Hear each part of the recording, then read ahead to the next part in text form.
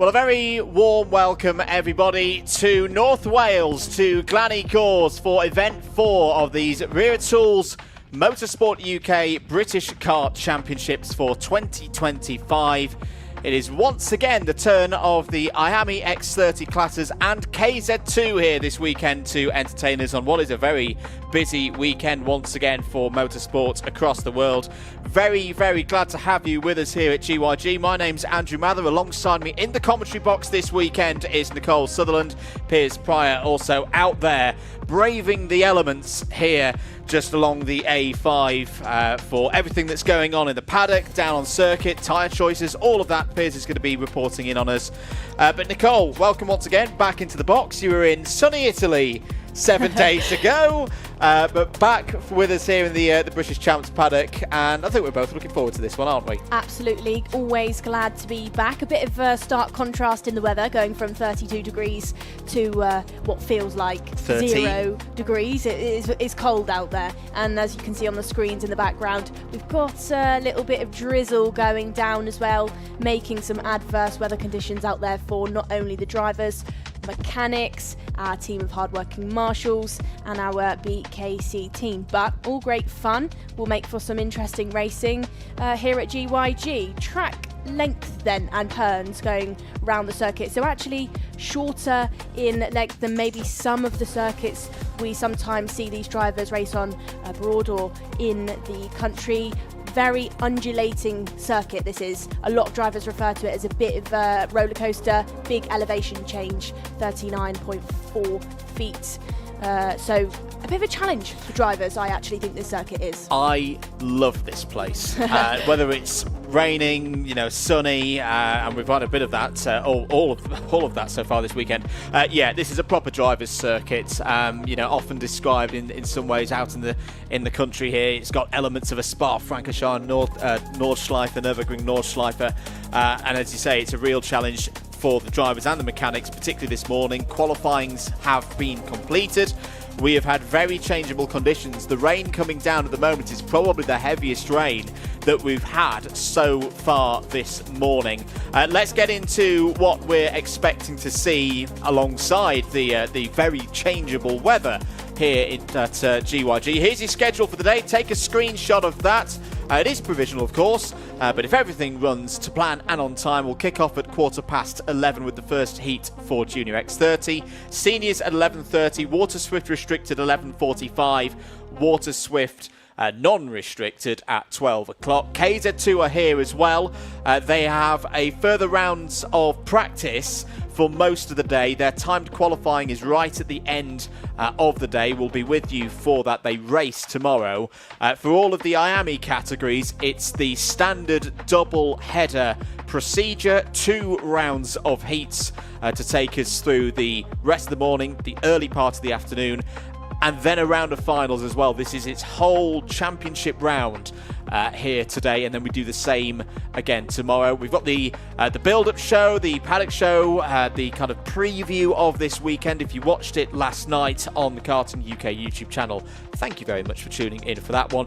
If you missed it, don't worry, you've got another chance to watch that at your leisure at 1:40. And then, as I say, the 4 finals for the IAME categories here today. 2:15 for juniors, 2:40 for seniors, 3:05 for the cadet category, the IAME Waterswift restrictors, and then the inter category, which should be a cracker at 3:30 to bring us to an end of the racing. And then, of course, we've got the qualifying practice for KZ2. Nicole, this circuit, we've talked about it already, is a proper driver's favourite. You've been doing some good work gathering some onboards together for us. Shall we take a look at one of them? We absolutely will, and we'll start with Thomas Minspearing, then one of our senior X30s for premium karting. This, as you can see, challenging track conditions for Thomas. Slicks on wet as he heads down the Dragon Straight. You see the drivers hug the tighter line going up the hill into that flat 90 right, and then you really do go up the hill into a bit of a blind corner, which is that kind of spoon section. Back down the hill, this is where you see those elevation change into that double apex corner of turn number 6. Curb is clipped as they head back up the hill on that left-hand side, tightening things back up, and this is where the circuit really becomes challenging for those drivers. This is a twisty, tight section where it really does flow downhill, and the drivers need to be careful on those tyres, really making sure they're not over-leaning, not overusing, and crucially not falling over the sidewall of the tyre. And then, as you can see, that last corner, just have a little bit of a blip of the brake or a slight lift, and you will see throughout this weekend as well, Andrew, that last corner is an overtaking hotspot for every single driver. It is indeed, but it's very tricky to get through there side by side through the whole of the corner. As you can see, the drivers getting ready for heat number 1 in the Junior X30 category. Right now, though, let's head out on circuit for our first report of the day from what I'm sure is a very dry, very warm, very ready Piers Prior. Piers, how is it out there? I'm down here in the assembly area, looking ahead to the first race of the day. My name's Piers Prior. I'll be keeping you up to date with everything going on down here in the Paddock post and pre-races this weekend.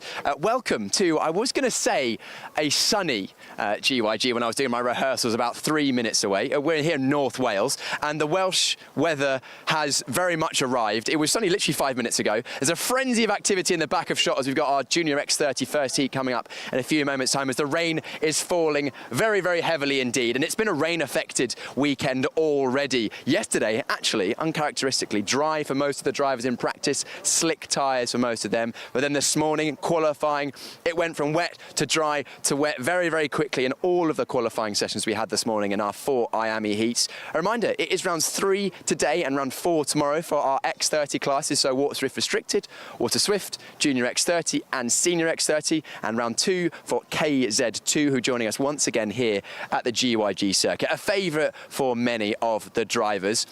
The rain is once again falling very, very heavily. As you can probably see the rain falling off the end of my nose. Practice has been very close, so if we do get some dry running, we're looking forward to some very close racing, as we always get in the Wera Tools British Kart Championships. I must say a big thank you to Motorsport UK for providing me with this wonderful waterproof jacket, otherwise I would be getting very, very damp down here.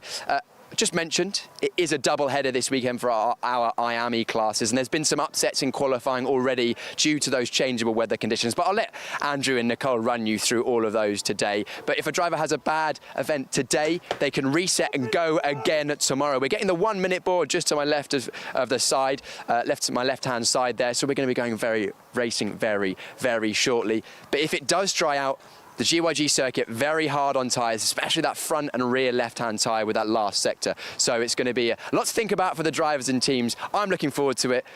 Stay tuned throughout the weekend on Alpha Live and the Karting UK YouTube channels. And I'll hand back to Nicole and Andrew to bring you up to speed and build you up for the first race of the day, Junior X30. He will indeed. When I said he was going to be dry and warm, I lied. Good grid for this first race of the day, Nicole. Junior X30 going into it very, very close in the championship. It's still very early days, of course, in the championship as well. But 2 heats to get us going. Heat 1 for Junior X30 is next.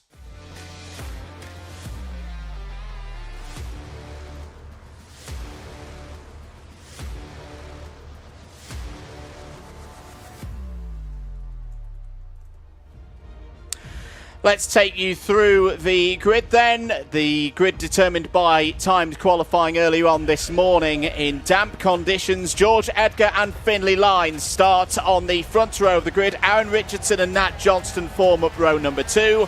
On page 2, it's Tyke Buckley and Rocker Lee and Shenton on row 3. On May and Patel and Isaac Sayer start on row 4. Going from row number 5, we have Will Green returning to the British Kart Championship grid alongside Riley Cranham for Fusion Motorsport. Row number 6 looks like Freddie Wood and Harley Musk. And shortly behind on row number 7 is on home soil Archie Owen with Max Yule.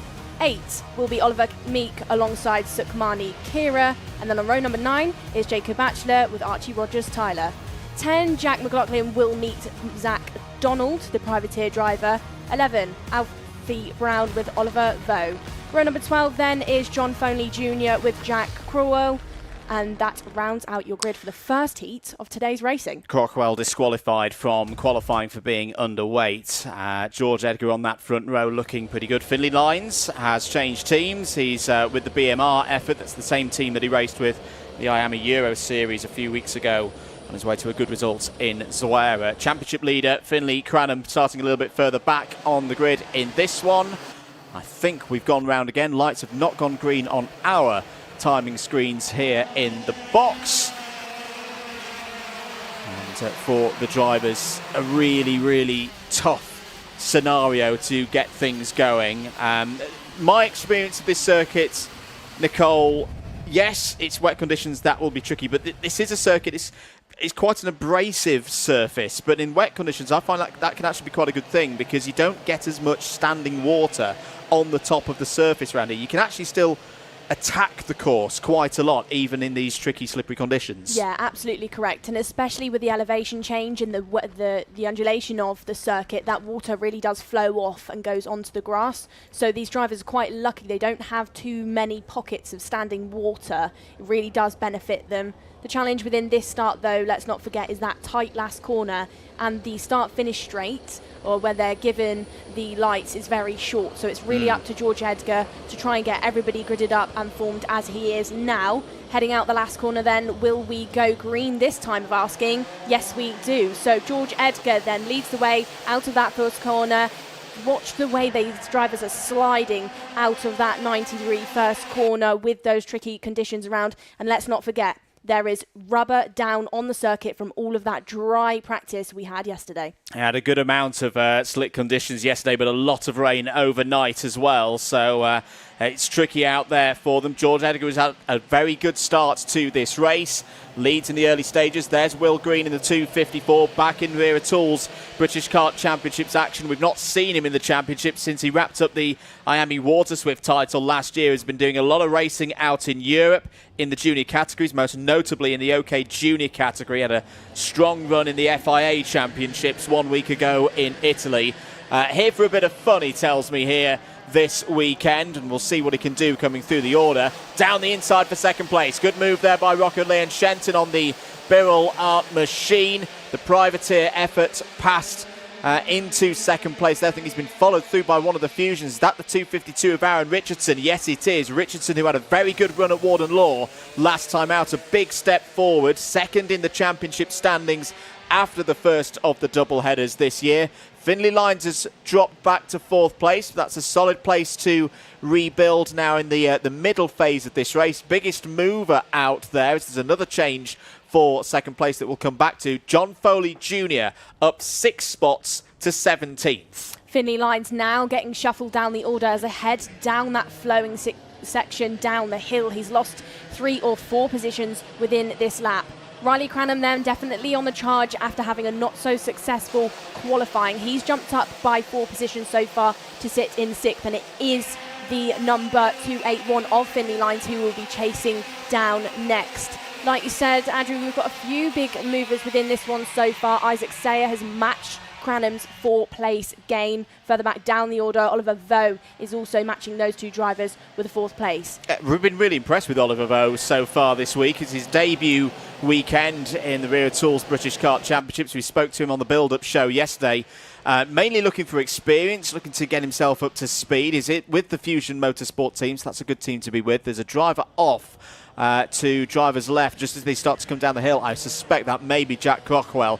Crockwell has not come through to complete a second lap on the timing information that we've got here in the box. It's been a tough day so far for the Irish driver. DQ'd from qualifying, and now potentially could be a retirement from heat number 1. Varied lines being taken out of that last corner then, Andrew. You can see some drivers really deciding to smash that last curb, get the kart rotated and help the kart to hook round. Others deciding to avoid maybe. This is the battle then on between Shenton, Buckley and Cranham going down the hill. Cranham taking that wider line. We've got Buckley goes down the inside of Shenton now. Almost 3 abreast going back up the hill. Clipping these curbs then. You can really see a theme. Look at Riley Cranham down the inside. He watched those 2 drivers jostle for position, lose pace, lose time to one another, and absolutely didn't think about it. Down the inside, 2 for the price of 1. Perfect stuff there from Riley Cranham.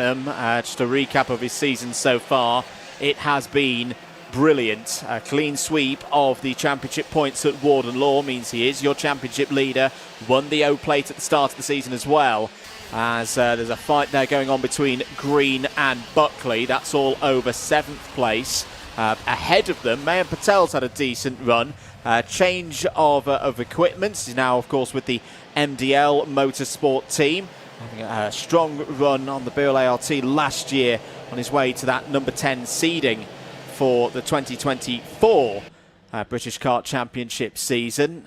Still there, Jack Crockwell. I think he's had a go at trying to recover the kart. We had a look at that area yesterday on the build-up show. The track really drops away to driver's left. If you go off there, it's going to be a tough recovery. Turn number 7 then, it looks like we have lost a driver further back. So that is Crockwell. Yep. Like we said, Andrew, you can see him on your screens out of this one. And of course, let's not forget, when these drivers get onto that wet grass, they're not getting back off of it. The rain that went down overnight and the rain that's going down now, it just makes it such hard work. So it will be a retirement within this race. I say that shot that we got there from the reverse angle showed it pretty well. It doesn't look like the greatest of inclines, but trust me, as someone who's been in there many times, that's not an easy part of the course to recover a kart from, particularly in these conditions. Back with our battles on circuit. This is Rocco Lane Shenton in the 286, going wheel to wheel with Mayan Patel, and Patel gets down the inside through compression corner, through Devil's Elbow. This is a really tricky part of the course. Now,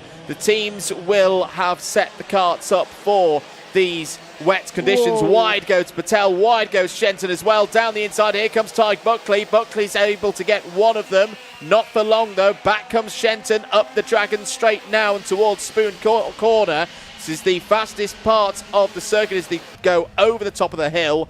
Brake hard. Through once again goes Shenton. He's got past Buckley. He's now got past Patel as well. Buckley's going to have a response down the inside into Carousel Corner. This is a brilliant scrap here for 5th place. And this is writing an invitation for all of the drivers behind, the likes of Will Green and Sukhmani Kira sat there in 9th and 10th to really get involved. Both drivers jumping up to the Junior X30 category. Last year they were mini drivers, but they're right now qualifying into that top 10, and this battle going on between Buckley, Shenton and Patel, as we see out of the final corner, is turning the rest of the grid into this really long snake of karts. Sukhmani Kira then up by 6 positions within this race so far, Andrew, as you can see, wheel to wheel going down that start-finish straight.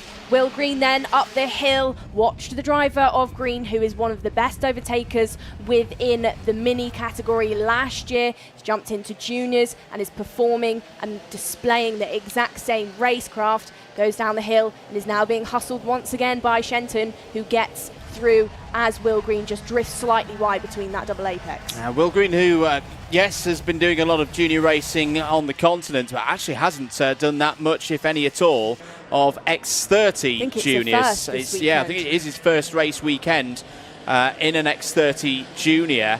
As I would say, he stormed to the British title in IAME Waterswift last year. He also took the IAME Euro Series X30 mini title, particularly strong through these longer race weekends.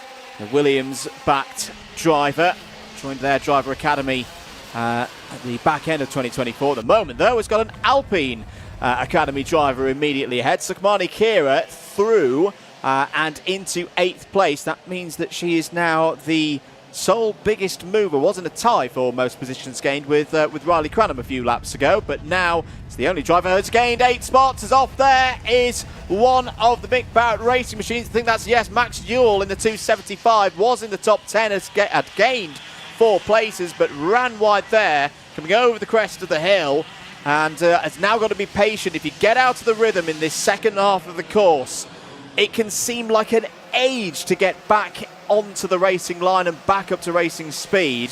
Where has Max Ewell fallen to? Well, all of those 4 positions they've gone, he's back down to 14th. Let's not forget as well that all the rubber that would have been put down on this circuit through yesterday's dry testing will be holding the oil, will be holding all of the marbles. So when you get on these wet tyres, it really does make it hard work to get back onto the racing line. Look at Sukhmani Kira within this one then, Andrew, really getting her elbows out, overtakes Rocco Shenton, who loses it going up the hill all over the grass.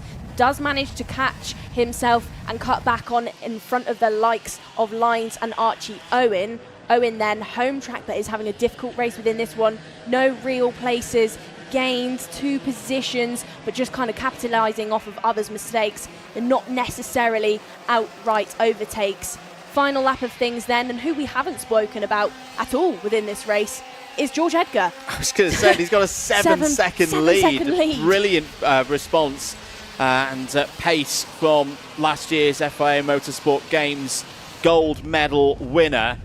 This is quite a performance. There's Riley Cranham on your screens, who's now up to second place. That's a gain of 8 positions for Cranham, but George Edgar had pole position in the slippery conditions earlier on this morning, takes the first heat in dominant fashion. That'll be a full complement of intermediate points to start the day for George Edgar. Championship leader Cranham comes over the line P2. Richardson follows home for a Fusion 2-3. Isaac Sayer scores well there in 4th place. Buckley 5th. Patel, then Kira, then Will Green, Shenton and Findlay Lines completes the provisional top 10. Some good scraps there in the top 10, Nicole, but how about that for George Edgar? That is a very, very good start to his day. Absolutely.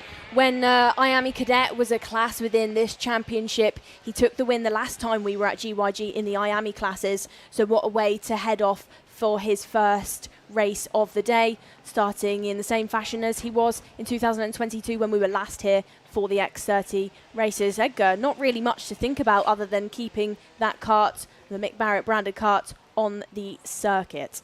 Absolutely. 3rd on the podium last time out at Warden Law, but wants to improve on that. Let's take a further look at the provisional result from Heat 1. Edgar from Cranham, Richardson, Sayer and Buckley, Tig Buckley, your top 5. Patel, Kira, Green, Shenton and Lines. Solid results, but they'll want to improve when we get to Heat 2 later on today. Archie Owen in 11th place there. Big weekend for Archie Owen, of course, on home soil here in Wales. Jacob Backler 12th, Max Ewell and Nat Johnston home in a top 15 completed by Harley Musk. Archie Rogers-Tyler, Freddie Wood, Olivo, Jack McLaughlin and Alfie Brown all in the top 20. Difficult races for Oliver Meek, John Foley Jr. and Zach McDonald. One retirement from that race at the end or after lap 2 was Jack Crockwell. We'll see all of these drivers once again later on in the schedule. If you want to keep up to date with all of the scores, the results, head across to motorsport-timing.co.uk. Let's take a look at some of the highlights from that first race of the day. This was the race start. Looked relatively dry at that point before the rain really started to team down. You can already see at this point, Nicole, a very good start for George Edgar. Rocker Shenton having some issues out there though. Shenton actually going off the circuit twice in the exact same place, so just trying to push that Birrell maybe a little bit too hard. We only lost one driver within that race then. It was Crockwell round turn number 7. Drivers trying to go down the inside at turn number 1 where they can actually hook that curb, get the kart rotated and just kind of slide out of things, but you have to really be committed. Down the start, finish straight then. If you get turn number 1, you can try and get something done. This was Shenton trying to signal to drivers no, but actually he sacrificed too much pace and that allowed the likes of Kira and Green to get back through. Like we said, actually lost it twice on the exact same part of the circuit. Edgar, though, crucially, was your race winner within that one, unchallenged in 7.4 seconds ahead of the rest of the field. Very, very good work indeed for George Edgar. We'll see at 12:30 whether George Edgar can continue this form and looking to potentially build on his results from Warden Law and elevate his way up the championship scores. So, one race down. We've got another 7 heats to go through, and plus a little bit of free practice for KZ2, which we'll talk about what we're expecting to see in that category once we get to the races for them tomorrow. Seniors up next. Very intriguing picture in the senior category, Nicole. I was having a little bit of a watch of timed qualifying from trackside.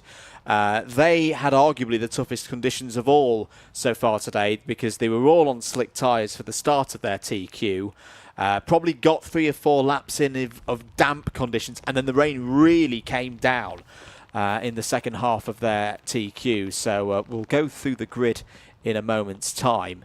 But other drivers in this field as well, obviously we've been running very strongly in Senior X30 this year, but you've got the likes of Gus Lawrence, who's been out in America doing a bit of racing. I think actually, though, before we move to the seniors, let's head down to Piers Prior, because I believe he has George Edgar with him. Down here with our race winner, George, 7-second victory, a more dominant heat victory we very rarely see. That must have been pretty good for you. Yeah, it's really good. We've qualified pole in the dry and then won by 7 seconds in the wet, so it's looking good so far. You won the race to the grid. You were on the grid first. Your mechanic doing a good job, and you clearly did a good job on circuit as well. Yeah, huge thank you to my mechanic, obviously. I don't know whether anybody did miss the grid, but it was definitely close. I suppose you're hoping the rest of the weekend stays wet now?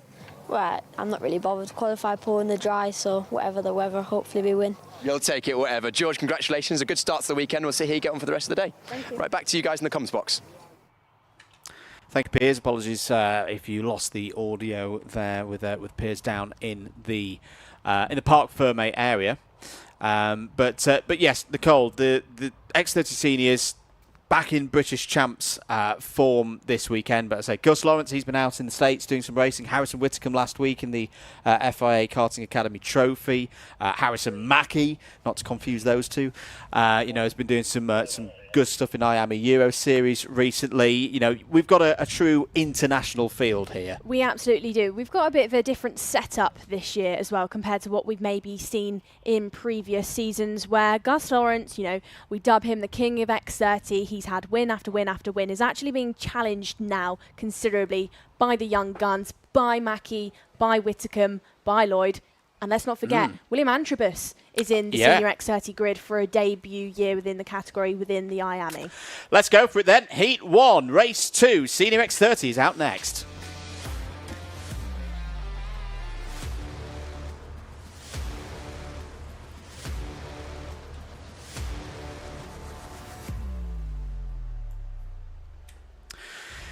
Let's take you through the grid then for heat number 1 for Senior X30. These positions determined by timed qualifying earlier on today. Freddie Lloyd, Fast Freddie, on pole position. Thomas Min-Spearing returning to the championship this weekend is alongside on the front row. Gus Lawrence, back on this side of the Atlantic, is on row 2. He's joined by Gabriel Stilp, who did have problems in timed qualifying. Harrison Mackie and Joey Brown form up an all-fusion row 3. Morgan Moore and Tristan Powell are there on row 4. Well, on row number 5 is Jack Buckley alongside Jack Nettleship. Number 6 is Harrison Whitcomb with William Antrobus, both drivers slightly out of position. And on 7, Luca Mann meets CJ Bennett.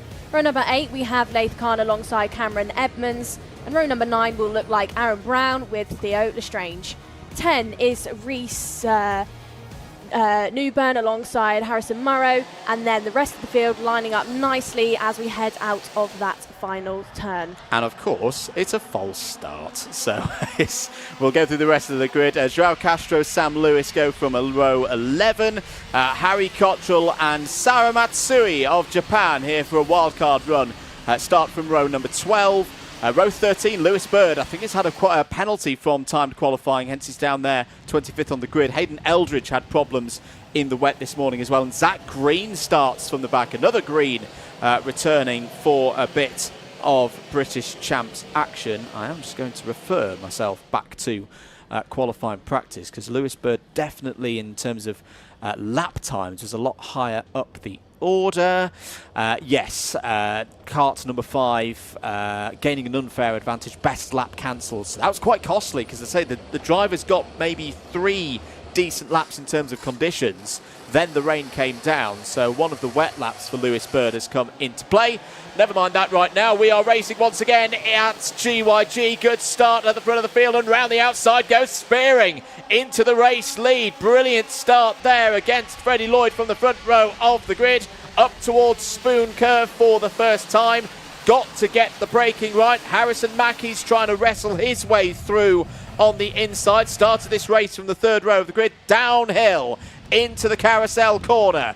Freddie Lloyd looking around the outside. It's been a good start for Gabriel Stilp as well. Is up to third place. Gus Lawrence is down to around maybe 7th, maybe the 8th place. Is off the road there. That's Harrison Mackie being pushed wide not once but twice. Harrison Mackie all the way down to the lower third of the field. Elbows out in the early stages for the likes of Joey Brown, who really did push Gus Lawrence down the order. You can see him heading and clipping that final curb. Gabe Stilp then being pushed around by Thomas Min-Spearing for that third position, as now Gabe looks like he's going to lose the position as well to Tristan Brown. Back up the hill, the whole field goes then. and it is Min Spearing that's been given a little bit of breathing room. It was Lloyd, Powell and Stilp then that were actually battling as we headed down the Dragon Straight. Drivers heading their heads over their shoulders just to look at what the gaps are to the drivers behind. Of course, within these conditions, the smallest little mistake will cost you. Mistakes within wet racing are so exaggerated compared to dry conditions, so you really can see drivers have a large, considerable gap and lose it within the, next corner. Stilp then heading down the hill and really trying to have a look now at Tristan Powell, but that's given Joey Brown a little bit of room as Powell is now going to lose out on 2 positions. It is indeed. I've been impressed though with Tristan Powell recently. He went a bit under the radar at Warden Law, but enters this weekend in the top 10 in the standings. And of course, if you can do that by the end of the season, you do get a seeded plate for the following year. Downhill once again. Spearing leads from Lloyd. Lloyd has had a warning from the race officials for something that's happened there on the first lap. Side by side as well, Jack Nettleship. Piers has been saying to me, keep an eye out for Jack Nettleship so far this weekend, and that's exactly why. Good move there by Jack Nettleship. Did take to the grass a little bit though on driver's left. He's through past Tristan Powell and looking at the moment like you could get a very solid top 5 here, Nicole. Well, your reigning British Championship leader from 2024 now outside of the top 5. Gus Lawrence sat there in 8th position having a look at Morgan Moore, but he's really been pushed around within these early stages. There he is on your screen heading up the hill. He's then followed behind by the likes of Whitcomb and Jack Buckley, who are battling out for 9th position. But Gus Lawrence within this one, who's trying to hustle Morgan Moore like a shadow, really not having the best race start within wet conditions. You can see him once more, and this is the battle going on just in front of him between Nettleship and Tristan Powell. It's a good battle at the in the middle part of this race. We've got just over 4.5 minutes remaining. Just looking a little bit further down the order, who's making good progress. We'll come back to that because I think Piers has got some news from down out on track. Stopped down here on the grid, and actually the sun's trying to break through. It's feeling pretty warm, and with the wind high, I don't think it will dry out in this race, but those with the lower tyre pressures towards the end of this one might be coming on stronger. But also look forward to that in the next race to see how dry it gets, because that will be critical. Keeping an eye at the front of the field, looks like another good start from Min Spearing. So back to you guys, keep an eye on the weather. We will indeed. Thank you, Piers. Thomas Min Spearing continues to lead this race. Just to come back to who's had good starts. Lewis Bird is up 14 positions into 11th. Hayden Eldridge and Zach Green. And there is Zach Green on your screens. Both up 11 positions at the last count. So you can overtake round this circuit. You maybe can't overtake on every single corner as Lewis Bird gains another position there. For a short moment. But Nicole, in these conditions, where do you think the drivers, what corners will they be looking at to make the most progress? Well, I think that last corner is a bit of a hot spot. Oh, clash for the lead! So this was the race leader, Thomas Min Spearing, but as we've been going up that spoon curve, he has lost it. Questioning then, has something gone on between him and Freddie Lloyd? But some kind of incident out there on the circuit. It's lost our race leader position, and that's drama for Thomas Min Spearing as he joins us once again for the Wera British Kart Championship. Well, we caught the end of that, but the 2 leaders were 2 seconds clear of Gabriel Stilp. So Spearing and Lloyd both being delayed there. Gabriel Stilp is now your race leader here in heat number 1. Is this the first bit of major drama of this second British Kart Championships weekend for the IAME classes? Out of Club Corner, ascending up the hill now once again to Spoon Curve. Lloyd has obviously got back into a rhythm. He's still there in 2nd place. Thomas Min Spearing. Thomas Min goes down to 8th place.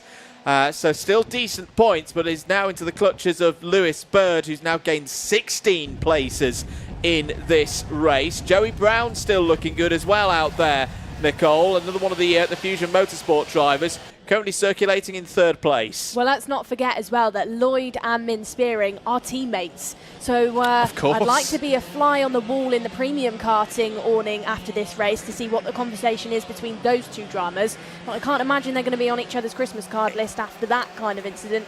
Although, within wet conditions and you're sliding around, it could have been, you know, a driver Spearing making a mistake and Lloyd catching. Yeah, went for a move that you just naturally slide a bit wider. They could have clashed pods, but it'd be interesting to find out as we talk about it.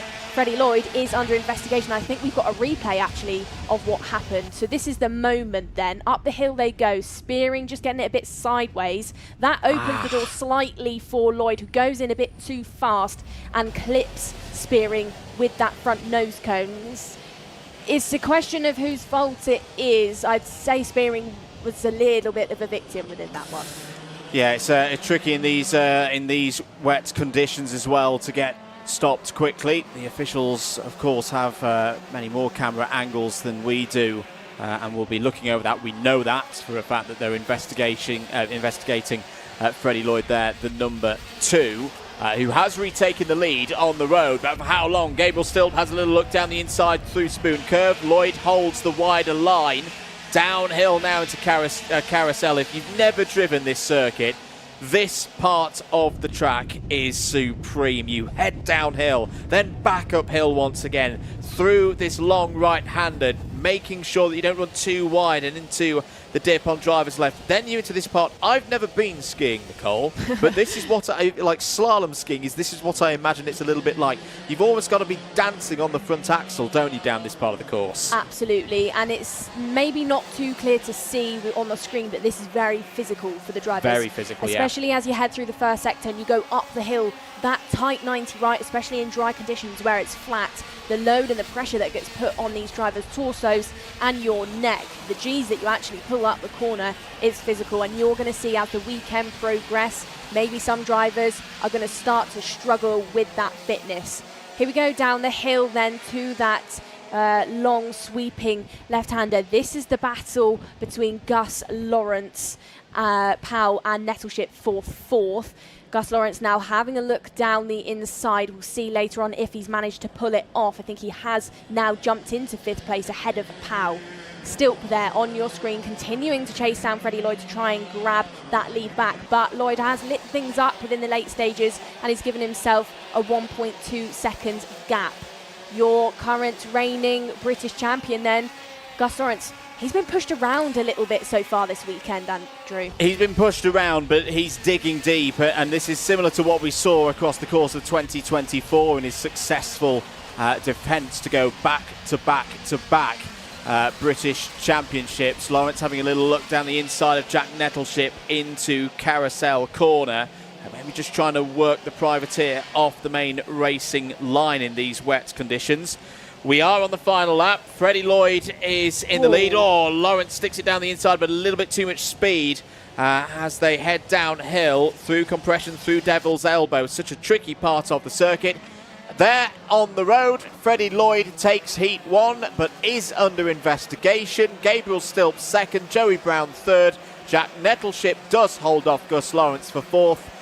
Lawrence, of course, completes the top 5. Tristan Powell, another solid result there for MDL Motorsport, the rookie. It's the first time we've seen Tristan Powell do a full season in these British Kart Championships, and he's having a good one. 6th place there, ahead of Thomas Min Spearing. Morgan Moore 8th. Lewis Bird was your biggest mover, up 16 to 9th. Jack Buckley completes the top 10. Only 2 drivers stayed where they started. One of them was Harrison Whitacombe, who may be having a bit of a tougher weekend. Had a strong run last weekend in the Turbo for the FIA Karting Academy competition, but 11th in that one for your championship leader, who was perfect through all the rounds and scoring parts of Warden Law. 12th place, another big mover, Zach Green up 15 spots. Cameron Edmonds and the other driver to finish where they started. CJ Bennett was 14th. Hayden Elridge completed the top 15. Harrison Mackie 16th. Not a good start for last year's junior champion. Just ahead of the driver that He had a lot of races with in 2024. William Andrews P17. Theo Lestrange, Aaron Brown and Harry Koch will complete the top 20. Laith Khan, Sarah Matsui, Reese Newburn, Luca Mann and Sam Lewis in the top 25. Last two of the finishers, Joao Castro and Harrison Morrow.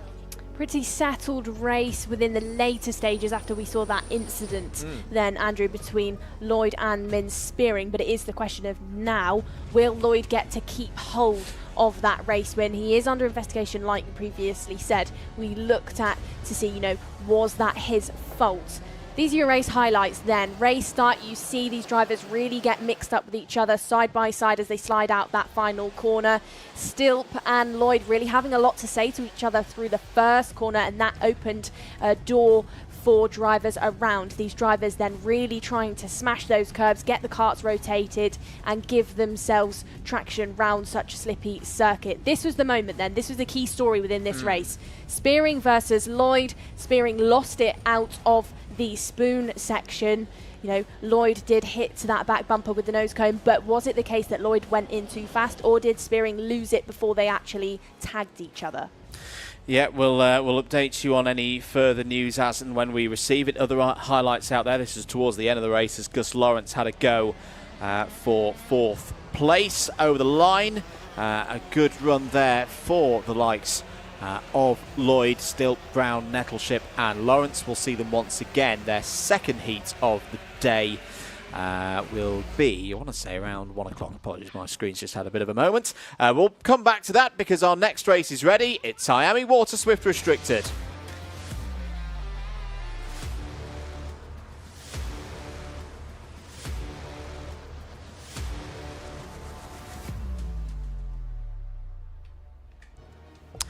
Time for our youngest drivers in the paddock here this weekend. It's IAME Waterswift Restricted, and quite a story from their timed qualifying. Corey Lyons on pole, Harry Chapman alongside on the front row. Bodie Batch and LBJ Stubbs go from row number 2.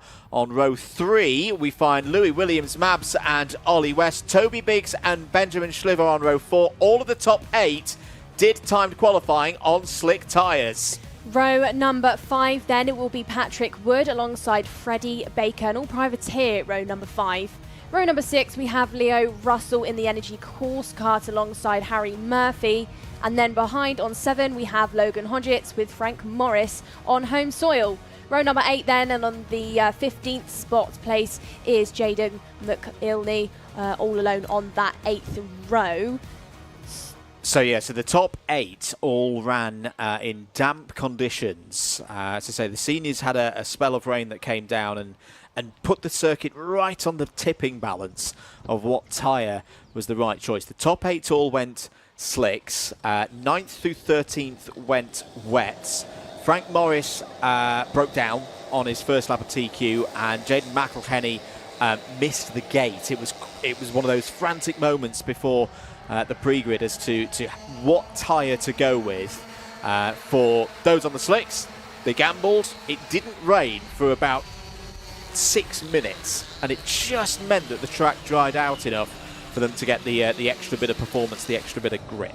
Well then, Andrew, within this one, I think I can see a little bit of a dry line starting to form out there on the circuit.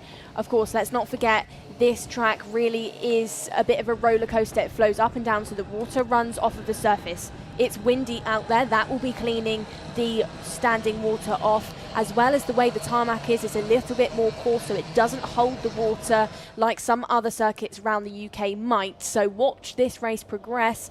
I think we're in for a bit of a track condition change. Very quickly on championship heading into this weekend, it's Stubbs from Batch, West, Lyons, McElhenney, the top 5. In the top 6 in the championship positions. Zev Gottschalk does not race here this weekend. Are we green? Are we racing for the first time here in IAME Waterswift Restricted? No, I think we've gone round again for another formation lap. That's for the drivers out there. Corey Lyons, we should of course say, he not only got the tyre choice right, but was able to get the best performance from those tyres. Of course, again, it's a 3-lap average qualifying. So if you're new to the Wera Tools British Kart Championships, what we mean by that is the driver's first, second and third fastest lap times in a session where they probably do 7 or 8 laps. It's those 3 times and the average of them. So for Corey Lyons, he was able to get heat into the dry tyres quickest of anybody. That's why he's on pole position here after a very good run at Warden Law just about a month and a half ago. Drivers, I think, are going to go around again. They were definitely not in formation that time around for the start of this 8 minutes plus 1 lap heat. Now problems. That's Leo Russell on the right-hand side, and your pole sitter, Corey Lyons, has fallen off. Now this is going to be at turn 7, turn 8. It's that part of the course again where if you run a little bit too wide to driver's left, it is very, very easy to almost get gravitationally pulled off the circuit. And once you are in that grass bank there, it is very, very difficult indeed for fully grown drivers to make it back onto the circuit, never mind our youngest drivers in IAME Waterswift Restricted. So that is a bit of drama straight away that our pole sitter is off before this race has even begun. Harry Chapman becomes de facto pole sitter in the number 32. Are we ready for the race start this time around? Yes, we are. Green light on our timing screen. Lights out there on the circuit. We are racing in IAME Waterswift Restricted, and it's a 2x2 formation up the hill. There on your inset cam, we can see Leo Russell trying to get back in the race. Corey Lyons likewise. And it's one of the Excel Motorsport drivers who was in the lead of this race, Nicole, goes back down the inside. Here comes Harry Chapman. Your championship leader then of subs, trying to go the long way round through the spoon section of the circuit and getting that run on some of the field as they head back up the hill. Loses it though as he heads back up the hill once more, as he's just lost a little bit of pace through the rest of the field. Oh. Once again then, Andrew, this is the section of the track that the drivers just keep falling off the road. I do think, though, Leo Russell has done a great job to pull that energy cart off. You saw him on your screens. He was not giving this race up. Continued to push and pull that cart back onto the circuit, and I think he is now circulating. He will be behind the rest of the field, but yeah, I can see him putting sector times in now. Chapman then leads the way as they head up the hill from Batch and Slivar. Slivar has done a great job so far within this race, up by 5 positions to sit within the top 3. Stubbs, your championship leader, your double winner from Warden Law, your driver that had so much success at Wilton Mill at the O-Plate on your screen then, trying to pick off those positions now after having the qualifying that he wouldn't have been happy with. Stubbs is a race winner this year. Qualifying anything but pole is not good enough for that driver. We need to keep an eye on Jaden McElhenney in the number 77, Nicole, because the Irish driver for the Daily Motorsport team is on a flyer there. He is up 10 places so far in this one into the top 5. Runs a touch wide there. Driver's left is quite a sizable curb as the drivers exit the final corner here at GYG. Oh, out of the race is number 74. That's Logan Hodgetts, and it's that position, that part of the circuit again. Just coming out of the carousel, up, round and over the hill. That next right-hander, very, very tricky indeed. And catching a number of the IAME Waterswift Restricted drivers out here. 5 minutes and 40 seconds to go. There's a challenge for third place. Stubbs versus Slivar. Slivar trying to cut back to the inside. Here comes McElhenney as well. McElhenney down the inside, takes 4th. Nice move there from Jaden McElhenney. Benjamin Slivar still doing well there. On for some good points here, there in 5th. Slivar then, one of your youngest drivers here at the circuit this weekend.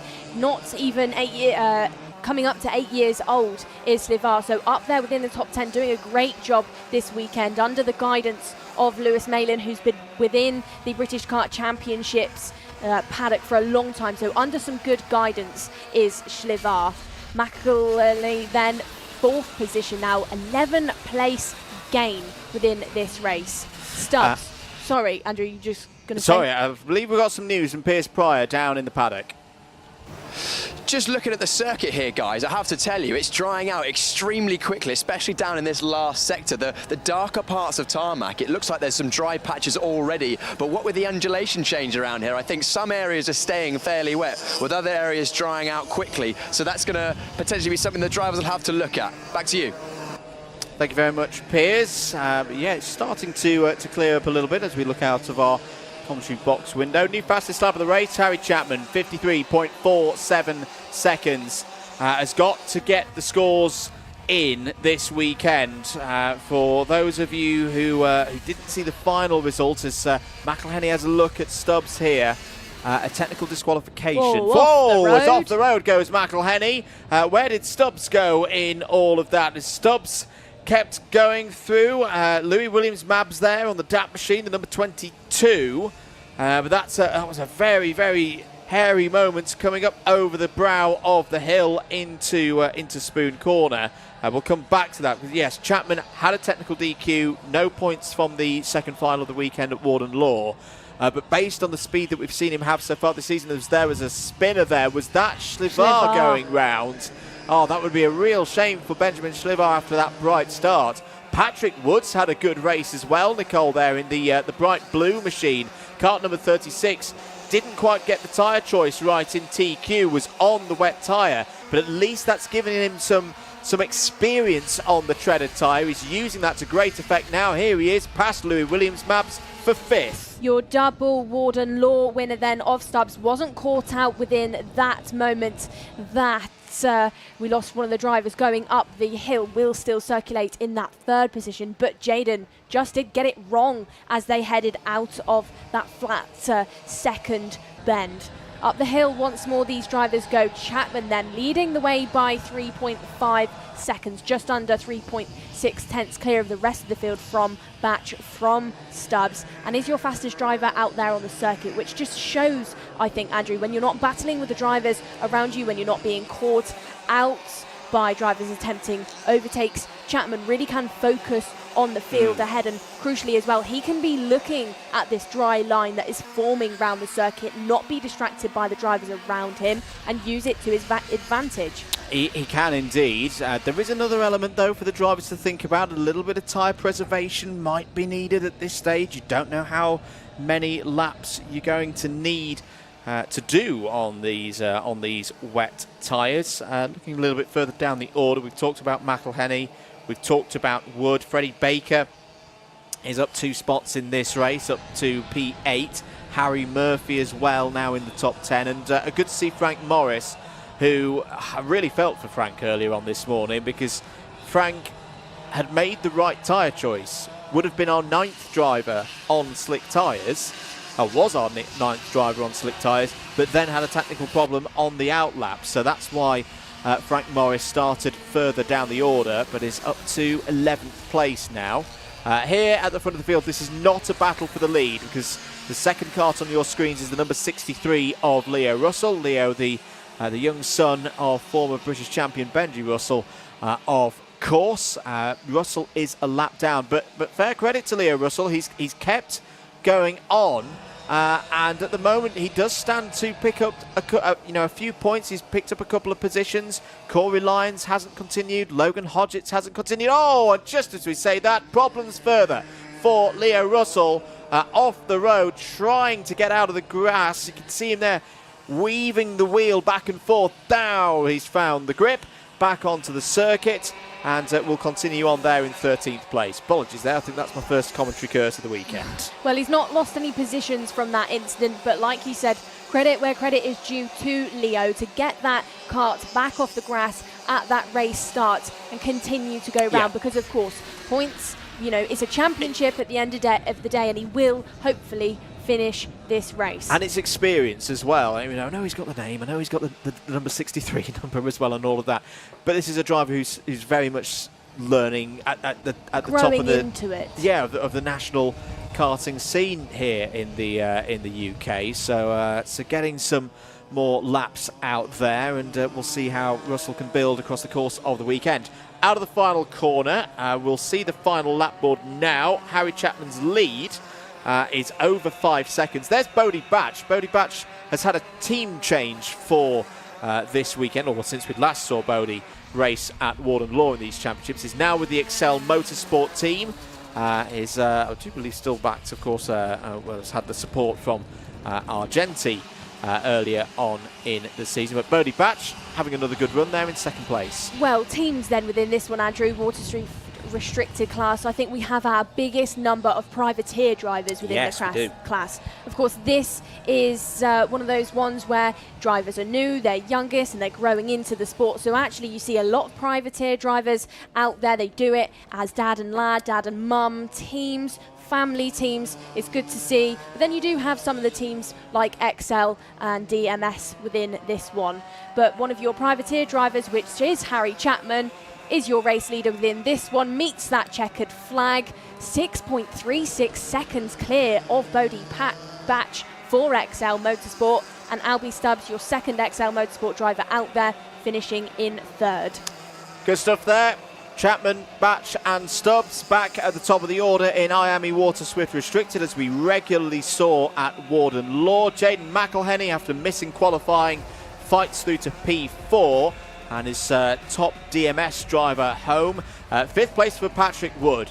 Very good work there from Wood in the number 36. Likewise for Toby Biggs in sixth. Louis Williams-Mabs, Freddie Baker, Benjamin Schlivar and Harry Murphy complete the top 10 in that one. Oh, Frank Morris, I think, had a problem there on the last lap of the race.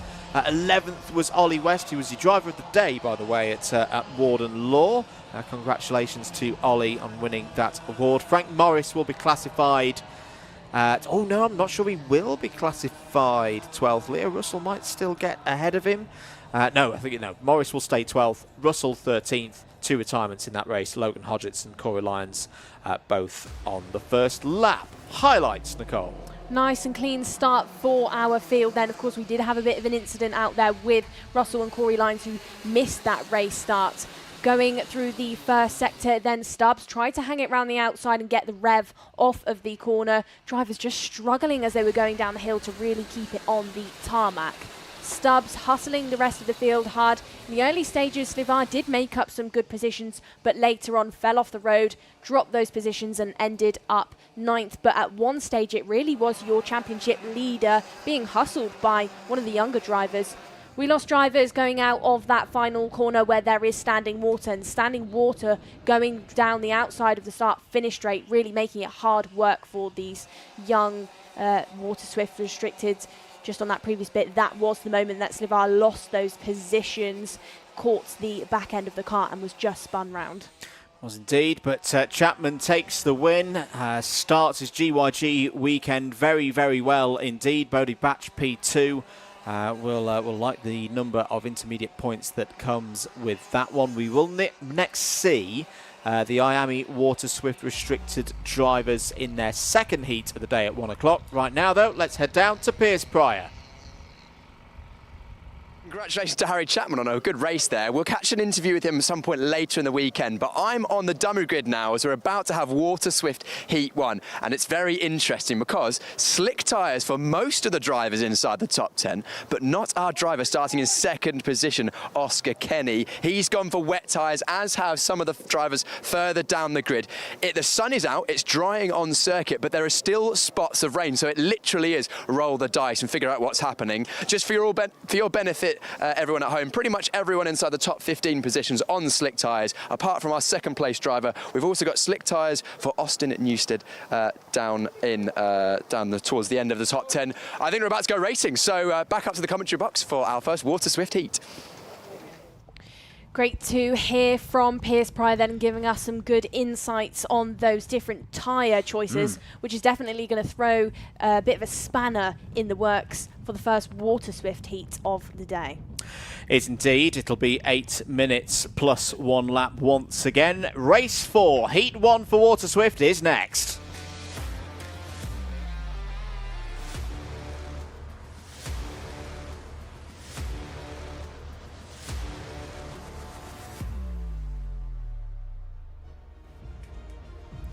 Here we go then. The Waterswift drivers head out on circuit for their first heat of the day, and it's Jensen Ackerman on pole position. The privateer is joined on the front row of the grid by Oscar Kenny.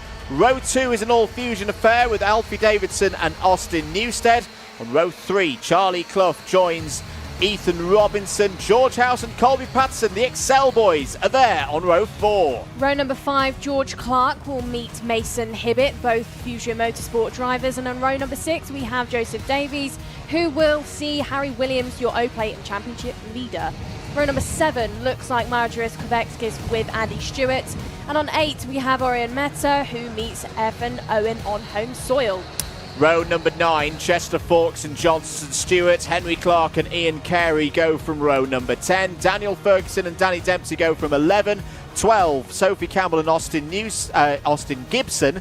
Jack Harney, Nathaniel Hodges, Christian Kobe, Luca Narroway, Callum Graham, Ilias Sami, Oscar Miller, Ruben Sagu and Ada O'Brien take us through the 33 runners in this one. Are we racing, Nicole? No, we're not. We're going to go around again for another formation lap. Big field, but the good news for the drivers here this weekend, they don't have to worry about cut-offs. Let's have a little chat though from Piers. Yeah, so just saying that the fact that they've gone round for another lap is putting things in the hands of those slickshod drivers. It's trying out minute by minute.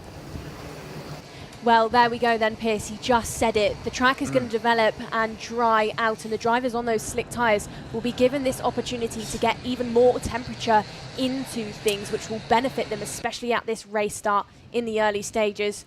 There's drivers at the front then that have decided to go for those wets. I think they're going to be in trouble. Yes, I think there's other drivers in trouble. I think we've got some drivers who haven't made the grid. I'm just trying to look for the 151 of Charlie Clough, the 138 of Chester Fawkes and the 117 of Lucan Arrow. I don't know if Piers can look at that for us as to whether there's some drivers who've missed the grid for this one. We are green, we are racing 8 minutes plus 1 lap, and it's a good start, particularly for Austin Newstead, the number 4 seed from 2024. Had a difficult day on day 1 at Warden Law, struck back with a great round victory on day 2. Starts things here at GYG with a magnificent start there into the lead of the race ahead of Jensen Ackerman. Well, a name that you didn't mention then, Andrew, just questioning if the likes of Ferguson is out there, because I haven't seen a sector time B put in by the Fusion Motorsport 115 just yet. Narroway as well for Evolve, no sector time. I think this is really throwing things up for these drivers. Good start, like you said, Andrew, by Newstead, who had some great showing out at Warden Law, slides out of that final corner. But now, reporter of Piers Prior is now saying drizzle is coming back down on the circuit. Yeah, and again, this is what it's been doing across the course of the day. An ever-changing situation here at Glan Y Gors, as here is a challenge from the 124 of Colby Patterson down the inside of George Clark there. So up to 5th place goes Colby Patterson. One of these drivers been busy since we last saw them race at Waterloo. Oh, as round goes Clark. And another driver was involved there. May have been Oscar Kenny. Clark now stranded in the middle of the road. It's the 178 of Joseph Davis. So it's another one of the Excel Motorsport drivers who I think just got caught out there by George Clark running a touch wide out of the carousel. That's a real shame for Joseph Davis, who'd gained 3 places up to that point, as is that problems for Ackerman. Ackerman having a near moment there through turn number 1 past the clubhouse, has fallen down from 3rd place. I think George House has got through. George House relatively fresh off another win in the IAME Euro Series in Spain a few weeks ago. Had a bit of a tough qualifying, but there he is with the support of teammate Colby Patterson behind.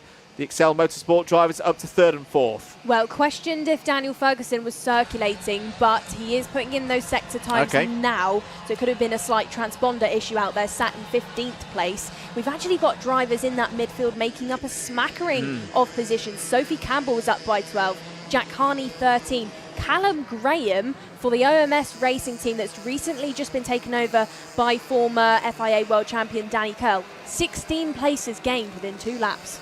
Brilliant stuff there from Callum Graham. I think we saw as well Orion Meta has fallen off the road, I think also out of the carousel curve on driver's right. I did see a flash of Premium Karting Blue, and the Premium Karting 157 has fallen down the order on our timing screens. 5 minutes of this first heat of the day for IAME Waterswift Restricted to go.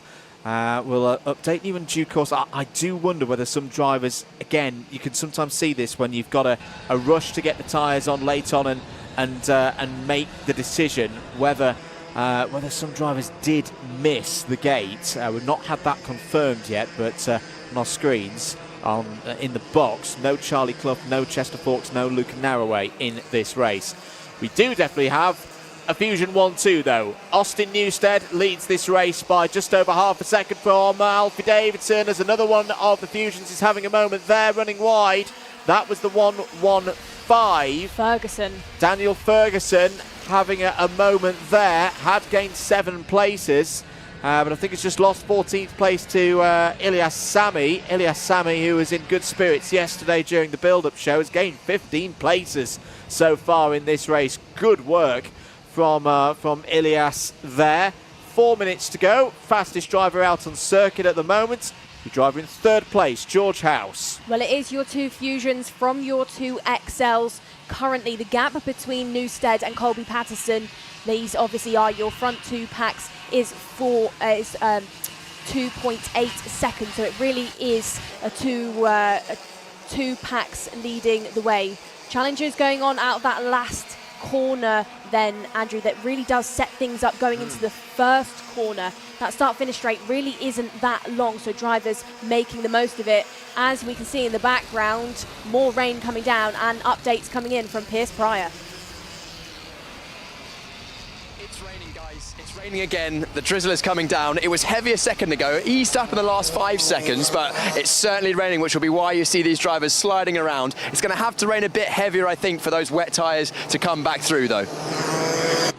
Yeah, but we are having trouble for some drivers out there. Margaret Kvetskis has unfortunately fallen off the road in the new Apollo Karts effort. That was up towards Spoon Curve. I think we've had another driver have problems. Might be Daniel Ferguson, who's not come through some of the sectors, although we have said that there's been potentially some transponder issues there. Was it Mason Hibbert who's fallen down 8 places? There was a driver stuck again out of turn 8 on driver's left, so Ethan Owen has fallen down the order. Might have been Ethan Owen then who's had problems. You can see the yellow flag out here. It's that a premium Karts that's just getting back on to the circuit. We've seen that Ryan Metters had problems, and unfortunately for the 157 is now right in front of the race leaders. Well, this is going to throw things up. House and Newstead do get through on that back marker, as does Davidson so far, but that almost did throw a bit of a spanner in the works for your front 2. House, of course, is having a really strong showing in 2025, has cleaned up at both IAME Euro Series races so far this year as he challenges Newstead heading up the hill into that Spoon section. The XL driver 0.1 seconds behind your race leader now. Is he going to have a look going down the hill? Of course, he's going to be considering the wet patches that are now being placed down on the circuit. You don't want to risk a slide. You don't want to take out the driver in the race lead, but is edging closer and closer. Back down the hill, House goes, and you can see by the way he's driving, he is chasing Austin Newstead, who is your fastest driver out there on the circuit, but it's not putting House off. Something for you now then, Andrew. Ilyas Sami in 8th position, up by 22 places. Brilliant stuff. This is a very good drive from Ilyas Sami, who's been trying very, very hard to continue improving, continue moving up through the order. This is one of the strongest drives I can remember from a race where I've seen Ilyas Sami competing. He's been another one of the drivers who's been racing out in Europe as part of that IAME Euro Series. I said the X30 mini class in that competition this year once again. It's probably got about a third of the grid of drivers who are based in the UK or do a good chunk of their racing here in the UK. 25 seconds remaining on the clock. Austin Newstead kicking here and extending his lead over George House as they come around the final corner. 2 more laps to go. The lead is now 0.42 of a second as Alfie Davidson runs a little bit wide there.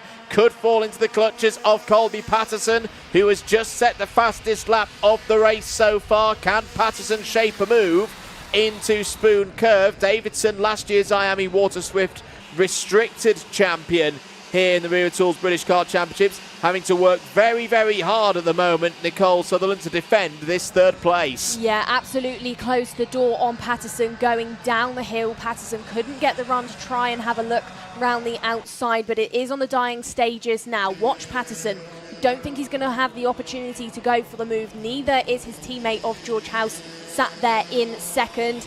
Out of the final corner then, nothing attempted just yet. They'll keep chasing each other and looking over their shoulders. You can see these drivers, it's a bit of a meerkat thing where the heads just go over the shoulder, see what those gaps are, see what the competition is looking like. Newstead now being challenged, as is George House, by Davidson. Colby Patterson now having a look down the inside and does get the move done. So it's Newstead from House. Colby Patterson has promoted himself. Davidson sat there in fourth, and it's now House, Patterson and Davidson that are on for this second to fourth place battle. It's given Newstead a little bit of breathing room. The two XLs now working together to keep Davidson at bay, and it does look like it's going to be an XL 2 and 3, but no, it's not, because Alfie Davidson has other things to say. Austin Newstead takes the checkered flag as your race winner, half a second ahead of George House. Davidson just pipped Patterson at that final corner, finishes in third, and Colby has to settle with the fastest lap, but for fourth. Very good stuff from Alfie Davidson. That is more like it after a very tough weekend at Warden Law. Alfie Davidson is on his way here at GYG, but has still got some work to do because his teammate Austin Newstead is on top in the early stages here in IAME Waterswift, as he was at Warden Law for the second round of the championship. Newstead wins by half a second ahead of George House, Alfie Davidson, Colby Patterson and Jensen Ackerman all in the top 5. Oscar Kenny, Andy Stewart, Harry Williams, Ilias Sami, what a star, up 21 positions there was Sami. In a top 10 completed by Christian Kobe, who was pretty strong as well, up 17 places for the Irish driver. Ozzie Gibson in 11th ahead of the debuting Jack Harney. That's a good run from Jack on his first race in the Wera Tools British Kart Championships, a gain of 13 to 12th. Mason Hibbert had problems, fell to 13th. Callum Graham up 15 to 14th. Henry Clark completed the top 15.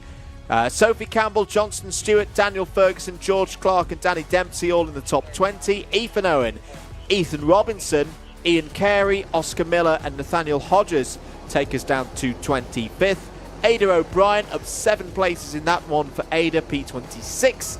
Margaris Kovetskis was strong early on, was up in the top 10, so that is a positive note for the Lithuanian driver, but in the end down 14 after that spin. Joseph Davis and Orion Meta also had problems out there. Ruben Sagu was a retirement on lap 1 and a did not start for Charlie Clough, Chester Fawkes and Luca Narroway.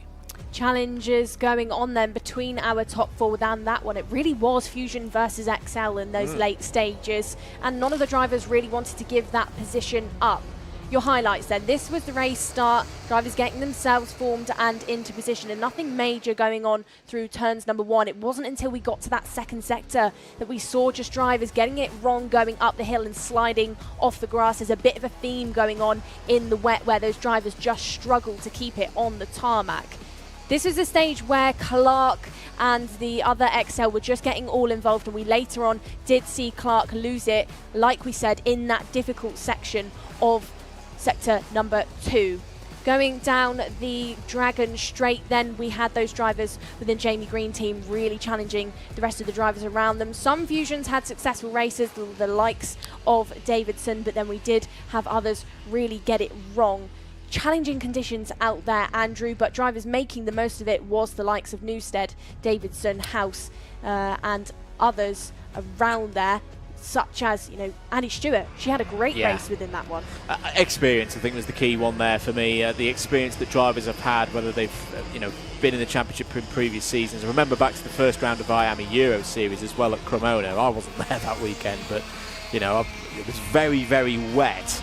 from the reports on that one, so they've had good experience in that. Before we move on, let's head down once again to Piers Prior. Here with race winner Austin Newsted. Austin, that was pretty tricky out on circuit there.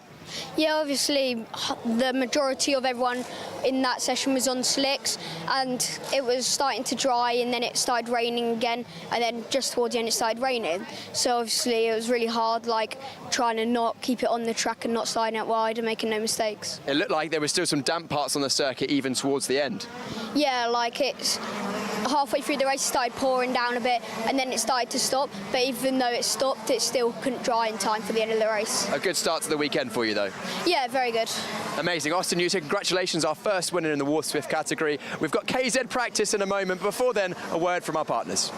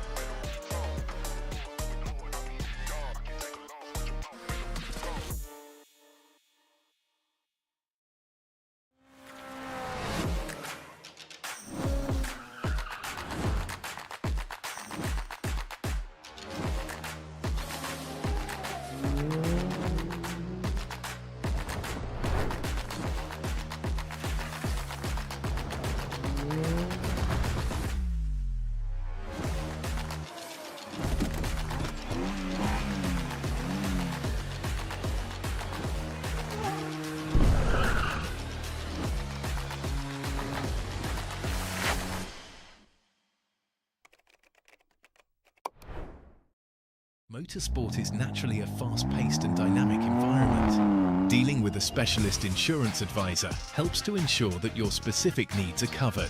We have access to a complete portfolio of products including personal accident, on-track damage, property and event liabilities and cancellation. We can help drivers, teams and manufacturers, event organisers and circuit owners and venues. Visit marshsport.co.uk/motorsport to find out more.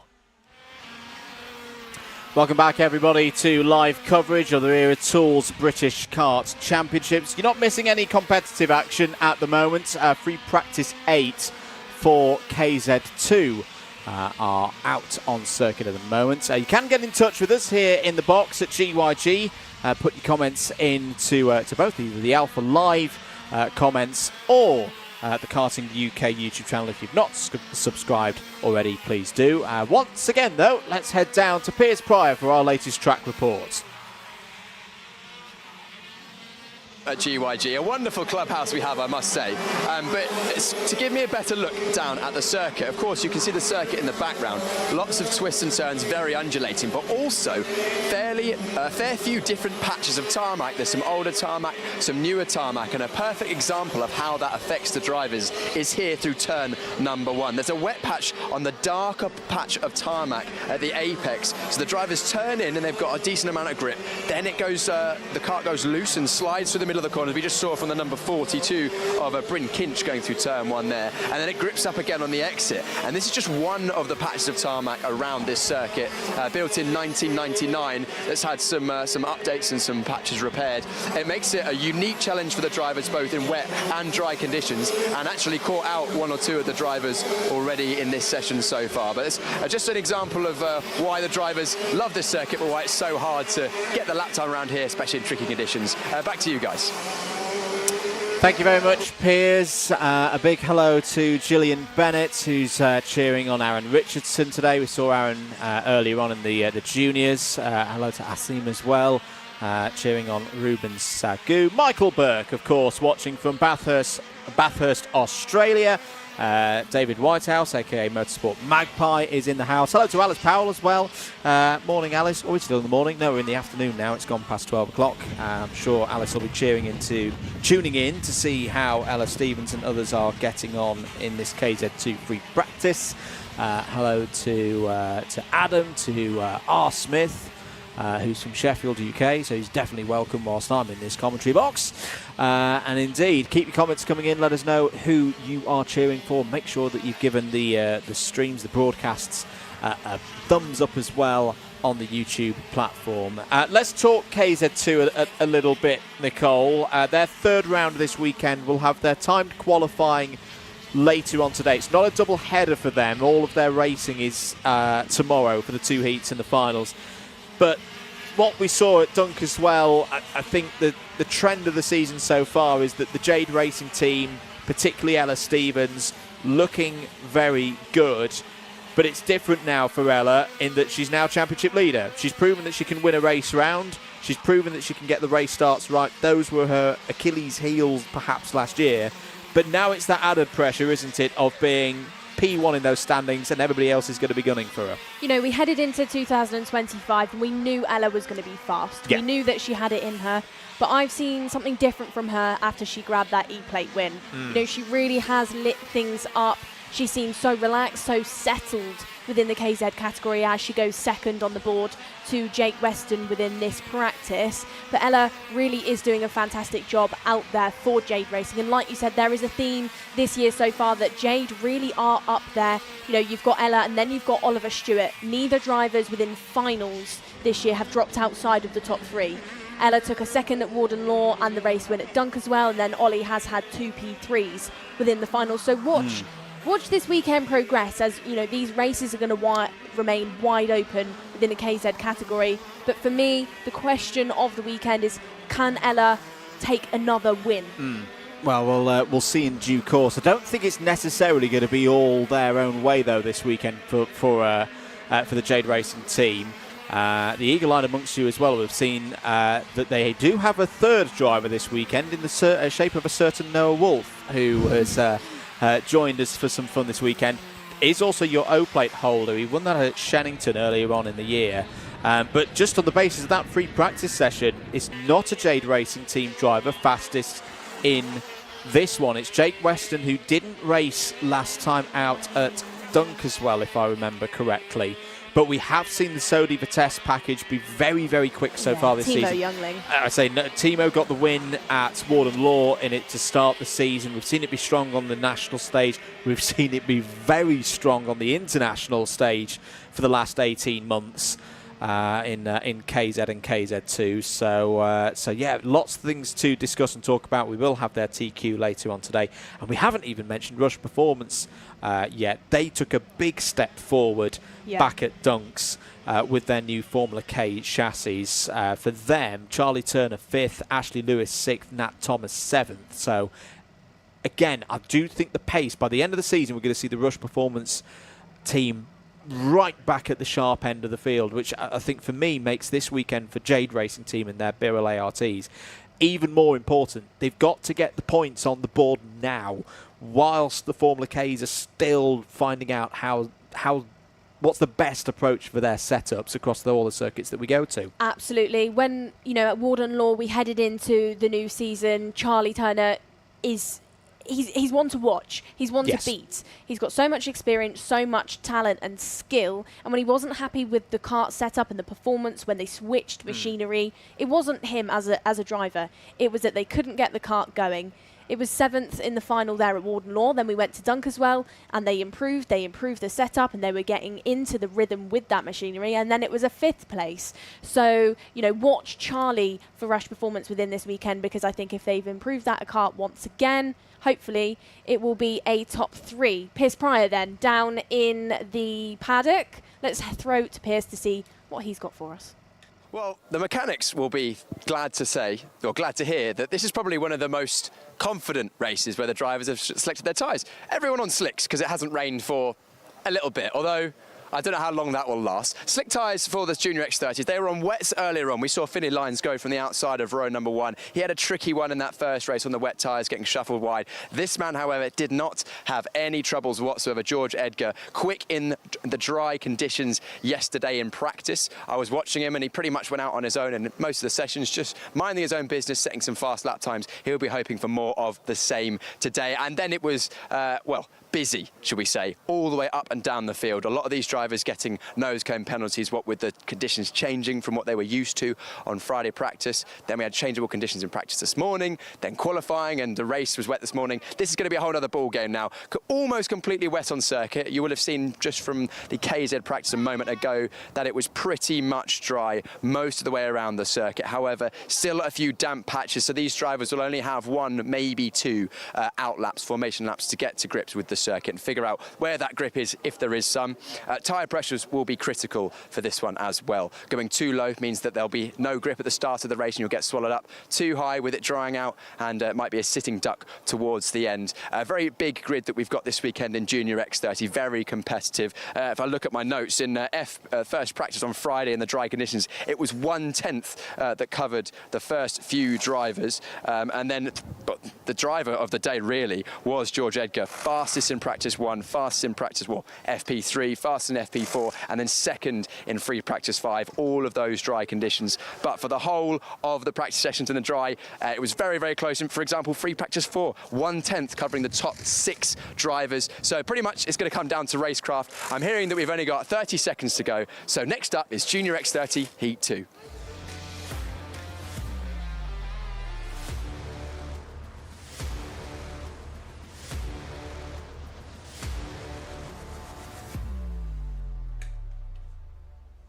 Thank you very much, Piers. Getting ready then for heat number 2 for Junior X30. This is race 5 on our programmes here today at GYG. George Edgar and Finley Lyons will start on pole position and second place on the grid once again. That's your front row. Aaron Richardson and Nat Johnston go from row 2. Tyke Buckley and Rocco Leon Shenton go from 3. On row 4, Mayan Patel and Isaac Sayer.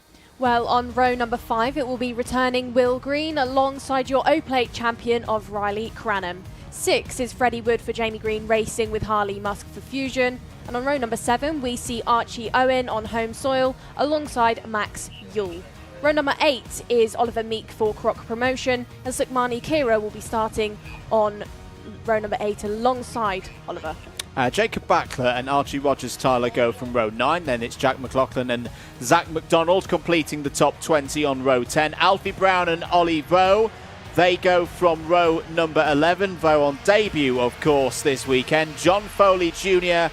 and Jack Crockwell start on row 12. 24 drivers in the field. If you're just joining us and don't mind a little spoiler back to heat number 1, George Edgar was your dominant race winner. Riley Cranham P2, although I should just note we're seeing on our screens the most recent publication of that race result is that Riley Cranham is under investigation. Not fully sure what for, if I'm being perfectly honest, but we should note that that is a thing. Aaron Richardson, Isaac Sayer and Tyke Buckley were all in the top 5. Tyke Buckley had a penalty in that race that's already been positioned. It was an incorrectly positioned front fairing, but that 5 seconds has already been applied. So that was your result from earlier on. What are we going to see in this one? Are we green and racing? No, I don't think we are. The lights on our timing screen have remained red, and and that does not look like they are at full racing speed. And of course you can see a chevron flag there as well on the right hand side of your screen. Nigel Edwards then will be your race director, just keeping an eye on these drivers and deciding when he is happy to send them green and let them go. But within that one, George Edgar just not forming up that grid quite enough. Of course, these drivers are really weaving those karts hard, trying to get as much temperature into the Comet as possible. So that makes for an interesting and tricky formation as these drivers are just kind of all out of sorts. You can see Finley Lines on your screen just demonstrating that weaving of the kart. But this is their next opportunity. Will Edgar take them round the final corner and allow those lights to go green? Takes a look to his side, and yes, we do. We are green and racing through the final corner, and we are led by Edgar. Looks over his shoulder to Lines, who is still in that second place, hugging that tighter line as they go down the Dragon Straight. Shenton has promoted himself up the order into third. Settled stuff from that mid-pack. We've got Johnstone trying to jump up and take some positions away. Buckley getting all involved as well. Mick Barrett's having a good showing so far this weekend, but can they jump into that top three? Edgar heads down the hill, then still leading from Lines, still leading from Shenton. Yeah, it's not the best of starts for George Edgar. We had to get across to just squeeze Finley Lines a little bit and have that good run through turn number one. You can see how much it's dried at the bottom end of the circuit. 7 minutes to go in this one. Edgar leads, Shenton P2, Lines, Richardson and Patel all in the top five at the moment as Rocket Lane. Shenton is all over the back of the race leader here, trying to find a way through. Not that time on the run up to Spoon Curve. Downhill now into the carousel, sweeping left, trying to find the grip. That's pretty good from George Edgar, trying to stretch this lead out now at the front of the field. Further down the order, who's had a good start? Riley Cranham's up 3 spots. There's Will Green going for an overtake as well. I believe that was on Riley Cranham. So Will Green back up to 7th place now on his return to the Wera Tools British Kart Championships. Sukmani Kira, Jacob Backler, Zach McDonald have all moved forward, at least 2 positions for each of them. Cranham snatches that position away once again from Will Green. They were jostling. 280 then has spun round. That is Zach McDonald, the privateer driver, lost that rear end of the kart and has dropped down the order to 24th. Up the hill, and now we have a new race leader. Rocco Shenton leads from Edgar, then really does jump up the order early, and that has brought everything into a 5-kart train for this race lead. Shenton then, you can see how much these karts jump up and down through that final sector, move down the inside on Finley Lines, and that's Aaron Richardson getting all involved as they head through the final corner. Well, particularly as we're getting closer and closer to dry conditions, as Finley Lines has a look there at Aaron Richardson for 3rd place. Lap times now down into the 42s. We're pretty much on the same pace that we had in their timed qualifying earlier on this morning when it was damp conditions, but before the first bout of heavy rain came down. The mechanics will have stiffened everything up, won't they, Nicole? They won't want to have had as much compliance now that the wet conditions are dissipating away. And you do often see, particularly through this part of the circuit, the front end of the karts, particularly here, get very light as they dip down. Very tricky for the bigger karts as well. Very tricky for when we get onto KZ2 later on this weekend and you're trying to get on the power as early as possible.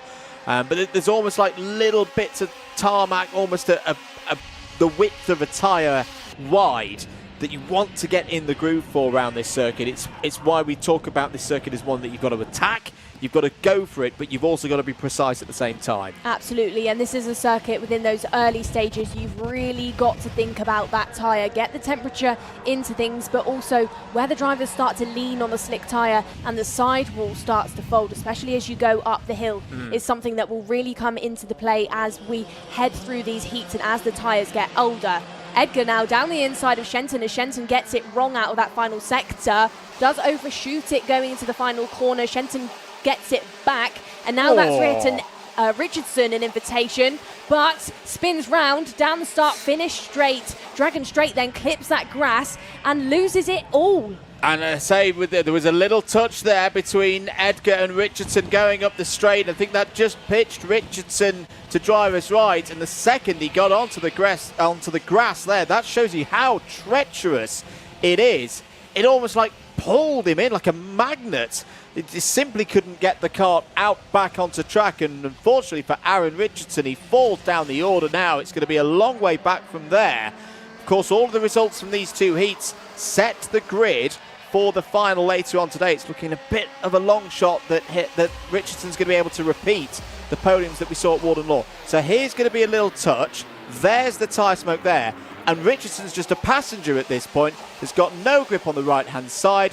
Kart pitches around. He keeps the engine running very well indeed, but now falls all the way down to P21. Well, it's actually a bit misleading here, Andrew, where actually that Dragon Straight is slightly bumpy. So if he's caught a part of the grass, you know, where the track falls away from you, when he's tried to get back onto the tarmac, he's just lost it on the rear, and it's spun round, of course, wet grass. It's not going to work, and that is a shame for Richardson, as he was challenging for that second place and potentially for the race lead.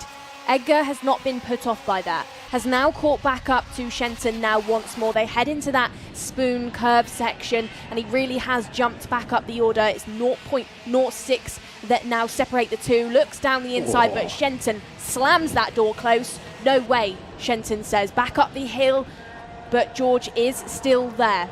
Third and fourth then, Cranham, your O-plate winner, has jumped up the order. Buckley sat there in fourth, and that's bringing Patel into things. And now who is starting to arrive and who is starting to knock onto the door of these top five is Will Green.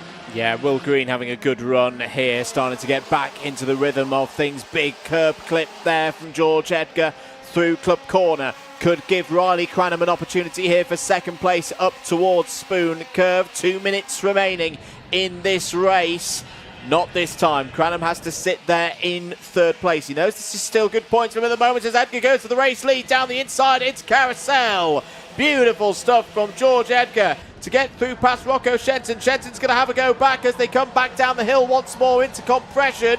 Edgar holds on. Cranham slips down the inside to take second place. Oh, it's round his man Patel. Patel round in the 10 in the middle of the compression and Devil's Elbow complex. This race has come alive all of a sudden as there's a swap there between the Mick Barrett Racing boys. Ty Buckley now through and up to third. Well, Cranham now, your O-plate champion, is your new race leader. Has overtaken George Edgar, who's dropped down to fourth ahead of Green.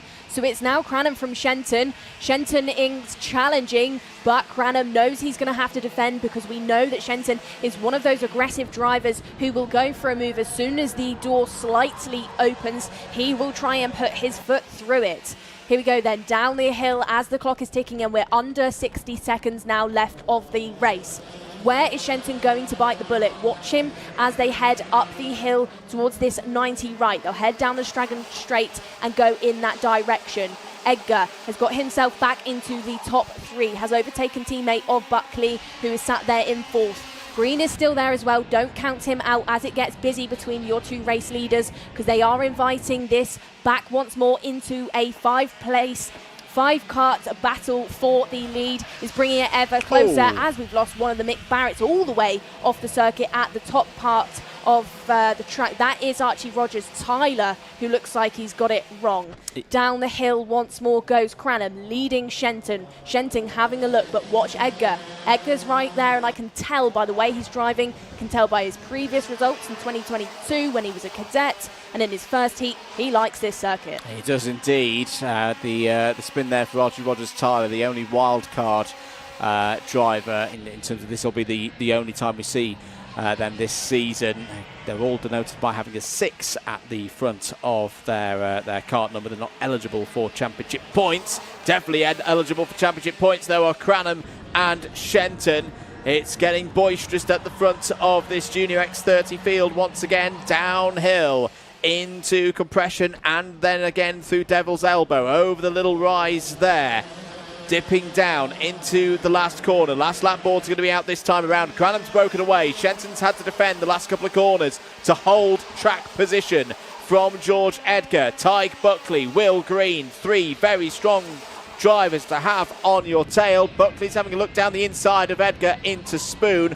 Well defended there by Shenton, just controlling the pace off the corner as the Mick Barrett Racing boys are side by side. Here comes Will Green down the inside. Green takes 4th place. Great positioning there from the Williams F1 Junior. Downhill once again. Cranham's got this race won. He's gone. He's going to take the full complement of intermediate points, but it's still a question mark over who's going to take P2 out of the final corner. Riley Cranham wins Heat 2, and second is going to go to Shenton by not a lot at all. Maybe 0.08 of a second between Shenton and Edgar there. Will Green fourth, Ty Buckley fifth. Another good result as well, Nicole, for Sukmani Kira. She comes home in sixth. Well, I think the story of that race then, Andrew, was Shenton versus Edgar, because neither one of them wanted to give that position up to them, each other. From 5th to 10th then, Sukmani Kira was in 6th, Musk 7th, Lines 8th, Archie Owen did make up positions to finish in 9th, and then Isaac Sayer rounds out your top 10. Sayer then maybe not having the race weekend he would have liked to have, came into this weekend really high up in championship standing, so has got to put in a little bit more graft throughout the rest of the weekend. Johnstone just outside of your top 10, he finishes in 11th. Then it's Batchelor, McLaughlin, Patel in 14th, Meek, Freddie Wood, Alfie Brown, John Foley Jr., Aaron Richardson, and then Jack Crosswell rounding out your top 20. Max Ewell 21st, Oliver Vaux in 22nd, Zach McDonald was the last of the 23 finishers in that race, Archie Rogers Tyler the single retirement. That's the heats completed then for X30 Junior. Their final will be the first one at 2:15 later on today. For now though, once again, let's head down to Piers Prior. Well, that was the most interesting race we've had so far, wasn't it? It was a good race at the front. Very much enjoyed that. Good to see the camaraderie between Riley Cranham and George Edgar. Riley, we get you to flip round this way so we can frame up the lovely Motorsport UK branding. This side for me, mate. There we go. We'll organise ourselves eventually. You don't need to qualify well, do you? No, not at all. 10th place on the grid for both Heat 1 and Heat 2. 2 podiums, including a win in that one. You must be pretty happy with how things have gone so far. Yeah, things have gone amazing so far. I mean, that race was a good race, so we'll see how we go in the final. Yeah, were you discouraged or disappointed after qualifying? A little bit. I don't think 10th was really the place where I should have been, but it doesn't really matter, so... And also, do you have a preference on conditions? We've seen wet, we've seen dry, we've seen a bit of both today. It seems like we've seen you come through in the wet and the dry conditions. I don't really mind which one it is for the final. I mean, it's been on and off all day, so we'll probably end up getting rain at some point, aren't we? I think it's very likely. Riley Cranham, our winner in that Heat 2. I'm going to try and grab a word with George Edgar, but he's run away. So I think that's probably all we've got time for now in terms of Junior X30. Next up, Heat 2 for Senior X30. And just as I say that, a bit of drizzle in the air. That will be up next after a word from our partners.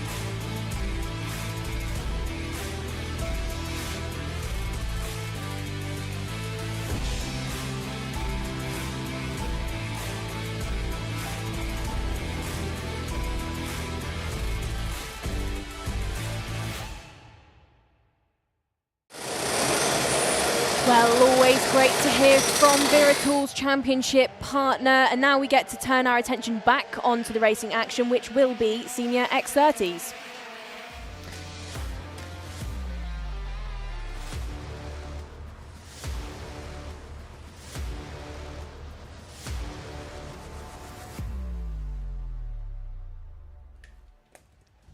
Second heat of 2 then for the X30 senior category. Let's take you through the grid for this one. Freddie Lloyd and Thomas Mintz-Spearing on the front row. Gus Lawrence and Gabriel Stilp, they go from row number 2.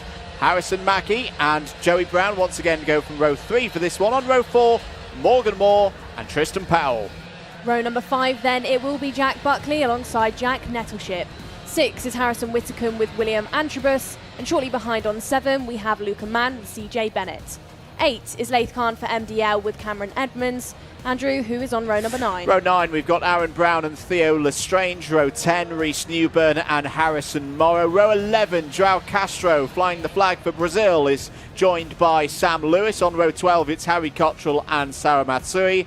Lewis Bird starts row 13 after a penalty in timed qualifying. Hayden Eldridge alongside 26th on the grid. Zach Green completes the 27 runners in this one. Piers Prior, what have you got for us? Yeah, just like that. We thought it was going to be dry. The rain is falling. It's drizzling, not too heavy so far, but I'm looking over the hill in the direction that the rain is coming, and it looks like it's getting a little heavier. So this could be an interesting start to the race. It could be indeed. Welcome to GYG. If you're just joining us, Glan Y Gors in North Wales. Beautiful parts of the world. On a clear day, you'll be able to see parts of Mount Snowdon. Not today, though, with these mixed conditions for us here at the circuit. We are racing then, 8 minutes plus 1 lap in Senior X30, the race that will set the grid for the final later on today. And it's been a good start for Joey Brown at the front of the field, but not as good as once again Thomas Minspearing takes the lead in the early stages. Premium karting 1-2 at the moment, Nicole.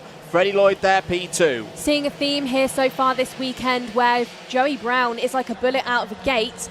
As I've said that, I think there's drama for his teammate of Fusion Motorsport, it's Harrison Mackie.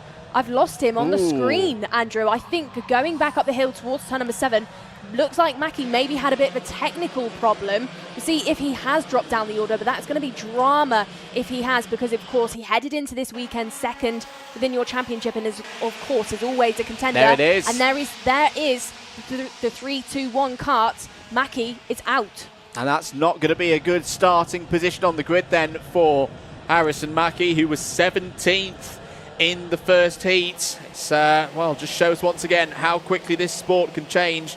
It's in great form a few weeks ago in Spain for the latest round of the IAME Euro Series. Took his first senior victory in that one, but he's going to have to work his way from the back of the field today if he's going to get his first one here in the British Championships. There's the unmistakable sights of Harrison Whitcomb on the move with the bright red helmet down the inside. Takes 9th place away from Tristan Powell. Very good run last week representing the UK in the FIA Karting Academy Trophy. Second in his final in the OKN based series, and is looking to move up the order now, particularly knowing that one of his big championship rivals, Harrison Mackie, is out of this race. Now then, the story of heat number 1 was the story between Tom Minspearing and Fred Lloyd, the 2 premium kart outfits out there on the circuit. There are your 2 race leaders sat there in first and second. So how will they respond to each other within this one? Because they had a little bit to say to each other through that spoon section on the top of the hill. So will they work together, or are they going to be holding grudges? Lloyd there looked like he was defending slightly from Gus Lawrence, who's your fastest driver out there on the circuit within these early stages. They were heading up the hill, and there's been no change between your top 3 just yet. Stilp sat there in 4th. Stilp, of course, within the junior category is a double IWF IAME Warrior Final champion, which is your equivalent of your X30 World Championships. So he is a big name within the sport. He is a name who had a win here at the last time the IAME British Kart Championships was at GYG, so knows the circuit well, is quick here, so keep an eye on him throughout the course of this double header. Absolutely. 5 minutes to go. Hayden Eldridge, your new fastest driver out on circuit. That's a good bit of news for the Vismo international driver who's had a tough day so far. Spearing leads from Lloyd. Lawrence, though, starting to build with pace. The reigning champion taking on the driver who last year was the young upstart, the new driver to the senior category, Freddie Lloyd. They had some brilliant battles in 2024, and we're going to get another one here. Gabriel still right there as well in the 3:42. Currently 4th place on the road. End of another lap, end of lap 5. Spearing continues to lead this one from Lloyd, Lawrence, Stilp, Moore, Brown, Nettleship. Harrison Whitcomb now up 3 places in this race to P8. Also on the move out there, Nicole, Aaron Brown, the number 7 seed from last year's series, is now up 7 and into the top 10. Yeah, pushing forward is Brown. And you just brought something up then, Andrew, which was the ongoing potential rivalry between Gus Lawrence and Fred Lloyd. We saw Yeah. it play out last year at Wigan, you know, at the final round, where it really did come into fruition. And within this one, they're second and third. So that's something to keep your eye on as the year kind of progresses. They've got history together. Is that history going to kind of light things up as the championship moves forward? Both drivers equally as quick. Maybe Lawrence has got a little bit more experience than Fast Fred, but that's something that's definitely going to play into things. It is, and that's something else that could almost give a bit of deja vu. Big thanks to Ian Rogers and the team in timekeeping, keeping us up to date with all the stats and facts, etc. Final intermediate classification right now, with what's been a very topsy-turvy day so far.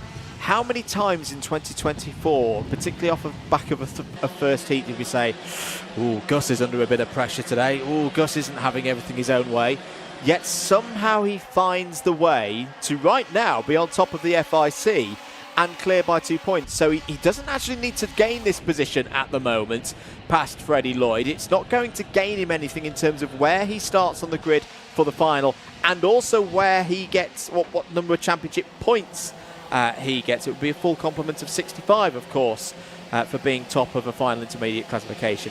However, there is also the argument where he can't gain anything himself, but he could cause Freddie Lloyd to lose something out there. Freddie Lloyd at the moment 5th in this final intermediate classification on 12 points. And yes, he's gone for the move. So Lawrence goes through. That drops Lloyd down a position not only in this race, but on the grid for the final and in the final intermediate classification for today's round.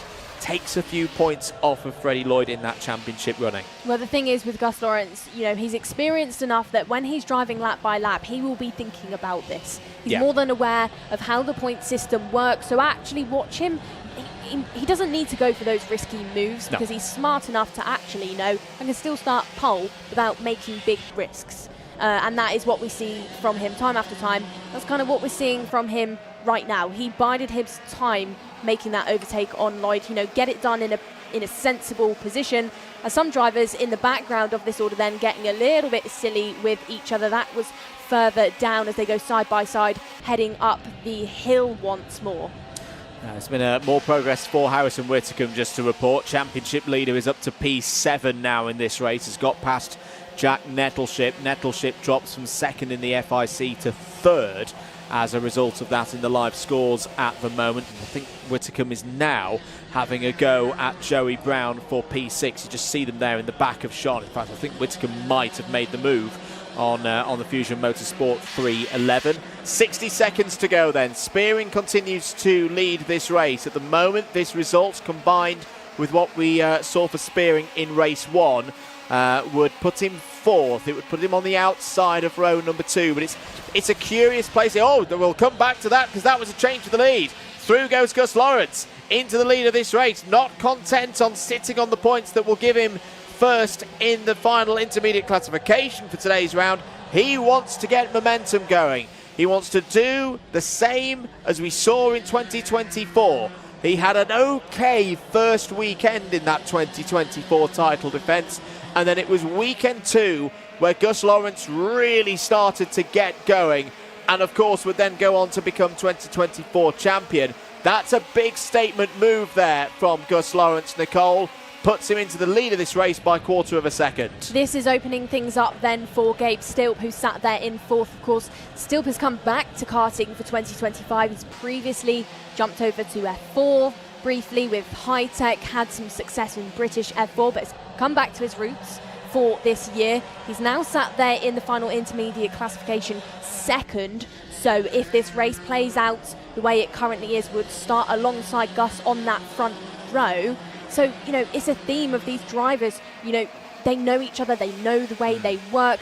Watch what Gabe does within this one. Is he going to go for a move on Lloyd, who is now your fastest driver out there on the circuit? I think not. I think he would sit there, be sensible with it as we head through this final lap. No, too far back on that occasion. Spearing's now defending from Lloyd as they run through Carousel for the final time in this heat. There's a little bit of traffic up the road for Gus Lawrence, but I don't think it's going to come into play on this occasion. Morgan Moore's having a strong finish to this race as well. The Irish driver there in P5. Down the hill once again, weaving their way through this brilliant sequence of corners. Out of the final corner, Gus Lawrence is back in the British Kart Championships, on form, on pole for the final. That is a magnificent start to the weekend for Gus Lawrence, and he's got an opportunity now to take his first round victory of the season. The number one P1 back where he feels like he belongs. Spearing P2, Lloyd P3. They will feature high on the grid for the final. Gabe Stilp 4th, Morgan Moore 5th, Harrison Whitcomb 6th. I think might be quite happy with that one, Nicole, because that showed something that we didn't see in race number 1 for the championship leader, race pace. And strong race pace, gained 5 places in that heat. Absolutely, but going back to Gus Lawrence then, Andrew, he's been out in the States, he's come back over, it looks like he's brought maybe a bit of US energy over with him, he's refreshed, and he's probably going to be reflecting back on the first 2 rounds at Warden Law where nobody could take down Harrison Whitcomb at all. You know, he was really on top form, but Gus within this one, he's jumped right into things, fresh energy, you know, but same results, and crucially takes that race win. Absolutely. King of the Seniors back on top of the pile. Will he remain there for the final later on today? Do stick with us to find out. Thomas Spearing P2.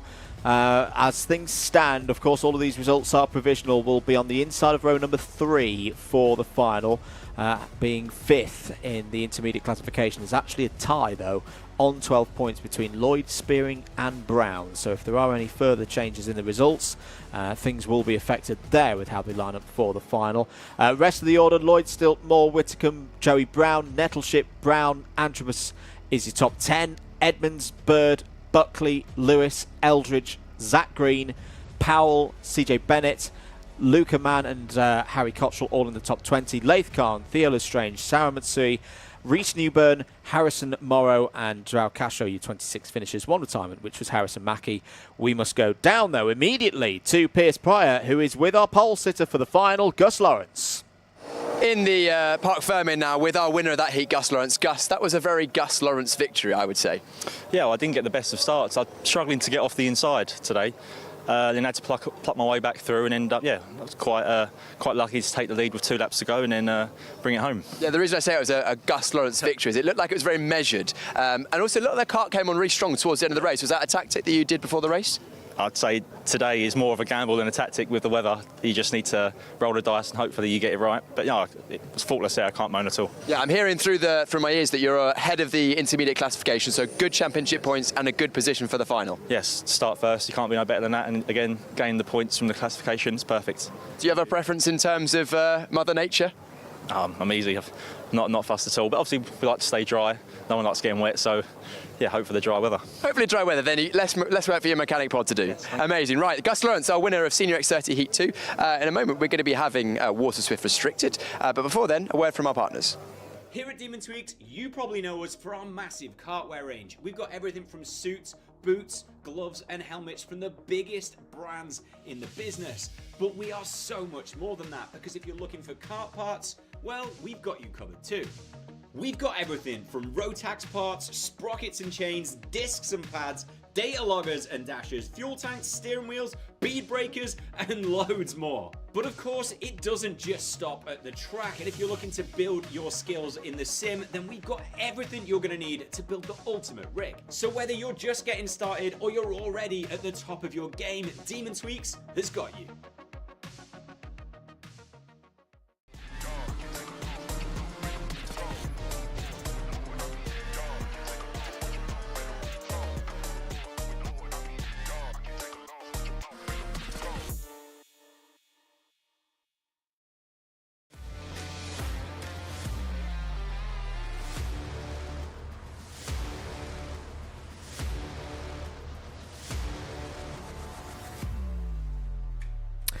So we go from our oldest X30 drivers to our youngest IAME Waterswift Restricted up next for their second heat. Corey Lyons due to start on pole position. Can he get things right in these formation laps? Didn't take the start, of course, in the first heat. Harry Chapman, winner of that first heat, is alongside on the front row. Bodie Batch and LBJ Stubbs, they go from row number 2. Louis Williams-Mabs and Ollie West on row 3. Toby Biggs and Benjamin Schliver on row 4. Row number 5 is Patrick Wood alongside Freddie Baker. And then on 6 we have Leo Russell with Harry Murphy. 7 includes Logan Hodgetts with Frank Morris. And then Jaden McElhinney rounds out row number 8. Review of heat number 1, Chapman, Batch, Stubbs, Wood and Biggs was your top 5. Are we going this time around? No. Saturday Night Fever, disco moves are out. We go round once again for another formation lap. That gives us just enough time to go through the rest of the order. Before that, though, let's go down, I think, to Piers Prior. We're on the Vega tyres, of course, in the Waterswift Restricted category, and because some of the drivers took their wet tyres in the first heat earlier on, a lot of the drivers are on brand new slicks in this one. These Vega tyres take a fair few laps to get up to temperature, and with the dampness on circuit, those who have the brand new ones might have to work a little extra hard. So the drivers who were on wets in the race earlier on, they may have a slight advantage towards the start of the race, but then come the end, maybe those drivers who have got the brand new ones will have a bit of a pace advantage. Well, yes, that'll be anyone from 9th down to 13th, because not only did they have wet tyres on for the earlier heats, they had wet tyres on for the timed qualifying, and you have to carry your heats, your tyres over from that TQ. Let's see how they do. We are racing then once again in IAME Waterswift Restricted. It is 3 wide out of club corner as they run up to Spoon for the first time. Corey Lyons has had a good start, holds the lead at the front of the field. One of the Excel Motorsport drivers is through into second place. It's the number 88 of Bodie Batch into second place. Downhill into Carousel Corner. Nicole Sutherland, much better start this time around for Corey Lyons. As out is Leo Russell. Well, that is the second time we've seen this from Russell this weekend. Did not have the race start within Heat 1 either. Down the hill they go for the first time, and a little bit of pushing and shoving going on as we've lost 2 drivers further back in the background. One, that is the 32 that gets back onto the road. So that is Harry Chapman that lost it going down the hill. The driver that finished in first position in Heat 1 lost it on that sharp right-hander. Rear end went back round on him, and he's now dropped down the order to 8th place. Up at the front end of the order, though, Corey Lyons leads the way from Batch and Stubbs. Lyons, of course, did not circulate in Heat 1. He lost it before even meeting the race start with Leo Russell, but is on a bit of a redemption drive within this race as they head round once more and go to that downhill flowing section of the circuit. The race is on then between these two top 3. Lyons, Batch, Albie Stubbs. How is Albie Stubbs going to respond within this one? He was your double winner at Warden Law. He was your O-plate winner. Is chasing now his teammate of Batch in that XL Motorsport livery as they head down the Dragon Straight once more. I'd say within this one, they need to bite the bullet, and can he follow his teammate of Batch through as they head up the hill? Not yet, but Batch has promoted himself and is your new race leader. I think for me, if you're LBJ Stubbs, patience is the key here this weekend, and this is looking like a patient move down the... No, it's not. Down the inside of Corey Lyons for P2. He has a nice points buffer over Bodie Batch going into this second double-header weekend of the season, and particularly with the misfortune for Harry Chapman now in this race, another one of the big rivals for the championship this year. You've got to be, at some point during a championship bid, more than likely you have to pick up the points where you can. You can't win every single week. LBJ Stubbs has had a very good start to the season. Won the O-plate back at Wilton Mill at the top of the year. Very good success, of course, across the weekend at Warden Law. He's got down the inside now and taken second place away from Corey Lyons. But if he can just hold himself there, follow in behind Bodie Batch. Bodie Batch at the moment would be on pole for the final later on today and would take a haul of 65 championship points. But if Stubbs can be there P2 on the grid, he's only lost 3 points in the championship to Bodie Batch. That's a manageable loss. Yeah, well, that first lap incident isn't putting Harry Chapman off too much. He's now back up to 4th place, and the next driver he'll be thinking about is Corey Lyons. Fastest driver out there on the circuit with a 47.8, so I think after losing the rear end of that car as heading down the hill, has given him a little bit of a fire in his belly to make up some positions. Drivers being brave going up the hill then include the 78 of Benjamin Slivar. He's just overtaken for that 7th position, has made the move on Patrick Wood. Back down the hill they go once more, and this is the 3-kart battle for that 7th place, led by Slivar.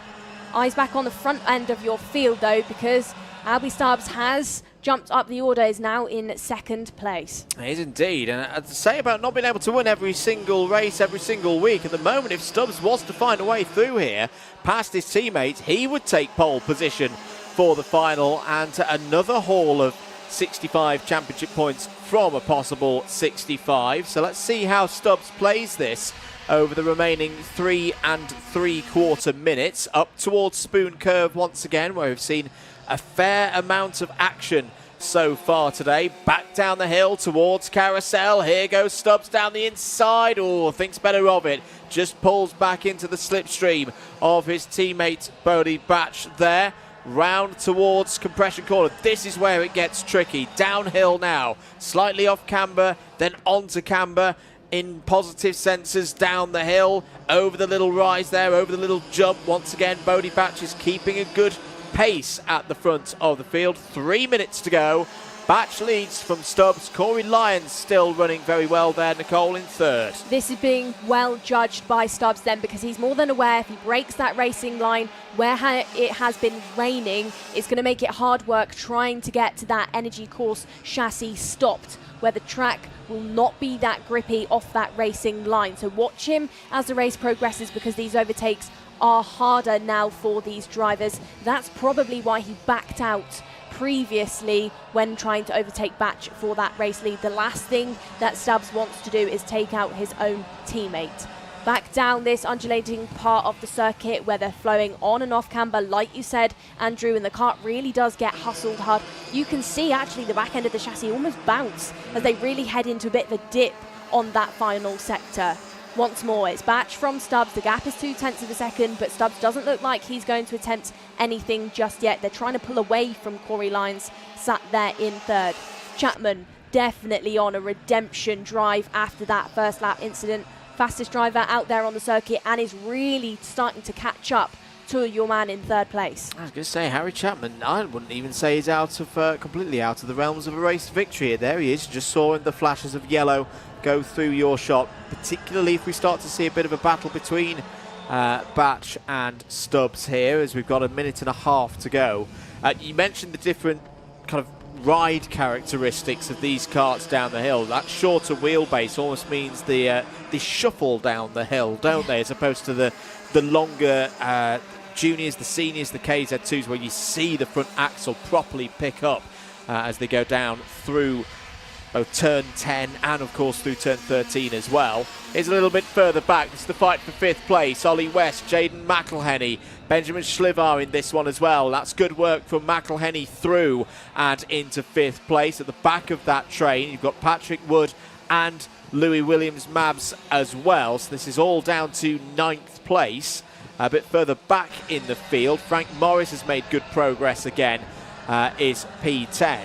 Let's actually have a look at some of the lap times, because it was well pointed out there by Piers that a number of drivers in this race have gone into this race with a brand new set of slick tyres, for the simple reason that they didn't use them in timed qualifying. They elected to go with the wet tyres, of course. That of course includes Jaden McElhenney, who didn't use any tyres in TQ because he missed the gate, unfortunately. McElhenney now up to 5th place. Pace last time around 48.37. So again, comparable with the drivers at the front of the field, Nicole. This is still your battle though from 5th to 8th position. So you've got McElhenney, West, Slivar and Patrick Wood getting all involved with each other. Let's not forget as well, Ollie West was your driver of the day for Warden Law. So he's really putting that to good use, and I think it's given him some confidence going into this weekend because he keeps making that progress.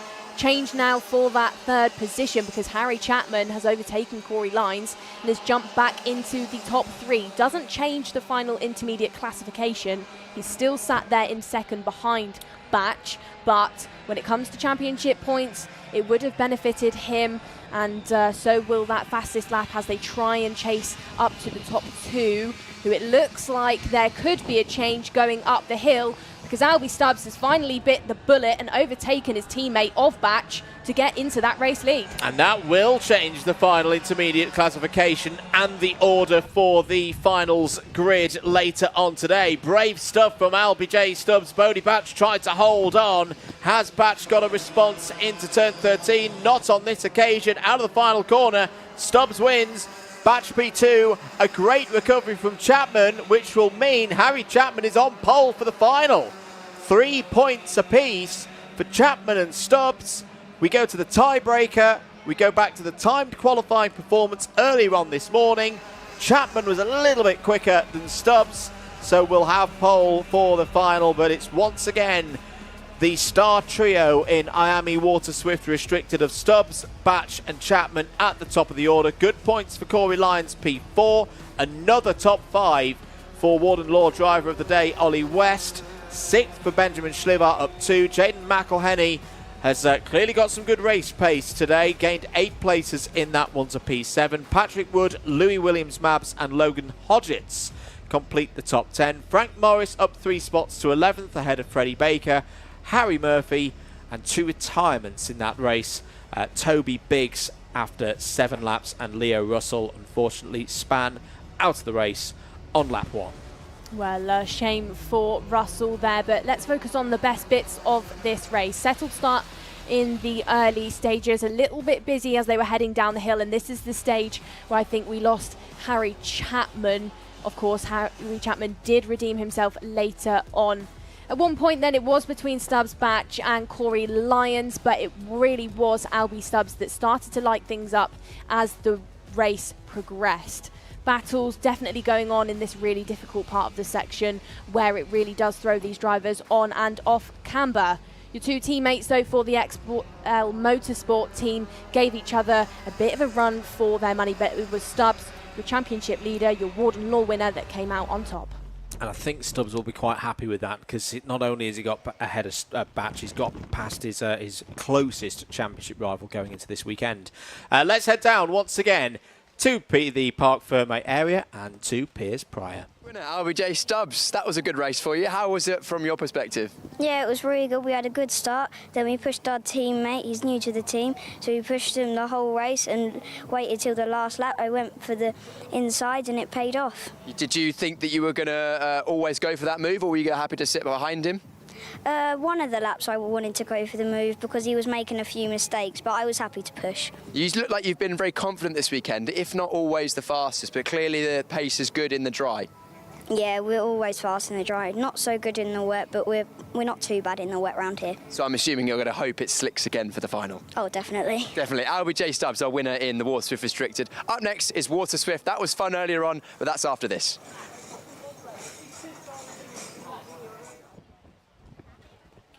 Thank you, Piers. The sun, I think, has come out of sorts here at GYG. Clouds continuing to roll over. One more race before the lunch break. We will have a little bit of a chat during a KZ2 practice as well, and a replaying of the build-up show from yesterday afternoon. That's all to come before we get to we get to our finals. I think it's time for another onboard, Nicole Sutherland. We had a little look at Thomas Min-Spearing's earlier on today. I wonder if we can have one of the younger ones for a lap round GYG. Here we are on board then with Johnston Stewart for the XL Motorsport team. This was yesterday in much sunnier conditions. Long run up the Dragon Straight, then we've already dealt with Club Corner. Brilliant part of the circuit this. You rise up over turn 2 and immediately on the brakes for one on approach is a blind run into Spoon Curve. Downhill now, little bit of a dip onto the brakes into Carousel Corner. Nicely done there from Stewart, double apex. Then we get into the technical part of the course. This is down into Compression Corner. Look at the speed carried down into this tighter sequence of corners through Devil's Elbow as well, over the little dip, taking a good amount of curb and line there through the final corner. Very tidy lap there, Nicole, from Johnston Stewart yesterday in free practice. Yeah, I know Johnston had some good pace throughout practices yesterday, I think, within the XL Motorsport team. He's one of those drivers that they were comparing the data against for his teammates around him, one of which is George House there on your screen.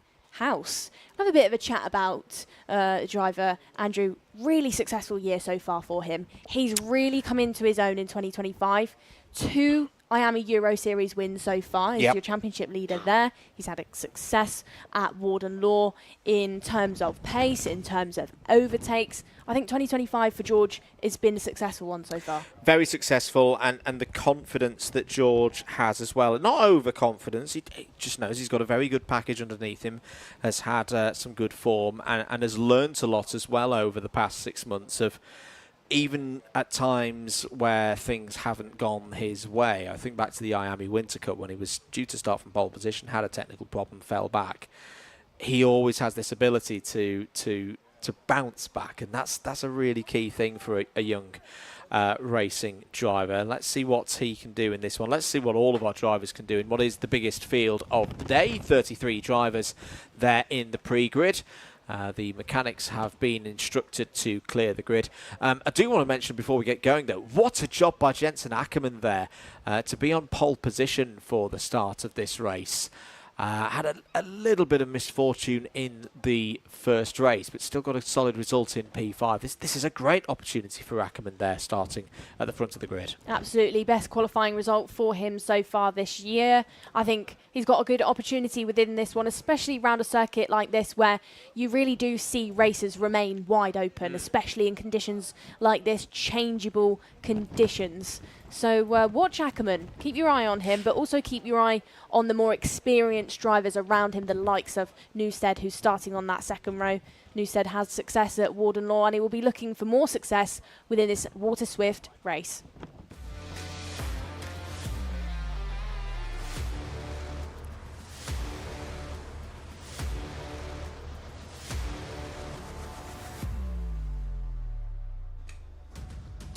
Ready here at GYG, Heat 2 in IAME Waterswift, the last race before the lunch break. This is your starting grid. Jensen Ackerman on pole position. He's joined by Oscar Kenny on the front row of the grid. It's an all-fusion affair on row 2. Alfie Davidson is alongside Austin Newstead. Next up, Charlie Clough and Ethan Robertson. They go from row 3. On row 4, George House and Colby Patterson. While on row number 5, it will be an all-fusion lineup with George Clark and Mason Hibbert. 6 includes Joseph Davies with Harry Williams. And shortly behind on 7 is Marjoris Kavekskis with Andy Stewart. Running out row number 8 then, Orion Meta will meet Ethan Owen on home soil. Row number 9, Chester Fawkes is due alongside Johnston Stewart, Henry Clark and Ian Carey on row 10. Daniel Ferguson and Danny Dempsey go from row number 11. On row 12, Sophie Campbell and Austin Gibson. Just to run through the rest of the order, Jack Harney, Nathaniel Hodges, Christian Kobe, Luca Narroway, Callum Graham and Ilias Sami complete the top 30. Miller, Sagu, O'Brien, that's your 33 runners. And once again, we go round again for another formation lap. The lights did not go out on that occasion. Race director Nigel Edwards not satisfied with the formation there for it to be fair and above board for everyone to get going in that race. Little review of what we saw in heat number 1. Close your ears now if you don't want any spoilers. Austin Newstead first. So Newstead at the moment in the intermediate points is on 0. George House second is on 2. Alfie Davidson, Colby Patterson, Jensen Ackerman, Oscar Kenny, Andy Stewart and Harry Williams all running down 3rd through to 8th, 3, 4, 5, 6, 7, 8 points, etc, etc. Getting ready then for the second heat for IAME Waterswift. We'll keep an eye on those intermediate points because remember, the driver who is top of the standings at the end of this one gets 65 championship points. Are we ready for a race start? Through the first couple of corners, lights have not gone green on our screen. There is the chevron flag. So that is going to be something of note then for the drivers here, Nicole, that they are burning through some of the opportunities to get the start not quite right, I like to say. They need to get this one together to make sure that they don't get pulled over as a field and have a little bit of what I like to call re-education with our race director. Well, it's not just burning through your opportunity, it's also burning through your tyre, your fuel. You know, the more false starts these drivers have, actually, the worse off some of them on the grid can become. You really want to get these starts right as quickly as you can, but of course we're seeing a pattern this weekend because you've got such a short start-finish straight. It makes for more challenging starts. But will we have a race start on this time of asking? It looks much better, and we do. We are green and racing. Good start then by the front row. Ackerman is right there. Oscar Kenny has sweeped across to take that race lead heading up the hill. Nice and clean so far. Some drivers deciding to go side by side. It looks like Austin Newstead maybe getting hung out the outside there at the Spoon Bend. Back down the hill these drivers go. It looks like everybody is circulating so far. No major movers, no major incidents just yet. Back up the hill they will go. Kenny looks over his shoulder to Ackerman, see what the gap is. Ackerman loses that second place now. Davidson promoting to himself, and I think that is Charlie Clough now following him through again. Yeah, George House has had a positive run in the early stages of this race. Is up to third place, I think, at the end of lap number 1. It is Kenny from Davidson, House, Ackerman, Newstead, your top 5, and as you mentioned there, Nicole, Charlie Clough, positive start in 6th place. Yeah, absolutely. Mason Hibbert jumped up by 2 as well. Kovekskis, watch him within this one because I think he's going to be on a redemption drive after losing it in those wet conditions and losing a smattering of positions. Busy stuff by our young drivers going down the hill then. It really is a train, a big snake of karts within your top 10. Kenny continues to lead the way down the hill from Davidson and House. No change between those top 3. This is that undulating part of the circuit where drivers can get it wrong, and that's what encourages moves through that final corner. House there in 3rd position, up by 4 places so far within this race, and is pulling along now the likes of Austin Newstead, the likes of Clough and Mason Hibbert. Moves going on into the 90 right as we lose corners. Number 1, there's a few drivers in the background going off onto that wet patch of grass. Might have been Johnston Stewart. It was a flash of a blue and black helmet that sadly flew off the circuit. As change for the race lead, George House down the inside of Oscar Kenny takes the race lead, but for how long? Because he's under attack here. Oh, bit of a shoulder charge there to Alfie Davidson, who does very well indeed to keep that 146 kart on the road. That was right on the ragged edge of where the track, the topography of the land just drops away a little bit. But Davidson did well to keep himself in the race. 5.5 minutes to go. House leads from Kenny. Newstead up to P3. Clough, Patterson, Hibbert, Robinson, Davis, Williams and Ackerman all in the top 10. The driver who fell down the order was Johnston Stewart in the 173. But Johnston from Northern Ireland running again was just gone through sector number 3 now and probably lost about 15 seconds there. Change for 4th place now because Patterson has made the overtake on XL teammate of Charlie Clough. Watch them as they head down the hill and the gap starts to reduce between the whole field as these overtakes are starting to really bring things into a huge train of karts, and drivers absolutely cannot get anything wrong because I don't think it's going to be the case of one driver will make an overtake. You leave that door open, I would expect 2 or 3 karts to be going down the inside. House continues to lead going up the hill from Oscar Kenny, who is under pressure by Austin Newstead. House then gets it wrong. Round Spoon then leaves the door open, really does widen things up, and that's allowed Kenny to grab that race lead back again, and that's dropped House a smattering of positions, has to settle for 4th, and has allowed his 2 XL teammates of Clough and Patterson those moves. Brilliant reading of the road ahead of him by Colby Patterson there to weave through, take the opportunity and get up to 2nd place. It's a trait of Colby's racing that has really impressed me over the last 9 months or so. He's worked on racecraft a lot, and the work is starting to pay off now. Can Patterson close in? The gap is 0.3 of a second now It's an OMS race leader at the moment for Oscar Kenny, and then Patterson, Clough and House. Excel Motorsport 2, 3, 4 at the moment. As things stand, Austin Newstead, though, would still be top of the pile in the FIC. Here goes Patterson down the inside with the support behind from Charlie Clough into the race lead.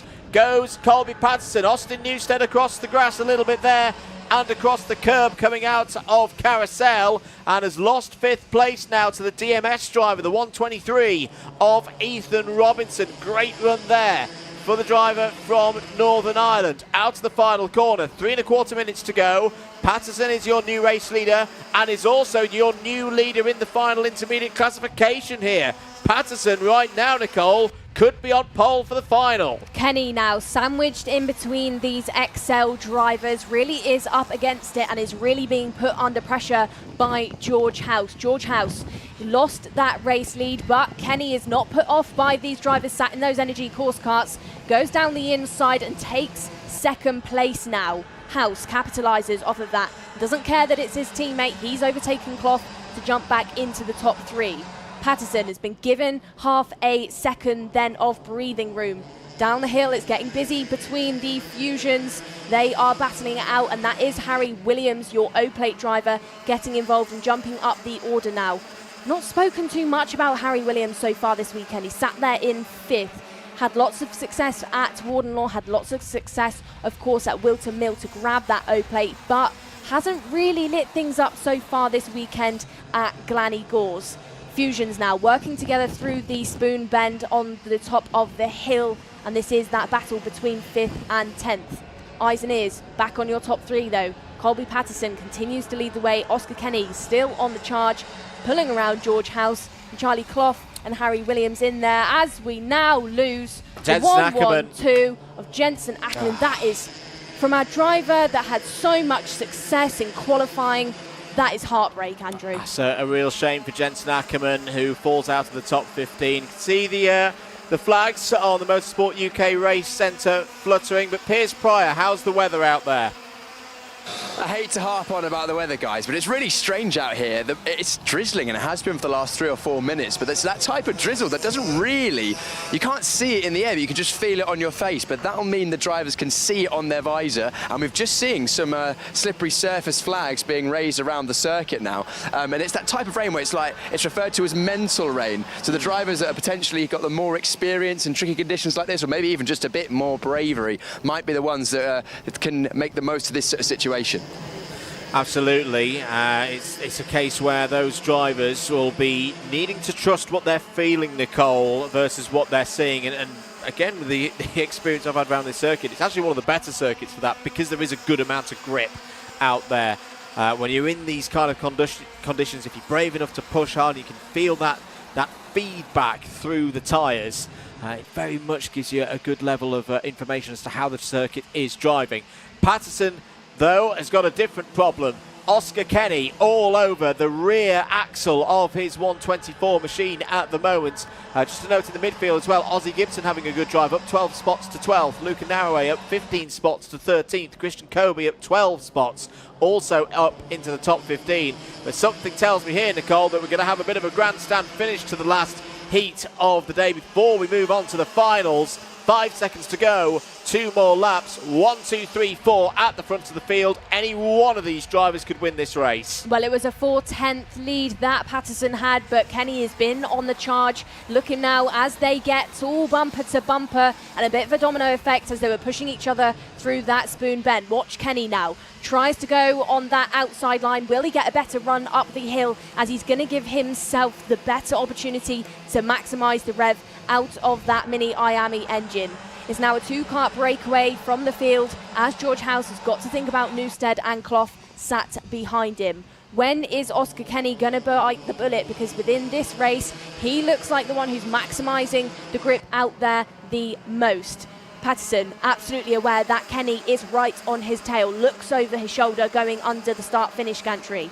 Final lap of things for these drivers. Now Patterson continuing to lead, as we've got more intel from Piers Prior. It's raining, guys. Last lap and it's raining. Well, how is the rain going to play into things? Kenny continues to look over his shoulder at George House. George House on the charge. The rain is coming down and it's going to provide some slippy conditions, and that's why you can see this train all getting bunched up as they head back down the hill. I think Patterson could be gifted a bit of a nice race win within this one, settling back down as they clip those curbs to try and maximise the grip. But out of the final corner, looked like House was going to challenge Kenny, but it's not quite enough. Colby Patterson then sees that checkered flag first, and he is your race winner, ahead of Oscar Kenny and ahead of Austin Newstead, who jumped into third position and took House on that final corner. Brilliant stuff there from the IAME Waterswift restricted category. That provisional race result leaves us looking like this. Patterson from Kenny, Newstead, House and Clough in the top 5. Williams, Davidson, Clark, Davis and Gibson all record top 10s. Good drive there from Aussie Gibson, up 14 spots. Chester Forks P11, Christian Kobe 12th, Luca Narroway 13th, ahead of Daniel Ferguson and Mason Hibbert. That takes us to 15th on page 2 there. Sophie Campbell was 16th, 17th Margaret Kvetskis. Classification, the final grid, starting grid, looks like this. Newstead and Patterson on row 1, 3 and 4 points apiece. House and Kenny row 2, Davidson and Williams row 3. Let's take you through some of the highlights then for heat race number 8, heat number 2 for IAME Waterswift. This was the race start. Good start from George House in sunnier conditions. They would not last though. Good attempt there from Alfie Davidson. Good save here as well, especially that point there. So easy to dip down into that part of the grass on driver's left, and it just keeps going and going. But Davidson would get back on circuit. Oscar Kenny took the lead of the race. There was an attempt from Colby Patterson down the inside to take the lead. It was successful. Other Excel drivers trying to fight through there. Joseph Davis, a good example, going wheel to wheel with Mason Hibbert through turn 1. Good responses though from Oscar Kenny, kept plugging away at getting back up the order, taking on those other Excel Motorsport drivers on his way to second place. This was back at the front of the field. Austin Newstead trying to find his way through, would take third place right on the line there ahead of George House. That was the key moment in the final intermediate classification. But should stress as always that these results are provisional. But a good win there for Colby Patterson. Let's once again head down to Parc Ferme and to Piers Prior. With our winner, Colby Patterson. Colby, a well-managed race, but that last lap was a bit tricky, wasn't it? Yeah, it started to spit. Kind of my conditions, though. Done a lot of testing in this sort of weather, so managed to keep it on track. Have you been in these conditions around this circuit before? Yeah, so we've done quite a bit of testing here and there to get to this point. And I suppose it rains on and off like this in Wales quite a lot. Yeah, it does. You must be in a good position in terms of confidence after that win now going into the final. What's your outlook for the final? Is it full attack? Are you going to bide your time? What are you thinking? Don't know really. We'll see how it pans out. And what would be? Would you prefer having your teammates around you in that final, or you take anyone? I'll take anyone. Colby, confidence as always. Congratulations on that one. That is our final heat for this morning, unless I'm very much mistaken. We have KZ2 with their non-qualifying practice up as the rain begins to fall, so that might spoil it for them, and that'll be after this.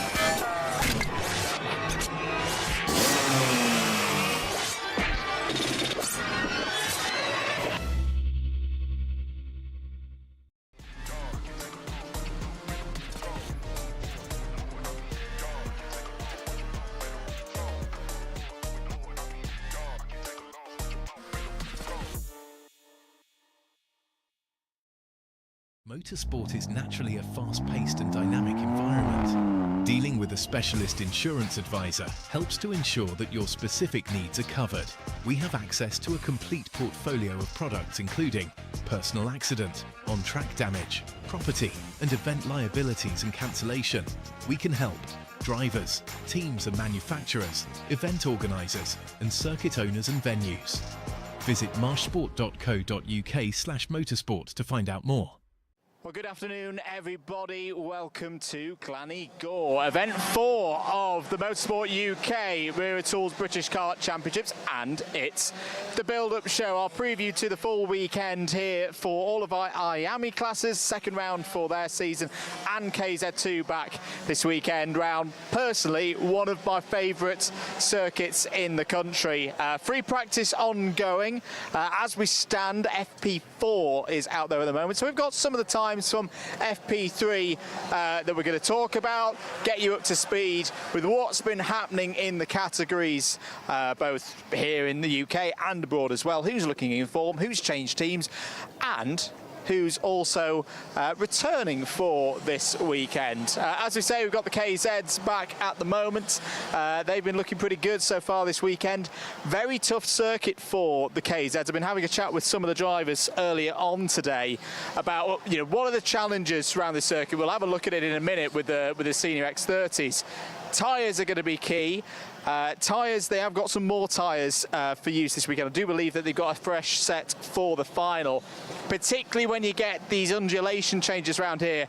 A lot of the drivers saying that keeping the rear axle under control. We'll actually have a little look here at Lee Ward's number 8. This is going to want to be one of the big characters of the weekend. Drivers in KZ keeping their rear tyres in check, not sliding too much across the course of their qualifyings and their heats. Their qualifying is tomorrow afternoon. That's the last session of the day, so do stick with us on the live stream if you're watching Saturday lunchtime for that, and then they've got all of their racing on the Sunday as well. So we've talked a little bit about tyres there. Let's actually give a bit more description of what we mean by that and what are some of the unique challenges here for this Glan Y Gors circuit. It's the first time we've been here since 2023, and yes, it's probably pretty much the closest part of the circuit that we can get to.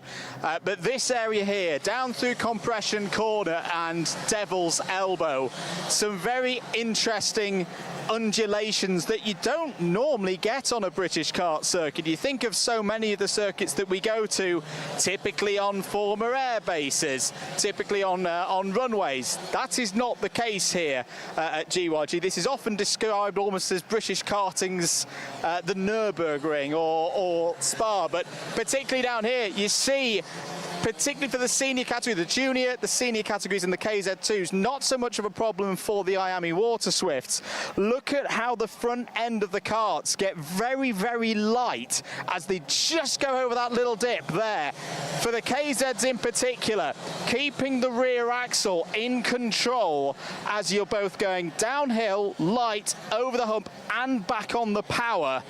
Very tricky part of the circuit, but very important. You can't just take your time through here. It's a lot of what I've been hearing from the drivers so far today. You've got to be precise, but you've still got to attack. You've still got to go for it round these corners at Glan Y Gors. So that's going to be a really interesting element across the course of the weekend that we are going to be keeping an eye on, but particularly with KZ2. Let's have a little bit of a wander round the paddock. Let's go into some of the awnings. Let's recover from the breeze. Let's just pop into BMR, give you a little bit of a rundown of what they've been doing today. They have got a driver change in terms of the British competition, not in terms of IAME competition, because Finley Lines has actually been with this squad for a couple of weeks now, raced with them at the recent IAME Euro Series round.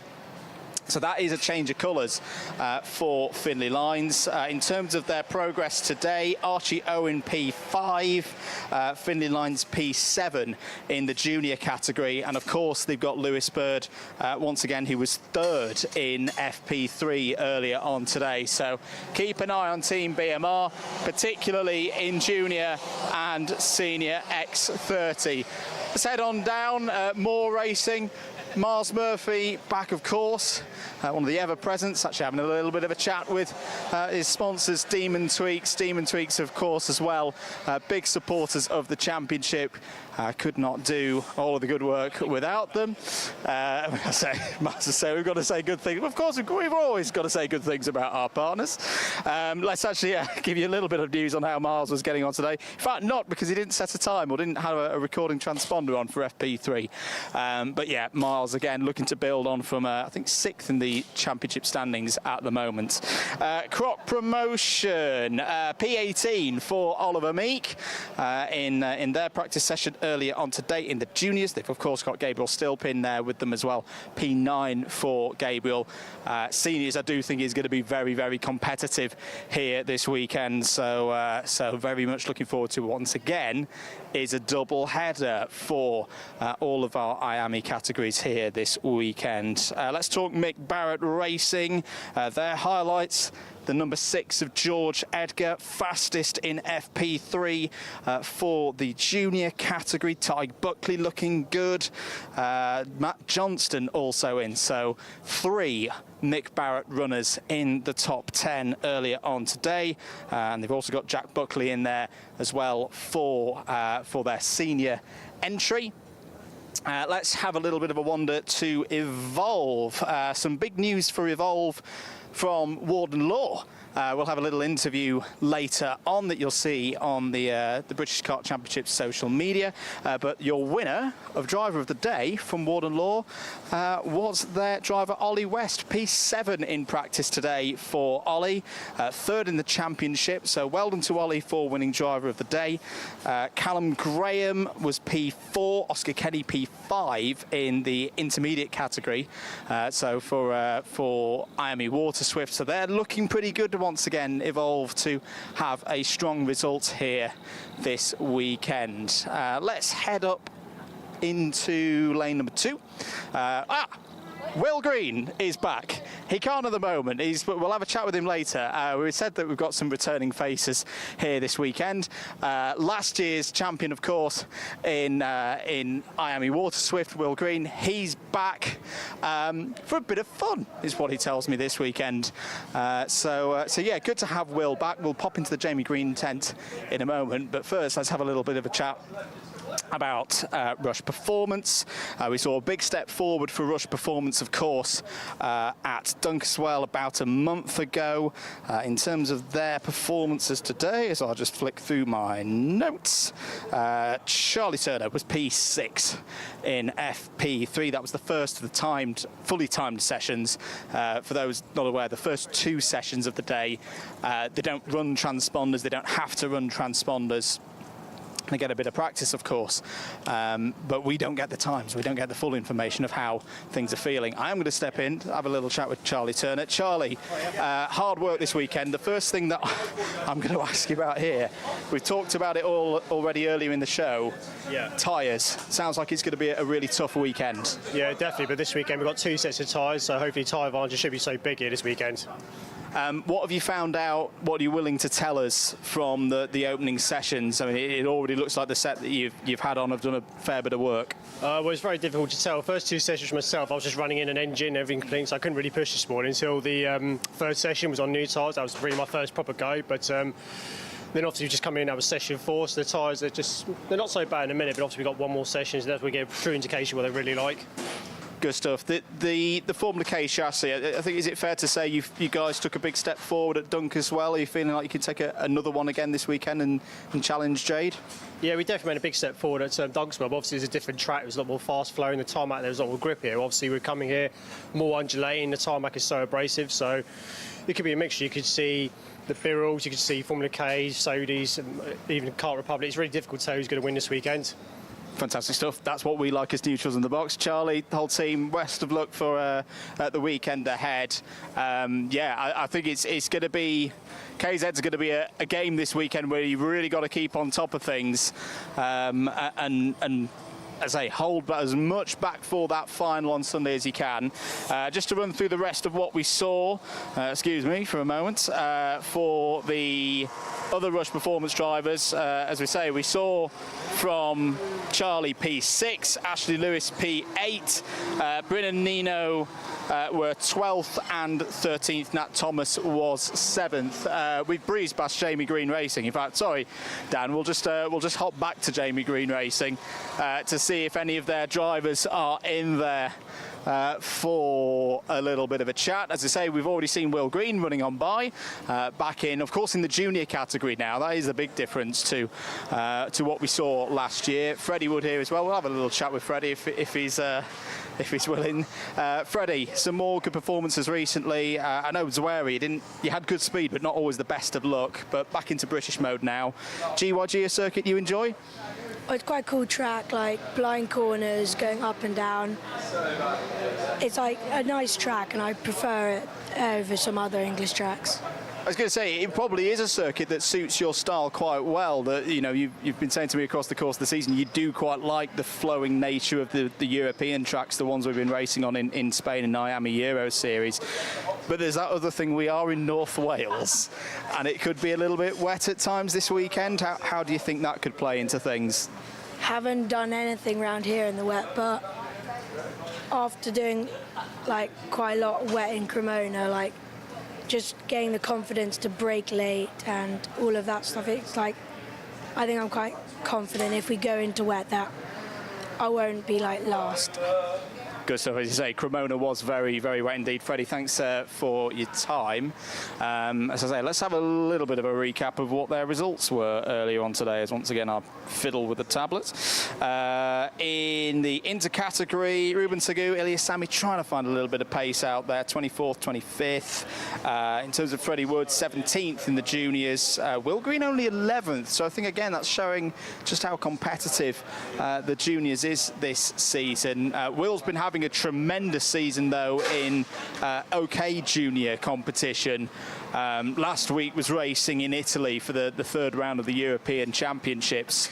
Was looking good. Hey, he's here for a bit of fun this weekend, but you know, there's a driver there who has massively impressed me this season once again, taking that big step up from mini karts into junior karts and doing it at a very high level. So again, keep an eye on Will Green across the course of this weekend. We also need to keep an eye on Isaac Sayer. Isaac had a very, very good run across the first double header at Warden Law. I will just remind myself of where he was in practice earlier today.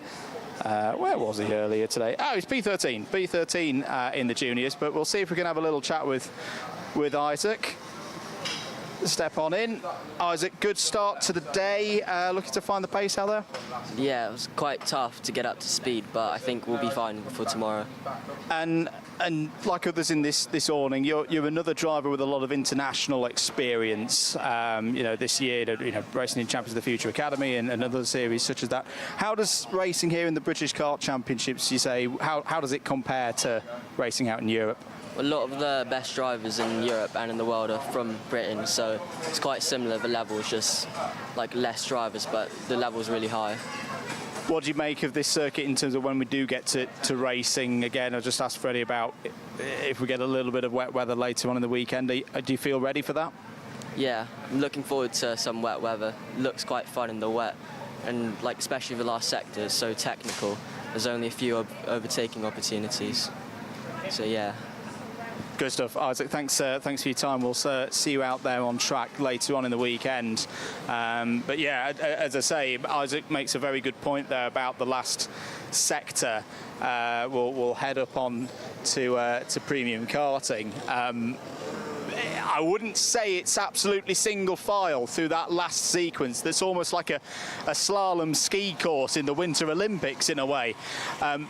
But again, if you get particularly the first entry, the first corner wrong, you are going to struggle all the way down the hill and arguably all the way back up to Spoon Curve for the next lap, because it's that rhythm thing. If you get one corner wrong, the next 3, 4, 5 corners are wrong, and you're probably defensive into turn 1 as well. So, yes, it's going to be interesting, particularly if we do get a little bit of drizzle across the weekend. We'll just have a quick word with George on George House, giving us a little wave.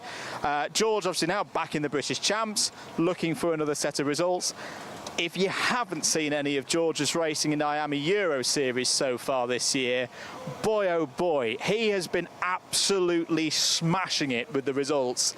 As I say, in the European Series, has already got a very sizable lead in the points there. Had a commanding victory at Wera, what was it, about 3 or 4 weeks ago? Can't quite remember now. But yes, a driver that we're going to be keeping an eye on. We have been saying throughout the course of the season that we expect him to be at the front. And of course, a lot of the drivers in this paddock in IAME Waterswift race in that European competition as well. So they know his standards. They're all going to be eyes on him, but yeah, keep an eye on George House once again here this weekend. Premium karting, Freddie Lloyd, again, looking good. Fred, all good? Yeah, all good. I think that's all we need to know from Fast Freddy. Looking more at home, I would say, back on an OTK product. Obviously had some runs on the KR products back in the Fusion team, which obviously was with last season as well. Earlier on in the year, you know, preferred the OTK product. That's why he switched into the premium karting team, who run that product regularly. So yeah, keep an eye on Lloyd, another one of the big contenders here this weekend. We'll just step out of the way because George House's 177 is about to go out for a practice session. We will talk about Excel as once again. Excuse me, as I found my notes once again for these guys, because they are a big team. George House was P15. Okay, so George didn't actually have the best of timed free practices earlier on today. And apologies, all my other Excel Motorsport drivers have disappeared for that moment. Harrison Morrow back again in the 372 for Class and Motorsport. Had a decent run of things at Warden Law last time out. So we'll be keeping an eye on him. Didn't set any times in FP3 though, so not fully sure where Harrison is at the moment. If we go on the basis of what we saw at Warden Law, probably going to be pushing maybe for a top 15, maybe even a top 10. Daily Motorsport, let's have a discussion about them. They looked very good, particularly in IAME Waterswift. Apologies, I think we've hit their 10s, just as some of the younger categories are out on track. They've been looking very quick again here. Corey Lyons, you can remember last time at Warden Law, had some really strong results, riding high in the points standings at the moment. He was P5. Jaden McElhenney, who had very good speed at times at Warden Law, just maybe didn't quite have the look and the rub of the green. Well, he was second fastest in TQ earlier today. Ilias Sami is lying on the floor. Or he was lying on the floor. Let's have a chat with Ilias, because I'm intrigued now. Ilias, what was going on just there? Why were you lying on the floor in your lovely JGR suit? Just play fighting with my uncle, so. Fair enough. How's practice gone for you so far today? Actually pretty good, so yeah. And you've been doing a lot of racing. I know you've been racing out in Europe as well. Are you having a happy time this season? Yeah, happy time this season, yeah. Better than last season. What do you think's making the difference that's making you a bit happier this year? Just a new team and new coaching and everything, so hope next year I can be at the top at the front of the grid, so yeah. Good stuff. What would you be happy with the result? What have you got your eye on for this weekend? Give me a prediction. Don't know what to say about that, but be happy, but yeah. Good stuff. Ilias, we'll see you later on, and we'll leave you to your exercises. It's good to see a driver having some good fun there. As I say, Ilias has been working really hard, and as I say, if there's a driver who, for me, deserves some good results, deserves a bit of turn of luck, then it's definitely Ilias Sami. Let's have a little further look through who we've missed. apologies. We talked about DMS. Ethan Robinson, Sophie Campbell, and John Foley Jr. all needing to maybe find a turn of pace here, all in the teens or outside the top 20. But you know, they've got the time to do so across the course of the remaining practice sessions today, and of course TQ. And again, that's the lovely thing about these double headers, that if you do have a little bit of a off Saturday, you can come back once again on the Sunday for another go. This is actually, whilst we're up here, another interesting part of the course. Last time I was stood up around these parts, it was for some Club 100 racing, doing some observing on the inside. Very tricky part of the circuit. I don't know if we can just about zoom in to see it there, Dan, that again, if we get a bit of inclement weather later on in the season, or in the weekend rather, we definitely will at some point of the season. After all, it's the British Kart Championships. We will get wet weather between now and September.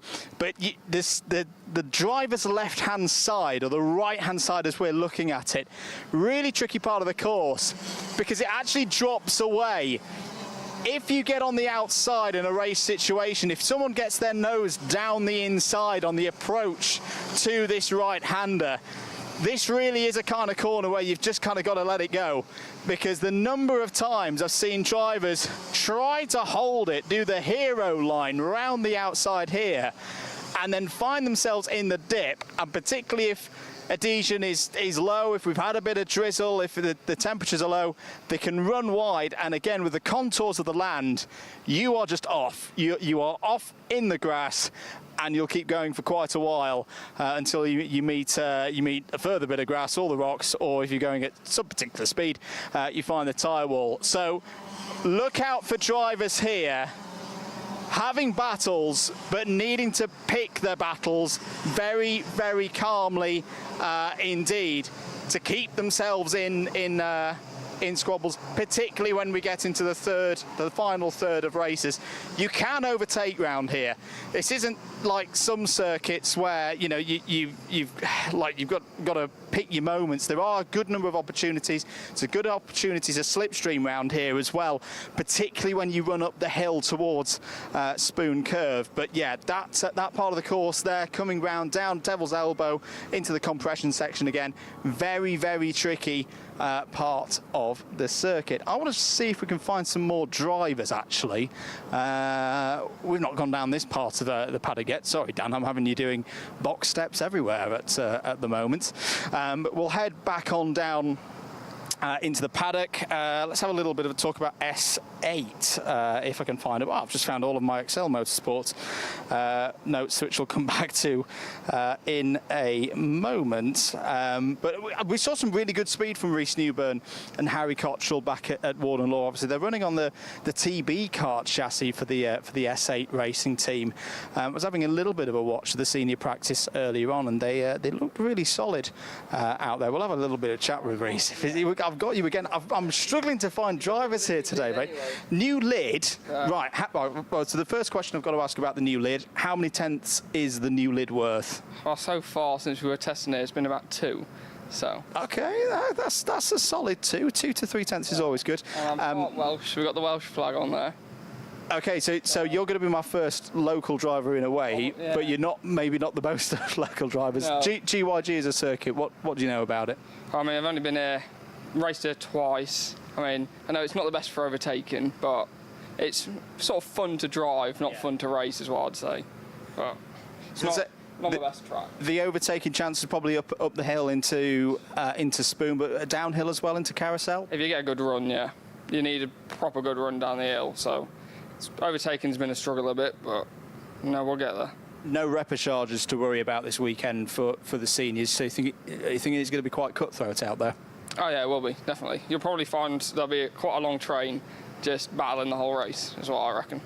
Good stuff. Rhys, thanks for talking to us, and we'll keep an eye out for the new lid and head on back down the paddock.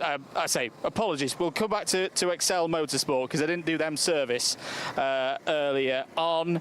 Bodie Batch P3, Albert J Stubbs P4. That's being, of course, in the IAME Waterswift restricted category. Colby Patterson P14, second in the championship at the moment. That's, of course, in the inter category. Andy Stewart and Johnson Stewart having some good runs again, both in the top 20. Charlie Clough, of course, with them now as well.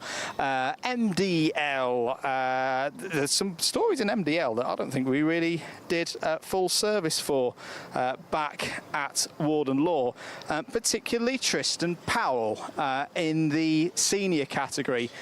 You know, we've had 2 rounds of this championship already. We'll have another 2 this weekend. I think one of the interesting things is going to be, can Tristan hold himself in the top 10 of the standings at the start of the weekend? So yeah, we'll definitely keep a weathered eye on Tristan. I'm just trying to remind myself where he was. P12 earlier on today in the 388. Change of colours as well for Laith Khan. Laith Khan now in the 378, running with MDL Motorsport, was P20 in his practice session that we had the times on from earlier on today. Let's head on further down. We've got Fusion, of course, looking to have some strong results here this weekend. Austin Gibson, P1 earlier on today in his session in the inter category. Other highlights for Fusion included, what did we have? We had a P2 for Alfie Davidson. That was also in the inter category, so a 1-2 for them in that one. Aaron Richardson looking good once again in juniors, had a big breakthrough at Warden Law, of course, was P4. P6 for Sukhmani Kira. I'm also having a look, how did Riley Cranham get on? Riley Cranham was P3, championship leader, of course. Harrison Mackey P2 in the seniors as well. We'll poke our nose as we do into Fusion. In fact, let's have a chat with a new driver that we haven't seen in the championship before. Ollie Vo is going to step on in here and give us a bit of a rundown on how the day's gone for the 264. Ollie, welcome to the Wera Tools British Kart Championships. Your first time, at least whilst I've been here, that you've raced with us. What's brought you to GYG this weekend? To be honest, I'm just here experiencing my first weekend at British Champs, and so far it's been good. We're a little bit off the pace, but that's to be expected. But yeah, enjoying it. And you're in a good place as well. You know, these guys have a lot of experience. How did the partnership get together to get you in the Fusion tent? Well, to be honest, I just wanted to.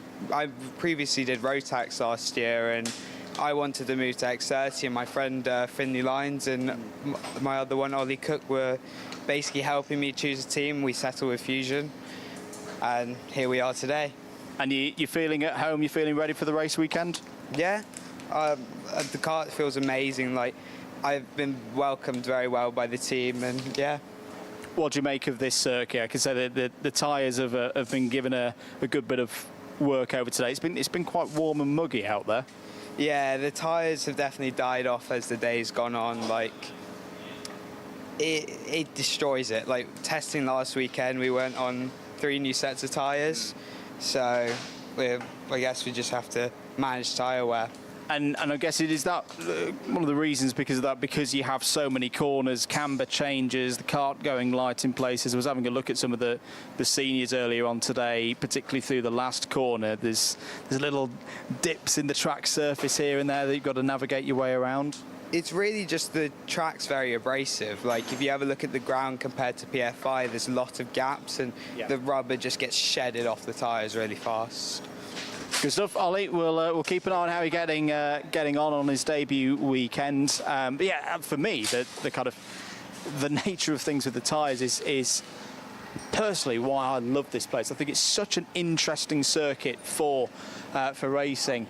Particularly at this high level. Harrison Mackey, as I say, looking quick. Harrison was, of course, your race winner at Wera a few weeks ago. Harrison getting that first win in a senior category. I have not seen you as emotional as that in quite a while. It felt to me like that was a really important win for you. Yeah, it's obviously Euro Series. It's one of the biggest championships in the IAME world, and to win against all the senior drivers who are a couple years older than me is quite a good feeling to be able to win against them. Back into British mode now, a championship to focus on as well. How do you prepare for yourself for this second doubleheader? You know, you had some decent results back at Warden Law, but you know there was a certain other Harrison about a month ago who was looking pretty quick. Yeah, in the British Champs, how long it is, it's obviously quite a lot around, so being consistent is the main thing. You ain't got to go and win every race, but if you can, that's what you go do. But the main thing is just keep consistent, have top fives, and you'll always be there for the championship towards the end. Reckon you've got the pace to beat Whittingham this weekend?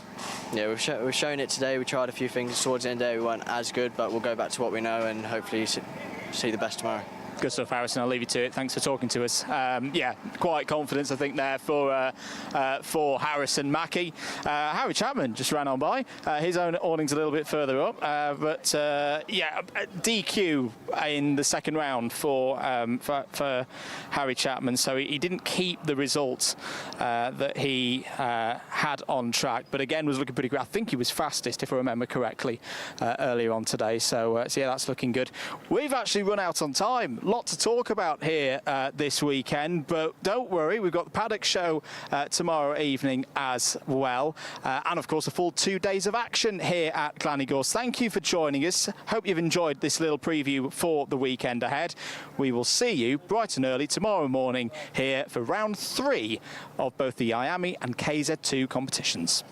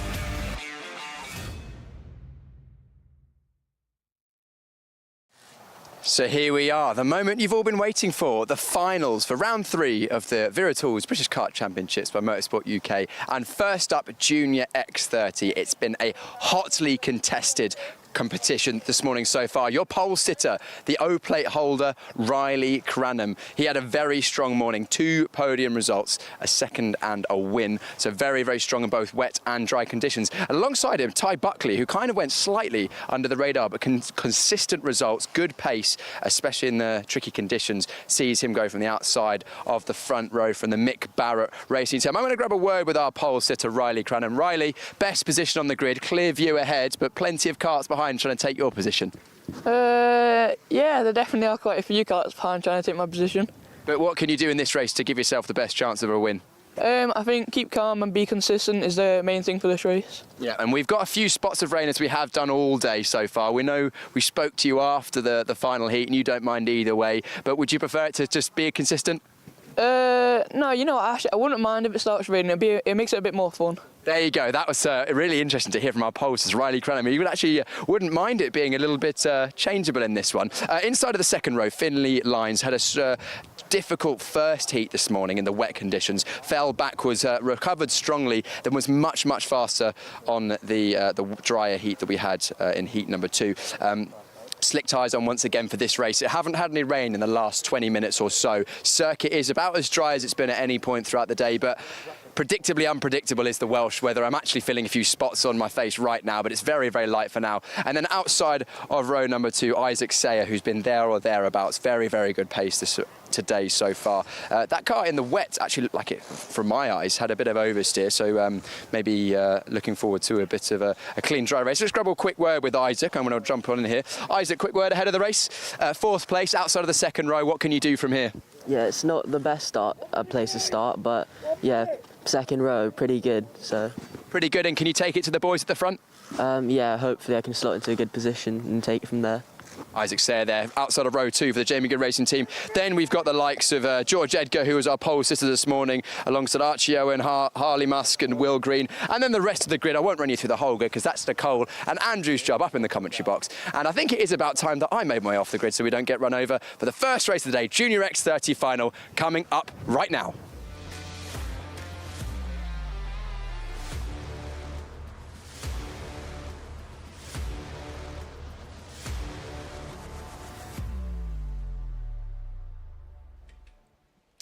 Thank you very much, Piers. Welcome back, everybody. If you're just joining us, you're watching live coverage of the Wera Tools British Kart Championships, the third final of the year for the X30 Junior category. We've got 24 drivers on the grid ready to go racing. Myself, Andrew Mather, Nicole Sutherland alongside in the commentary box for what will be the longest race of the day, of course, for our junior drivers. The 8 minutes plus 1 lap heats have been completed earlier on this morning and in the early afternoon session. From those heats, here is how they line up for the final. Riley Cranham on pole position has got a perfect score in the championship so far this season. His nearest challenger, the 215 of Tig Buckley. Finley Lines and Isaac Sayer, they form up on row number 2. George Edgar starts this one on row number 3. There's problems for Finley Lines. Finley Lines not getting away from grid 3. Problems for the 281. So drama already here in the junior final. George Edgar and Archie Owen, they go from row 3. Harley Musk and Will Green, they go from row 4. Well, on row number 5, it will look like Rocco Shenton alongside Alpine Sukhmani Kira. 6 includes Nat Johnstone and Aaron Richardson. And going from row number 7, it will be Amayan Patel with Jacob Batchelor. From 8 then, it is Freddie Wood that greets Oliver Meek. On row number 9, Jack McLaughlin and Alfie Brown. Max Ewell and John Foley Jr. start on row number 10. Row 11, Ollie Rowe and Archie Rogers-Tyler, the wild card. The 12-row grid is completed by Jack Crockwell and Zach McDonald. George Edgar received a 5-second penalty in race number 2. That's why he's starting a little bit further down the order in this one. We are Grain and Racing. 12 minutes plus 1 lap underway. We've already had drama. Finley Lines is out of this final. Riley Cranham leads in the early stages, up and over the top of the circuit through Spoon Curve for the first time. Clean start for Tig Buckley as well. There in second place, who's immediately challenging the championship leader down into Carousel. Good start, Nicole, for George Edgar as well, is up to third place. The last time Edgar was here in a British Championship, he took the final win in the mini class. Can he achieve the same thing, but this time round as a junior? Down the hill they go for the first time, and Cranham took no time at all to jump into that gap out there in the lead. It's Cranham from Buckley, from Edgar. Sayer is in there in 4th, and then Shenton sat there in 5th. Shenton, we've seen it time and time again, he can charge through a pack. Round the Spoon section they go. No major incidents out there just yet, but of course, Finley Lines, one of the drivers that's normally the talk of the town, is not within the fight anymore. Not within the fight, but has got going again, so is currently classified 24th, circulating is about 3 seconds off the back of the main pack, and championship points are awarded for every single position in these finals, so it is worth him carrying on and getting whatever points he can across the course of the remaining 10.5 minutes. End of lap number 2. Cranham leads from Buckley, Edgar, Sayer, Shenton, Musk, Will Green on his return to Wera Tools British Kart Championships. Action is there in 7th. Sukhmani Kieran's had a good start as well, is up to P8. Here's a move from Edgar on his teammate down the inside of Tig Buckley. George Edgar up to 2nd place. Here we go then now. It is Edgar that's going to be the one to challenge Riley Cranham. Down the hill they go once more. The gap is 0.4 of a second, but the way that George Edgar is charging through the field and pulling along the likes of Buckley and Sayer, watch it potentially reduce, and it does. 1/10 of a second Edgar takes away from Cranham despite making that overtake to jump into 2nd place. Down the Dragon Straight, Will Green is there in 6th, pulling along Musk. Green, of course, hasn't been within the Junior X30 category for 2025. He's been over in Europe in OK, over with Kart Republic, but has returned, is in the sharp end, but isn't quite within the fight just yet. When Edgar tries to bite the bullet on Riley Cranham, is that going to bring the likes of Green into this fight? Well, quite possibly so, because at the moment it's 2 seconds covering the top 7 drivers in the field. 9 minutes to go in the third final of the year for Junior X30. Cranham still leads. Will Green now the fastest driver out on circuit. There he is in the for the move, the lead. Here goes George Edgar up the Dragon Straight. Brilliant slipstream, and Cranham's been breezed by both Mick Barrett Racing runners. Edgar takes the lead. Buckley follows through into P2. Riley Cranham down to third now. He won't panic. One of the big plaudits that I've got to give Riley Cranham so far this year has been his maturity, particularly when things don't go his way.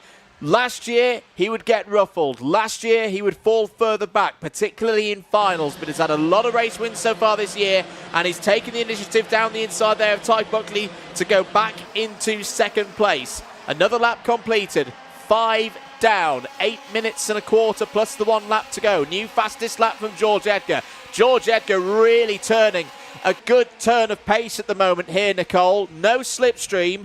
It's not the biggest circuit for slipstreams that we will go to, particularly when you get into that second half of the course. It is very technical, but when you're out on your own at the front of the field, that run up to Spoon, down again to Carousel can be very, very hard indeed. For me, that's a very impressive pace from George Edgar, that he's turning 42 zeros without any assistance ahead of him. In dry conditions, in wet conditions, this, for me, is a very, very strong circuit for George Edgar. He's come here this weekend, and he has absolutely lit things up. Riley Cranham now takes that fastest lap. It's half a second that splits him and Edgar, but he is in the charge once more. And of course, you brought up the terms of slipstream a moment ago. This is the stage that maybe Edgar will start to suffer now that he's in his own air. But let's not forget, George is a lot shorter than the 2 drivers of Cranham and Buckley behind him. So will they benefit maybe if it was the reverse, and if Edgar was in second and chasing Cranham? Maybe not, because that wind, will go over George much easier than it will the likes of Cranham and Buckley. 0.6 of a second now is George's gap as we head into and under the 7 minutes mark through this race. No major moves within this one. It is your race leader of Edgar that's up by 4. Shenton matches that 4-place game, but he is down there in 5th. And then we've got changes going on further back in the field. That's now between Will Green. Piers Prior then, I think, is out there in the paddock somewhere, and he's got some intel for us. Guys, I think I've got a new career as a weatherman, because it's raining once again, drizzling, and it's getting heavier and heavier. So far, it looks like the drivers have got their tyres up to temperature, so if it stays as it is, we might be all right. But any heavier and the circuit will start to be slippery. Well, indeed, it's not too dissimilar to what the drivers experienced in times qualifying earlier on this morning, when they all ran on slick tyres with a little bit of drizzle out there. You can see the slippery surface flags are out. The change of surface flags being noted by the drivers. 6 minutes gone, 6 minutes to go. George Edgar continues to lead this race by half a second ahead of Riley Cranham. This is the fight for 5th place on your screens, just exiting Carousel now. Rocco Lane Shenton, the privateer runner on the Birrell ART, up against Williams F1 junior driver Will Green. Will Green, champion in the British Champs in IAME Waterswift last year, stepped up to the juniors in 2025, but this is his first time, as we've mentioned, in an X30 junior in 2025. A little bit further down the order, good scraps going on. Sukmani Kira 7th, 8th for Harley Musk, Richardson 9th. That's a trio of fusions there, as down the inside. Was that Richardson making a move on Musk? Possibly so for 8th place. Changes further down the order. Jacob Backler's had a tough little run. It's down to 17th place now. It's just fallen behind Jack McLaughlin, Freddie Wood and Max Ewell. Fluctuation in the gap between Edgar and Cranham now. It dropped to 0.4 of a second, now back up to just under 5.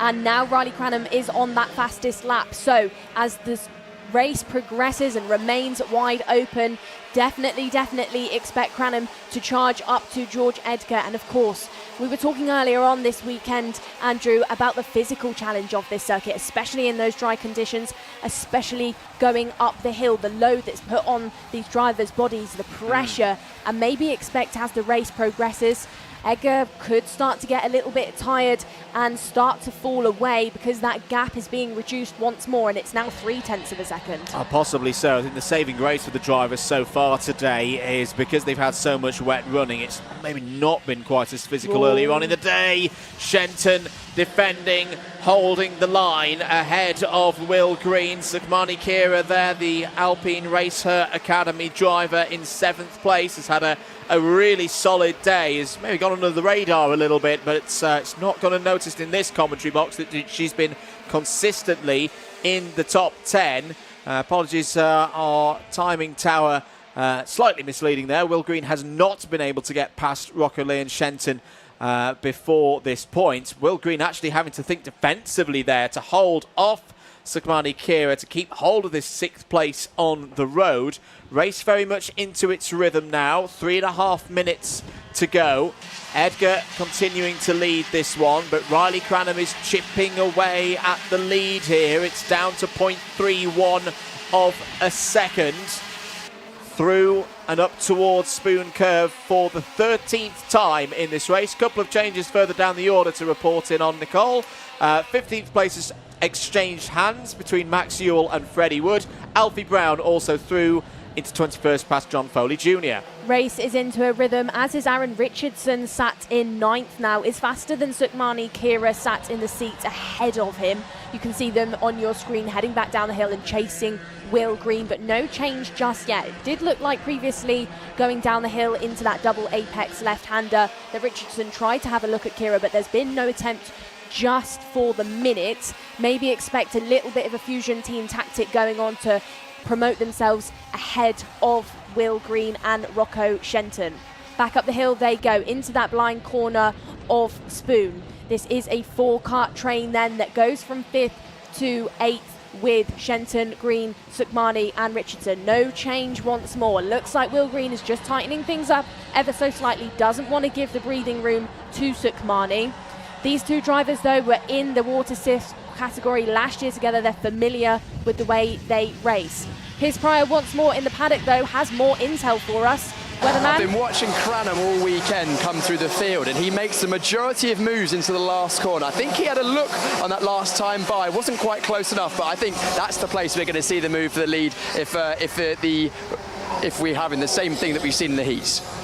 Absolutely. The gap is down to 1/4 of a second. In fact, it's a lot less than a 1/4 of a second after sector number 1. Cranham will have sat in the slipstream of Edgar last time around. We're sticking with the battle for 5th, 6th, 7th and 8th at the moment. Here is your battle for the lead. And there's also traffic coming into play as well. It's Oliver Vaux on debut. He's had problems in this final. He needs to make sure that he doesn't get in the way of the leaders here. He's been shown blue flags. 1 minute and 20 seconds to go. This is pressure now for George Edgar. Can he keep it together? There is the blue flag again for Oliver Vaux, who wisely steps out of the way without getting too involved. Nearly fell off the circuit there. I did fall off the circuit going up through Spoon. That's how tricky it is offline. There's still clearly a bit of moisture on that part of the circuit. That's a bit of an embarrassing one for Oliver Vaux, unfortunately. Will remain with the race leaders because this is where the battle is going to be fiercest. Edgar versus Cranham. Both of them have had big wins in the past 6 months.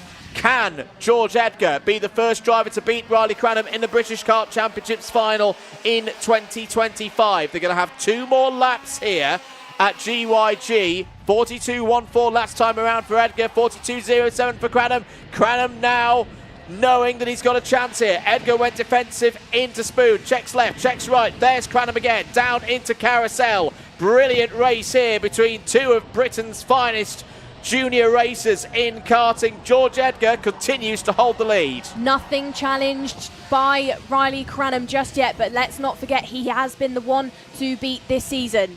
Down on through the final sector. When will Riley Cranham bite the bullet? Piers Prior through question marks. Would he try it through the final corner? But not just yet. Final lap.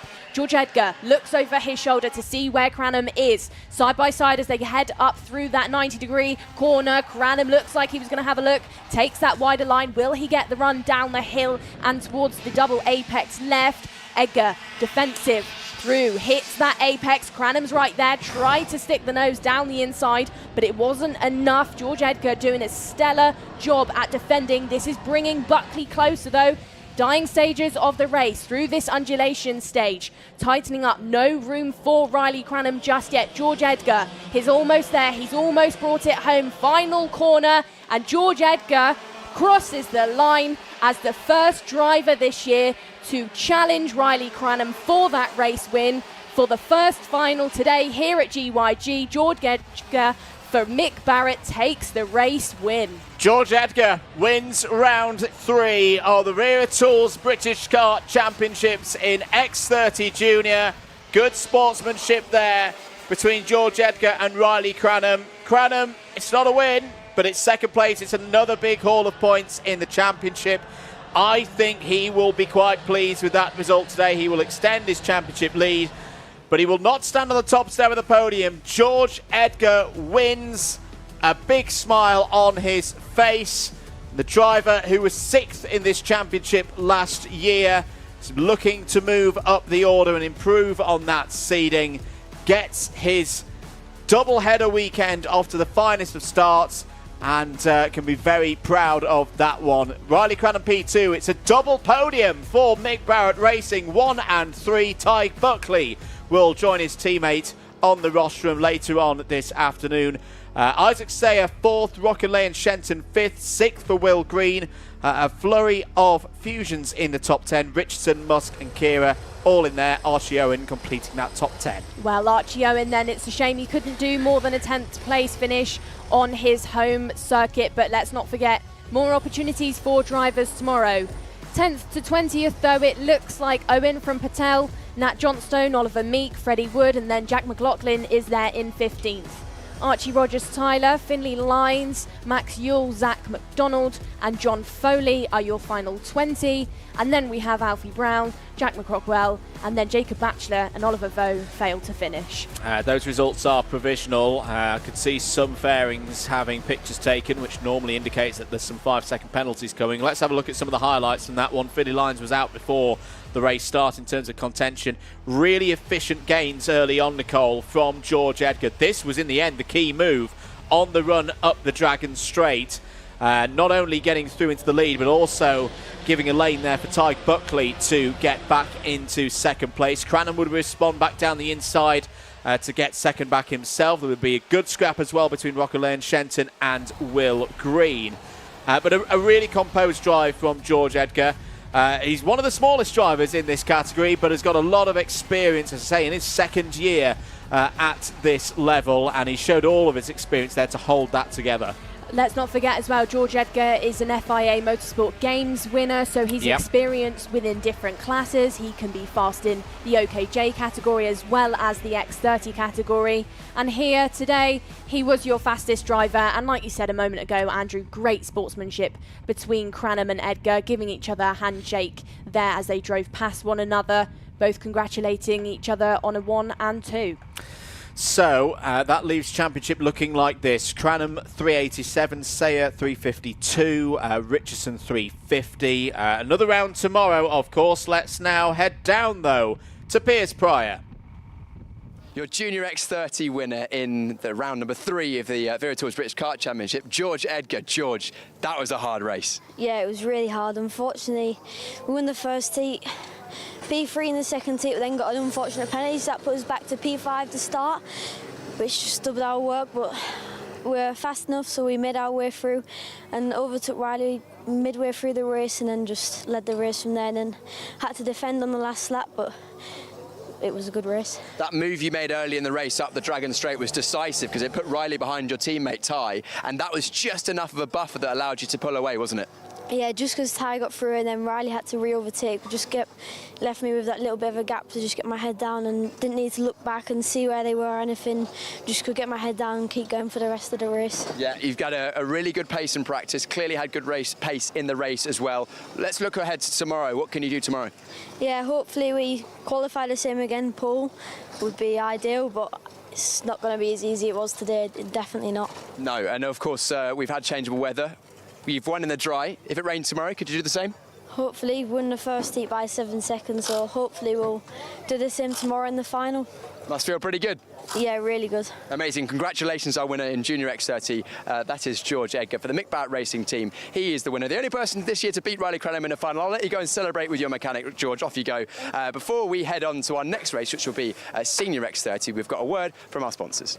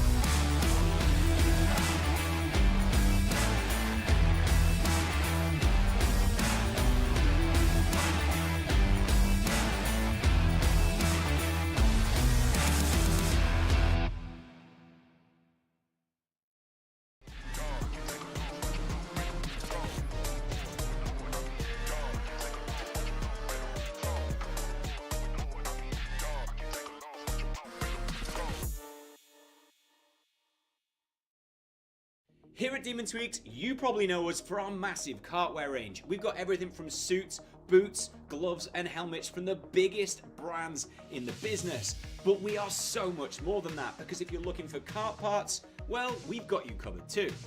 We've got everything from Rotax parts, sprockets and chains, discs and pads, data loggers and dashers, fuel tanks, steering wheels, bead breakers, and loads more. But of course, it doesn't just stop at the track, and if you're looking to build your skills in the sim, then we've got everything you're gonna need to build the ultimate rig. So whether you're just getting started or you're already at the top of your game, Demon Tweaks has got you. Junior X30 done, Senior X30 up next. The most senior single-speed category we've got here this weekend, and we've got round 3 of the Vera Tools British Kart Championships here at GYG from North Wales, isn't it? Yeah, North Wales. But hence the crazy weather he's had this weekend. We've just had a scintillating Junior X30 final. Of course, you can scroll back and watch that later if you want, but stick around live now on both the Alpha Live YouTube channel and Karting UK, because we've got Senior X30 up next. Pole sitter Gus Lawrence, champion last year, won the previous heat. We spoke to him, but I'm going to grab a word with our second place driver, Jack Nettleship. Privateer? Yeah. Privateer. Andrew Mather will back me up on this. I was watching on Friday when I was shooting some of the B-roll for the Alpha Live promotions, and I said, don't sleep on Jack Nettleship. He looks like he's driving very, very well. I was enjoying watching you carve up the GYG circuit. Clearly the TB kart's working well around here. Yeah, I like it, to be fair. Kart works well around here. I think, I've managed to string a result out of it after, a few issues, testing, whatever. But no, yeah, I'm happy to be here, so we'll see how it goes. What do you reckon you can do in this final? Can you take it to our previous champion? Well, we'll certainly have a go. Of course you'll have a go. Well, we'll have to see, won't we? We'll have to see, and of course the TB kart, bright green, and not many TB karts on the grid. You're working as a small team to get it working, but clearly it's all going well. Yeah, I've not got a problem with it, yeah. Right, I'll let you get ready, Jack, for the race, of course, going from the front row. It may well be. Is it your best start on a final? He thinks. No, I think I had one at Rowley. He had one before, so he's been on the front row before. He knows what he's doing in the British Kart Champs. Third place is Gabriel still. Gabriel, third place. I would say the pace on Friday wasn't your best, but you've managed to bring out good results this morning. Yeah, we struggled a bit on Friday, but with these conditions how they've been, I'd say I'm pretty good in them, so just see what we can do in the final. See what we can do in the final. We know that you never hold a punch. Yeah, I'm going to try my hardest, yeah. Gabriel still going from the inside of row number 2 for the Crop Promotions team. He's had a good result. Freddie Lloyd, second place in the championship last year. Premium karting driver. He's had a great pace in both dry and wet conditions. It looks like it's going to be dry for this one so far. The slick Comet tyres on for this one. And then we've got Thomas Minspearing, who led this morning. Didn't quite, unfortunately, bring it home in the end. He's been quick this weekend. And then our championship leader coming into this weekend was Harrison Whitcomb. Harrison, quick word if that's all right.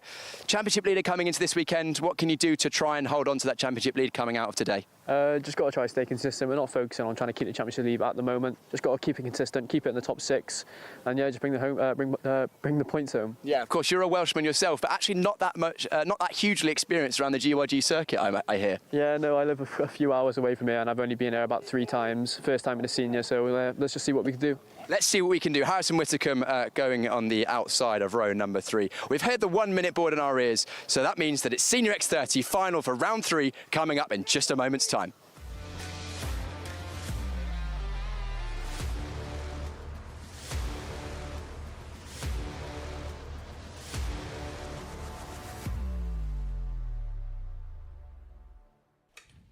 Thank you very much, Piers. The grid clearing then for the final here in Senior X30, their 3rd final of the year. Very glad to have you with us here at Glan Y Gors in North Wales for the first part of this double header for the Wera Tools British Kart Championships.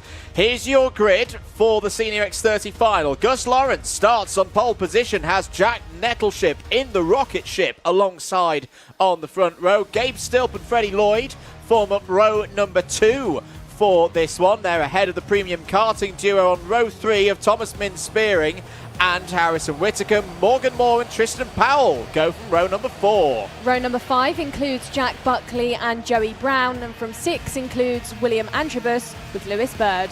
Going from row number 7, then shortly behind is Cameron Edmonds alongside Zach Green, and then Aaron Brown meets Hayden Eldridge on row number 8. Row number 9, it's CJ Bennett and Harry Cottrell. Row 10 and completing the top 20, it's Sam Lewis and Theo Lestrange. Row 11, the wildcard, Sarah Matsui and Harrison Mackie. Bit of a surprise to see the reigning junior champion all the way back there on row 11. Row 12, Reece Newburn and Laith Khan. Luca Mann and Harrison Morrow start on row 13. It's a 27 strong field completed by IPK Racing UK's João Castro.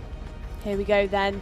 Drivers getting all lined up to go racing then, led by none other than Gus Lawrence, your reigning British champion from 2024.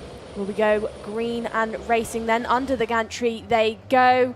Lights are out and we are racing, and a stellar start then by Jack Nettleship. Sweeps across Gus Lawrence, who gets swamped in the early stages. Jack Nettleship will charge up the hill as your race leader. Fred Lloyd right there in second, and where is Gus Lawrence? He's down there in 4th place. Yeah, a bit of a surprise there. Gus Lawrence, not a good start at all. May have lived to regret starting on the conventional side there, because it is still quite greasy on the left-hand side, on the right-hand side rather, for the start of these races. There may have been problems in the early stages for Cameron Edmonds, who's not come through the first sector on live timing. We will check that in a moment, but it's Jack Nettleship leading this race at the moment. Freddie Lloyd right on his rear. Bumper, in fact, is changed. Lloyd is through. Lloyd, the runner-up in the championship last year, is into the lead of this race, and immediately Nicole Sutherland going on the attack. Lloyd then showing his experience, and he knows that you have to get the move done early on.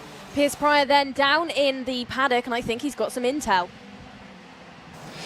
That was a brilliant start from Jack Nettleship. I was standing right on the start-finish line, but I think that's going to be touch and go. It may have been too good, as he was ahead of Lawrence pretty much by turn 1, as you guys have already seen. I really hope for Jack's sake that was allowed to stand, but potentially that could be heading into the stewards for another look. Well, nothing on our screens at the moment to indicate. So let's have a look at a replay of the start. It definitely was a good one for Jack Nettleship. Now, obviously, we can't see when the lights go out. So I don't think there was any problem with tram lines there. I say Gus Lawrence really did not get away at all.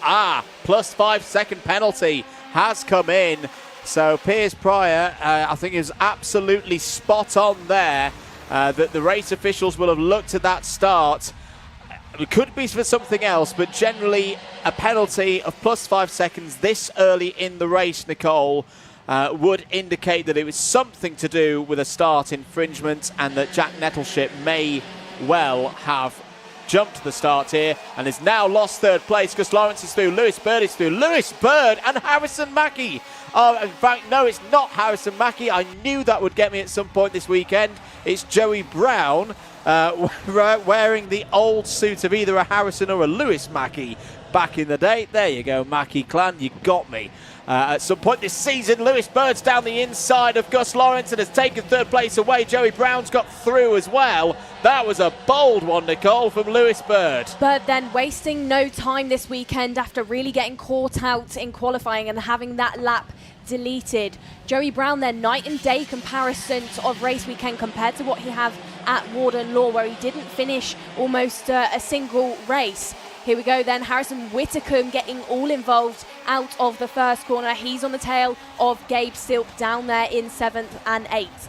They head up the hill then, and this really is a chase between the young guns of Stilp, Whitacombe. We've got Min Spearing in there in ninth, and Zach Green, like Lewis Bird, then didn't have a good qualifying, but he's jumped and qualified himself into that top 10 now. Stilp leads this train of carts back down the way, as now Piers Prior's got more information for us, but about Joey Brown. Joey Brown, I think, has a nose cone penalty. Looking at him come to the last sector, that nose cone is bobbing up and down, which says to me he's likely to get a 5-second penalty at the end of this race. So unfortunate after such a good start. Well, we'll keep an eye on the iPad of Doom if that gets pulled out for the 311 at the end of this race. Really intriguing scrap going on, though, in the middle to latter third of the top 10. This is Harrison Whitacombe on your screens, currently in 8th place, just being guarded at the moment by his premium karting teammate Thomas Min Spearing. We talked earlier in the IAME Waterswift Restricted about championship bids and how important the days where you're not winning are. I feel that is one of these days for Harrison Whitacombe. As things stand, he is still in the championship lead, but he needs to hold on to these positions. We're just having a closer look there at Joey Brown's front fairing. Ooh, yeah, it does look a little bit low down at the front of the 311. If you're new to karting, the front fairings... in fact, Nicole, I'll give this one to you because you've had some experience with them. What are you trying to say? Oh, I don't know what I'm trying to say. Front fairings, what do we mean by them? So the nose cone, the point on the car at the front end, when drivers bump into the back of another, it will pop in on the bracket, which indicates, that they've tagged somebody, contact has occurred, and then the driver is given a penalty. This is a non-contact sport, so when the front fairing pops in, the technical team are notified when the driver drives into Parc Ferme, and then they are given typically 5 seconds. Sometimes on the screens you can see if a front fairing is dropped. As you can see, it scrapes on the bottom of the floor. Watch Joey Brown. Maybe he has got one, maybe suspect that he does, but you'll be able to see it more through that kind of final sector where you've got the bumps in the tarmac and you can see the nose cone scrape on the floor. Let's focus back on the racing, though, because it's Gus Lawrence that's your fastest driver out there on the circuit in 4th. And now Lewis Bird, who we were praising for all of that progress, is now under investigation up there in 2nd place. Yeah, real up and down day for Lewis Francis. Had an investigation that led to a penalty in timed qualifying. That's why he's had to be fighting his way back through. Let's talk Harrison Mackie there in the purple and white helmet. I was surprised earlier to see the word Mackie on the back of a Fusion Motorsport suit that high up the order. In that case, it was Joey Brown's race suit for this weekend. I shouldn't be really, though, because Harrison Mackie himself is making a lot of progress through in this final. It's up 11 spots into P11, and likewise to Harrison Whitacombe, as there's a change for 3rd place. Gus Lawrence down the inside of Tristan Powell. Tristan Powell having another really good day. A very solid run of events, of results at Warden Law. Enters 9th in the points standings into this weekend and could still be on for a best result of the season so far if he holds there behind the reigning champion. But yes, going back to Harrison Mackie, really unfortunate in both of his heats. This is more like it. This is where we expect to see him coming through the field. and gaining points with every single position, Nicole. Well, it looks like now that Bird's 10-place gain might be reduced as Gus Lawrence really is on the charge in the second part of the race. Seeing a bit of a trend from Gus then, Andrew, where in the later stages of the race, he really does start to light things up, and maybe that actually indicates setup for Gus. Maybe he's gone different on the tyre pressures, which means the kart really does come to light halfway through the race. I'd say that's potentially what's going on here, as he really is starting to hustle Lewis Bird for this second position. And in these finals, Gus Lawrence over the years has been an absolute master. I say before the start of the season, 18 times he'd been on a British Kart Championships podium. He's actually yet to have a podium, of course, in the 2025 season. Was 5th and 6th in the finals at Warden Law. Out of club corner once again. What's the gap like to Lloyd? Freddie Lloyd's got a very good position in this race at this stage. 1.6 seconds in the lead, but is being caught bit by bit by Lewis Bird and Gus Lawrence. It's going to be interesting to see how they play the next couple of laps. Do they work together? Do they switch the order? Do they keep working together if they switch the order? Do they have a good old scrap for second place, thinking Freddie Lloyd's too far away from us today?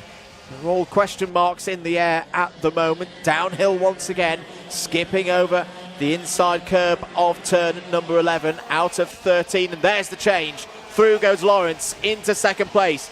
Big lap now, Nicole, big lap. They will have lost a little bit of time to Freddie Lloyd with that positional change. Gus Lawrence has got to show to Lewis Bird now that he's got that extra tenth and a half to close Freddie Lloyd down. Bird was under investigation then, but no decision has been made just yet about what that was for. Will continue to chase Gus. It wouldn't have put him off, and he will want to try and grab that place back.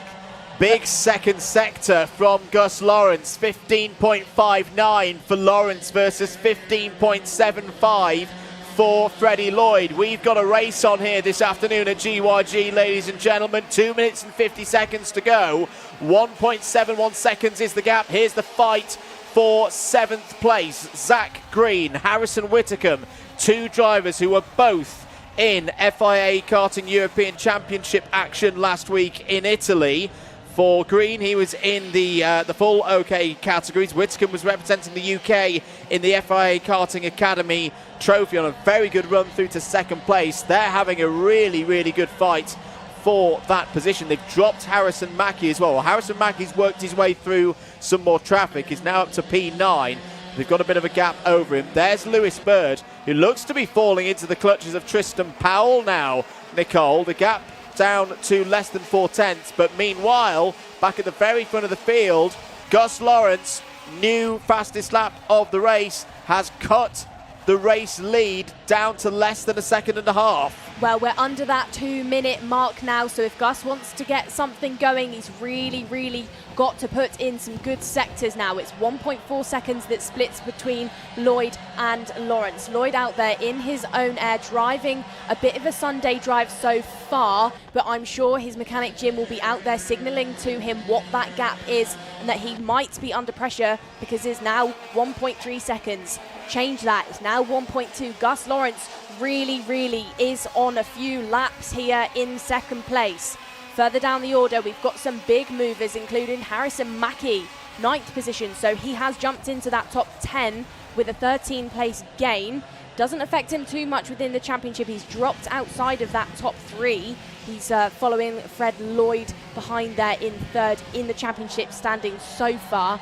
Harrison Whitcomb continues to lead the way, but Gus Lawrence has picked things up this weekend, and he has promoted himself not only to 2nd within this race, but to 2nd within your championship. Yeah, he'd be 10 points behind Whitcomb as things stand. Meanwhile, here's Zach Green down the inside of Joey Brown. Lovely move there by Zach Green. He's had a very strong 2025 international karting season so far. Back here in the British, like Will Green, who we saw in the juniors earlier on. Two of the big names in that Jamie Green Racing team back in the paddock here this weekend. That was a sweet move past Joey Brown. What can Harrison Whitcomb do there? What can the Welshman do to try and find a way through past Joey Brown? This would be an important point or so in the championship for Harrison Whitcomb on a day that hasn't been his best in terms of results. He's had a bit of bad luck along the way. To say these are the kind of days where when it's a tight championship, these are the ones where when you get to the end of the season, you look at that odd position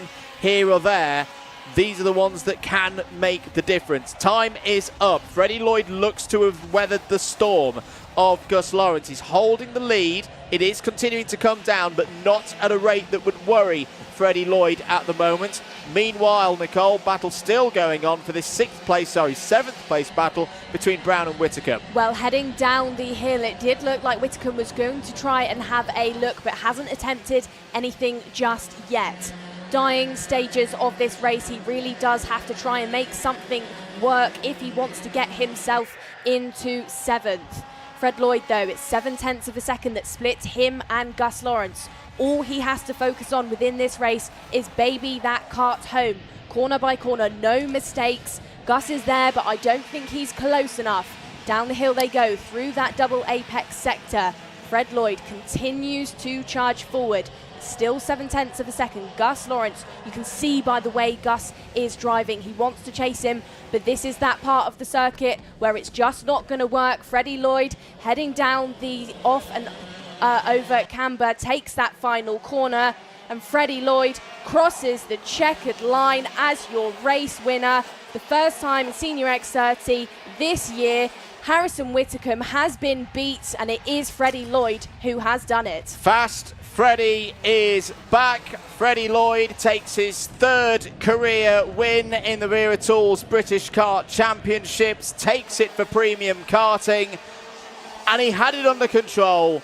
Brilliantly managed race from Freddie Lloyd in the end. The winning margin 0.6 of a second over Gus Lawrence, and the championship is on here in Senior X30. There is your provisional results. Lloyd from Lawrence, Lewis Bird 3rd, but we should note is under investigation. Brilliant drive from Tristan Powell. P4 for the rookie this year for MDL Motorsport. That is a fantastic result for them. Gabe Stilp 5th, Zach Green 6th, Joey Brown, Harrison Whittaker and Harrison Mackey all in a top 10 completed by Morgan Moore. Aaron Brown 11th. Thomas Minspearing 12th, Jack Buckley, William Antrobus and CJ Bennett all in the top 15. Hayden Eldridge, Sam Lewis, Theo Lestrange, Harry Cottrell and Sarah Matsuri all in the top 20. Reece Newburn home in P21 ahead of Laith Khan, Luca Mann, Joao Castro, Harrison Morrow, the last of the finishers. Piers Prior was absolutely spot on. That was the iPad of Doom coming out.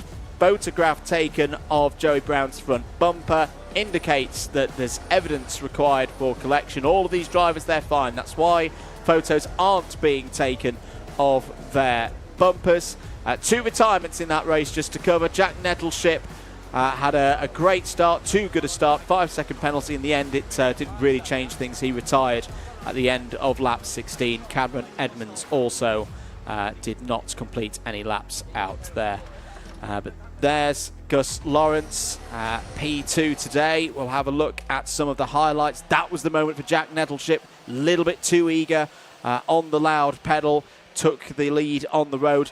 Also key there, Nicole, that Freddie Lloyd from his position on the grid read that very, very well indeed. From grid 4, swept round the outside, and in the end, that I think was the key move for him. Absolutely, it was correctly read by Freddie, like you just said, and I think maybe it could have cost Gus Lawrence that race win because he did really get caught out.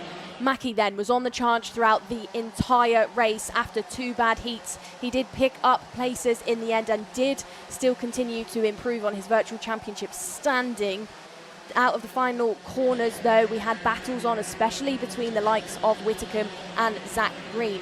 Whittaker then down the inside of Nettleship, who, like you just mentioned, Andrew, has been given a penalty for that race start.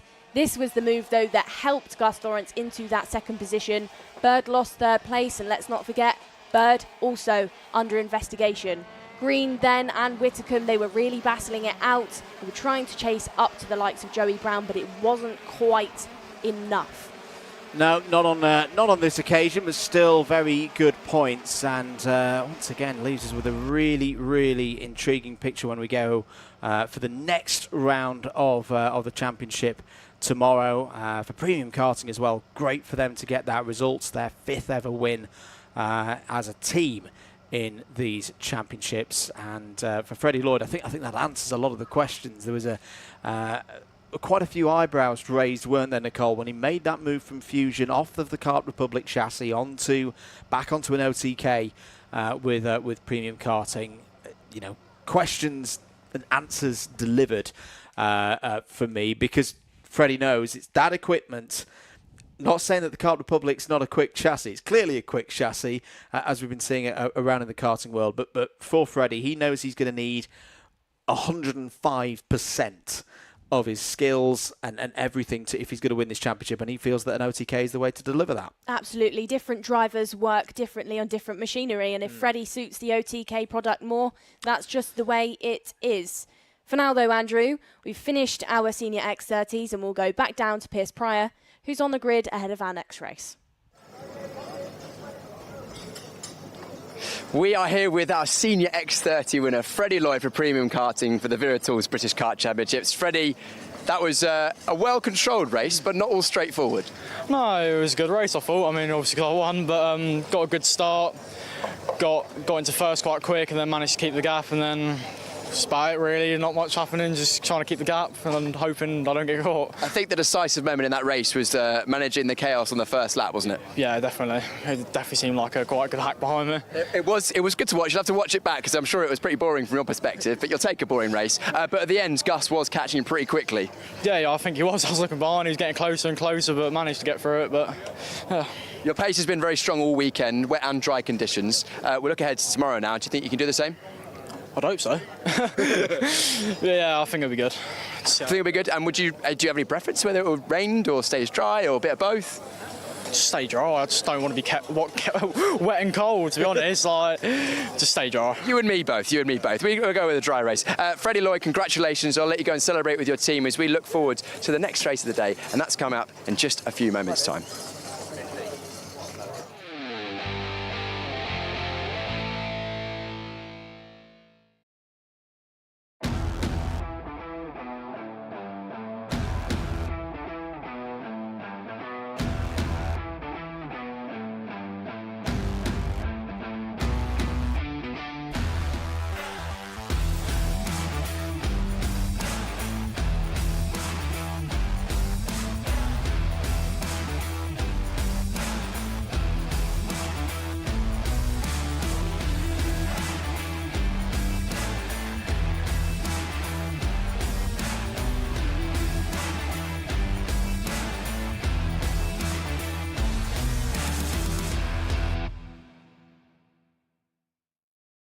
Motorsport is naturally a fast-paced and dynamic environment. Dealing with a specialist insurance advisor helps to ensure that your specific needs are covered.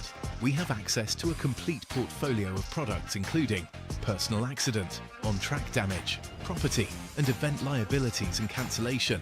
We can help drivers, teams and manufacturers, event organisers and circuit owners and venues. Visit marshsport.co.uk/motorsport to find out more. Waterswift Restricted up next for their final of round 3 of the Wera Tools British Kart Championships, and we're going to have another brilliant race. The rain is staying away for now, so slick tyres on these karts, the slick Vega tyre. Pole position, it's Harry Chapman, the bright yellow kart here. He's had an up and down morning, 3 points in the end after a great recovery drive after falling down the order. I think it was the second heat off the top of my head. He'll be going from the best position alongside Albie J. Stubbs, also 3 points this morning. So therefore, it was a tiebreaker for the front row, but they are the drivers to beat today.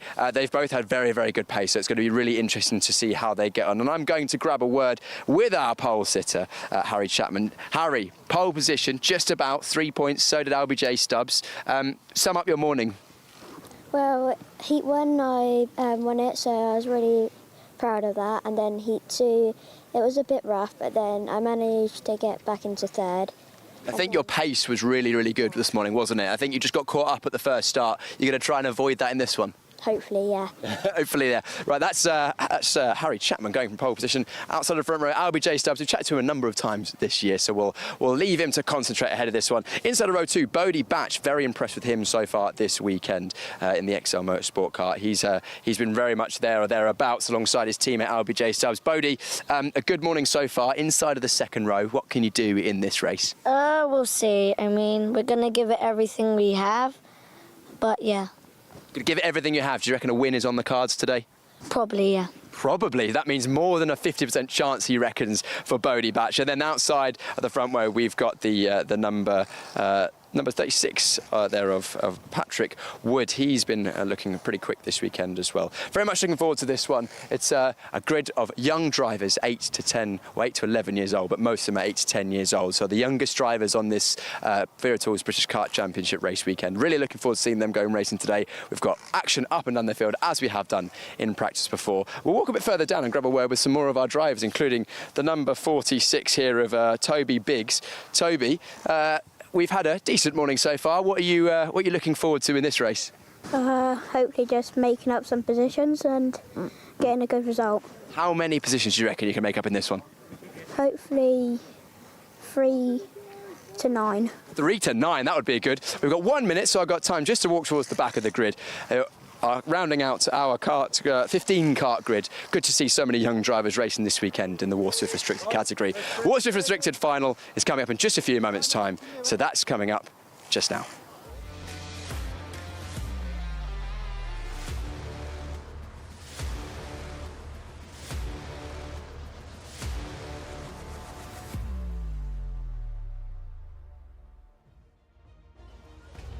Thank you very much, Piers. Once again, the grid being cleared ahead of our next race here at Glan Y Gors. It is the final for IAME Waterswift Restricted, and it will see Harry Chapman start from pole position. LBJ Stubbs alongside on the front row. Bodie Batch and Patrick Wood form up the second row. Benjamin Schlivar and Jaden McElhenney go from row 3. Corey Lyons, his teammate, starts immediately behind on row 4 alongside Freddie Baker. Row number 5 includes Toby Biggs and Harry Murphy, and then going from 6 we have on home soil Frank Morris with Louis William Mabs. 7 will look like Logan Hodgetts with Ollie West, and then rounding out your grid of 15 Waterswift restricted drivers we have Leo Russell. So all 15 drivers on their way, on their formation laps. Little recap of the results so far this season. LBJ Stubbs was your round winner at Warden Law. Second place, Zev Gottschalk is not here today. So Bodie Batch, the other podium visitor from round 2 on this grid, was third. And of course, that was part of a double header as well. So on the first day, it was a podium of Stubbs, Chapman and Corey Lyons. So 4 drivers in this field have sampled a trip to the podium so far this season in IAME Waterswift Restricted. Is anyone going to join them, or is it going to be a repeat of the same? In the next 12 minutes plus 1 lap, we will find out. We are green on the screen and racing, lights out round the outside. Stubbs goes for the lead and takes it.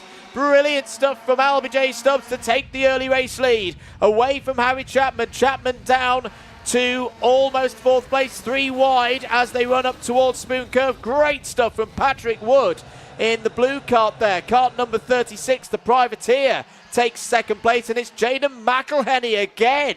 We saw some great starts from Jaden through the heats. Missed out on qualifying, didn't get through the pre-grid gate in time whilst drivers were sorting out tyres. But once again, McElhenney gaining a lot of positions in the early stages, Nicole, and is up to 3rd place. Well, seeing a bit of a theme here this year so far in finals, and it does seem to turn into the LBJ Stubbs show. Stubbs, like you said, Andrew, took that wider line through the first corner and grabbed that race lead.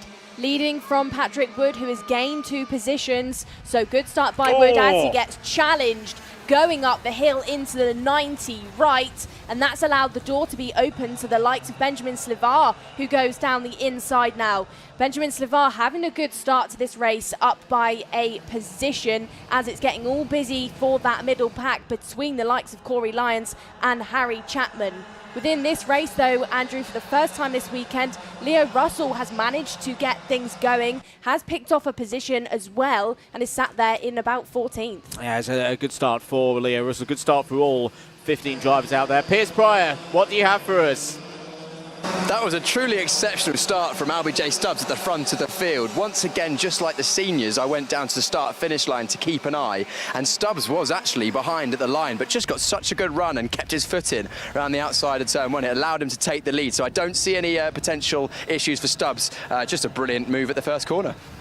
Stubbs then just trusting that grip, I would say, round the outside at turn number 1. Well, it's one of those things that we often talk about kart circuits and grid 2 being a place you don't want to be, that you actually want to start grid 3. I think here today, because it's such a short run to turn 1 and it's been wet as well, grid 2 is a great place to be starting these finals from.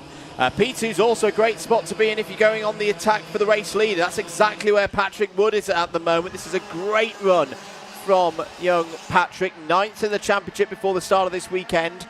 9th in the first final at Warden Law. 6th in the second one. Could this be a first podium of the season for Patrick Wood? Never mind, podium. He's going for the race lead down the inside. Oh, Stubbs shuts the door, and that could give the opportunity now to Batch and to McElhenney. McElhenney's on the grass, and here comes Chapman down the inside. Chapman recovers through and into 3rd place. It's Stubbs, it's Batch, it's Chapman. It's the usual 1, 2, 3, and maybe a little bit of inexperience came into play there for Patrick Wood. Nicole is still running well. It's in 4th place, but has lost 2 positions on this lap. Bravery on 4 wheels, I would say that was from Patrick Wood. I thought he maybe would have had it, but Albie Stubbs kept his foot in, kept his racing line. And like you said, Andrew, I think maybe a little bit of inexperience has cost him that one. Chapman, now your man in 3rd place, fastest lap so far, and it is now Stubbs from Batch. Chapman down the inside of Batch at the Spoon turn, though, gets himself into 2nd position and now forces Albie Stubbs to defend, opens the door once more, though, and now it's definitely on as Bodie Batch gets himself back into 2nd place, and that's bringing the rest of field back in. Patrick Wood, Corey Lyons, McElhenney back in the fight once more. Stubbs still leads the way down the hill. Brody Batch, his new teammate, the driver that's just joined the XL Motorsport livery, sat there in 2nd. Chapman, still your fastest driver out there on the circuit. Lyons, your driver that had that bad luck in Heat 1, is still in the fight. And for the first time this weekend, Andrew, I'd say I wouldn't even want to call who could take this race win. Yeah, indeed. It's a close run thing at the moment. Corey Lyons, to say one of those 4 drivers. So it's the 4 drivers who've all had a podium so far this season in the top 4 positions here in IAME Waterswift Restricted. A bit further down the order, Toby Biggs had the aim of getting at least 3 positions gained in this race. Well, he's got 2 of them at the moment. He's there in 7th place in the number 46. Also moving up the order, Louis Williams-Mabs has gained 2 spots. He's now up into the top 10. Ollie West up 3, 11th, and Leo Russell as well has gained 3 places up to 12th. So some good progress there in the second half of the field. 7 minutes to go. It's an Excel Motorsport 1-2. Stubbs from Batch. Chapman in 3rd place is your fastest driver on circuit at the moment. Corey Lyons pressing on, though. Corey Lyons going down the inside of the pole sitter. Brilliant move. Here we go then. Stubbs and Bodie Batch head down the hills together. Batch really is a shadow to Albie Stubbs now. They're going back towards turn number 7. This is not a point in the circuit where overtaking opportunities occur. Batch will have to be patient. Watch him, though, because it is a bit of a hot spot through the final corner. But the question is, within this one, Andrew, these 2 are teammates. They do not want to get into drama with each other. Lyons and Chapman, 3rd and 4th, head through the first corner and are now look like they're pushing together to try and chase up to the 2 XLs in front of them. Through this stage of the race, though, just over 6 minutes to go. Batch wants to say, give it a go. I would say he needs to overtake and maybe look at backing Stubbs up into the rest of the field. Yes, it's going to be an interesting story across the course of the second half of this race. The 2 teammates working together for now, but we've seen them battle in the latter stages of the heat so far today. A couple of other changes further down the order. I think Patrick Wood might have got through. Meanwhile, let's once again head down into the paddock and to Piers Prior. At turn one, I've managed to find Harry Chapman's dad, Mike, and I'm not going to take too much of his time because he's watching the race closely. Pole position, dropped to 4th. What do you reckon Zach could do from here? I don't know. We dropped down the pecking order to about 8th at one point. He's coming back through, but it looks like we're being slightly held up by the driver in front. If we can get through them, it looks like something's happened on track, but if we can get through them, maybe we can get back on the front to push for the win. Pace has been really good this weekend. Yeah, I'm really happy with the pace. We've been really quick all weekend testing and out there now. It's just been a little bit unfortunate on track, so just need to keep pushing, see what we can do. Well, I hoped I didn't add too many nerves. I can see you twitching, like urging Harry on. We'll see how he gets on. Cheers, thank you very much. That's Mike Chapman there, Harry's dad. We'll see how he's getting on the circuit. Back to you in the commentary box. Well, he's up to 3rd place because Corey Lyons is out of contention from this one, and for poor Corey Lyons, it's a day that's been bookended with trips to the grass. Well, that's a really, really tough moment for Corey Lyons. I think he's not got back onto circuit, falls all the way down to 15th place. There he is. Corey Lyons out of this one. Well, the good thing about a double-header, Nicole, many of the good things about a double-header, another chance to have another go tomorrow, because that is, I feel so much for Corey Lyons. He's been brilliant today. Nailed qualifying in those tough conditions earlier on today, but just hasn't had any luck out there. Deserved a lot more than a retirement on lap 9. When it comes to driver performance, Corey can't have really done much else. It's just been the luck that has fallen short for the number 14 throughout the weekend. There you can see his kart being pulled off. You know, he's just fallen short, but I wouldn't say it's been from any fault of his own. No. Eyes and ears back on, though, for the race lead. Stubbs still leading from Batch now as they head back down the hill once more. No challenge really just yet.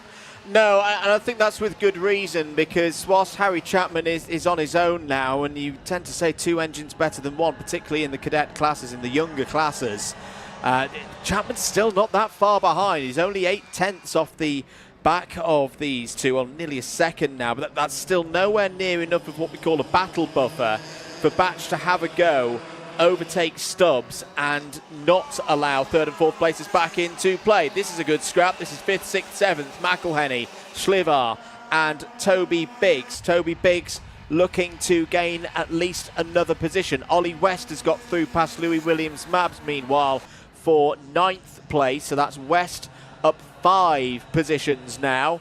Down the hill once again. Stubbs still leading from Batch. This would, of course, extend the championship lead for LBJ Stubbs. As things stand, Stubbs would lead in the standings for the championship points on 379. It would be a 14-point advantage over the driver directly behind him, Bodie Batch. Remember, it's a 3-point gain if you win a final. 65 points for a final win, 62 for 2nd place. So if Batch was able to find a way through, this is the very definition of a 6-pointer, he would be able to cut that lead back to his new teammate for this weekend, Nicole. Well, Rileo Russell then, the driver that's had bad luck with those race starts, has lost it onto the grass multiple times this weekend, has now broken into your top 10. He sat there behind Ollie West, your driver of the weekend from Warden Law. Great performance within the finals here today then at GYG. Really has made it count where it matters. And I've got to say, really good pace as well from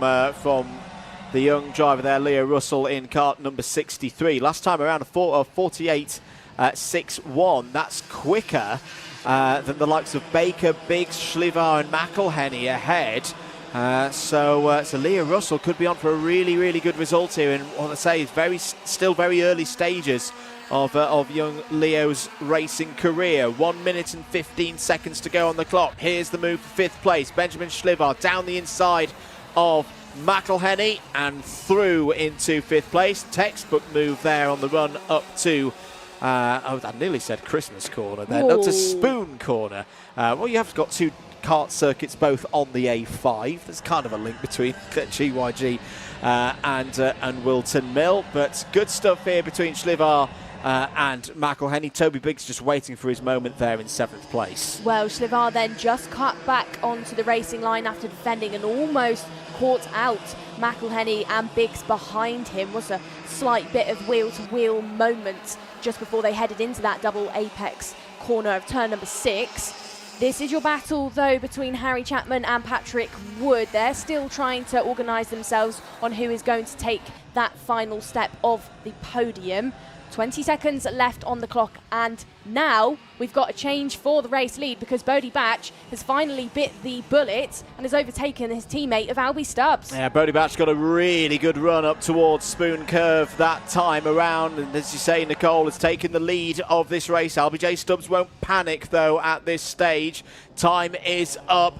Final lap board is going to be out in a moment, and Albie J. Stubbs knows he just needs one moment to retake the lead of this race. He did so in heat number 2. Bodie Batch is your race leader as we go onto the final tour of the circuit. Patrick Wood is through and into 3rd place. Patrick Wood could be on for a first podium of the season here if he can hold off Harry Chapman. McElhenney is through past Schlivar as well for 5th place. Russell up to P9. Williams Mabs, I think something's happened to Ollie West because Ollie West has dropped down the order, and further down the order, in fact, to 14th place. Bodie Batch is through past the point of the circuit where in the second heat, Albie J. Stubbs had got through and into the lead of the race. Bodie Batch down these sweeping curves through compression, through Devil's Elbow, is one corner away from taking a win in the Wera Tools British Kart Championships. Has just got to get off the final corner. It's an Excel Motorsport 1-2.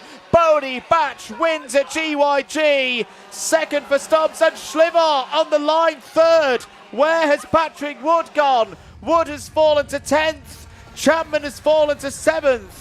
Benjamin Schlivar is on the podium. What a result. Didn't even register a top 10 at Warden Law. But Benjamin Schlivar will be on the rostrum today.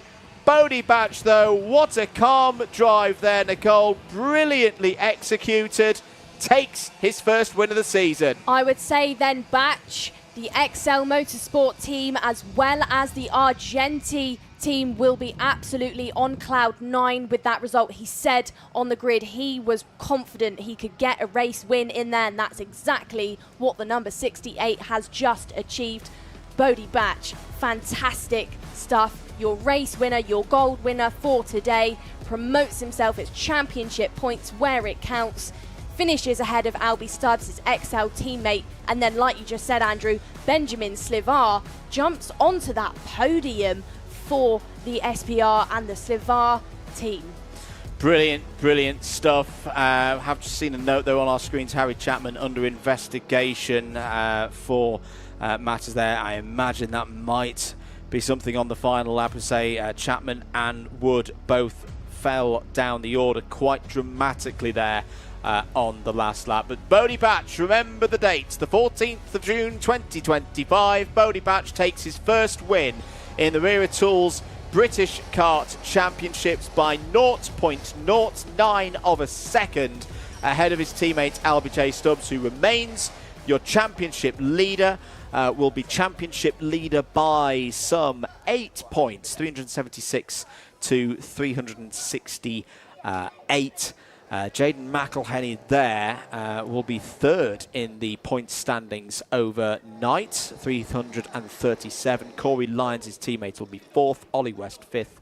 Freddie Baker, Patrick Wood and Louis Williams Mabs completing the top 8 in the Virtual Championship scores. The drivers having discussions with one another, just trading stories as to how their races went. And look at Benjamin Schlivar. Yes, Benjamin, you got 3rd. A brilliant result for Benjamin Schlivar. Let's take a look at some of the highlights. Here we go then. This was your race start where Albie Stubbs went round the outside, took the long way round and grabbed that early on race lead. Settled stuff for most of the field as we headed up through the flats.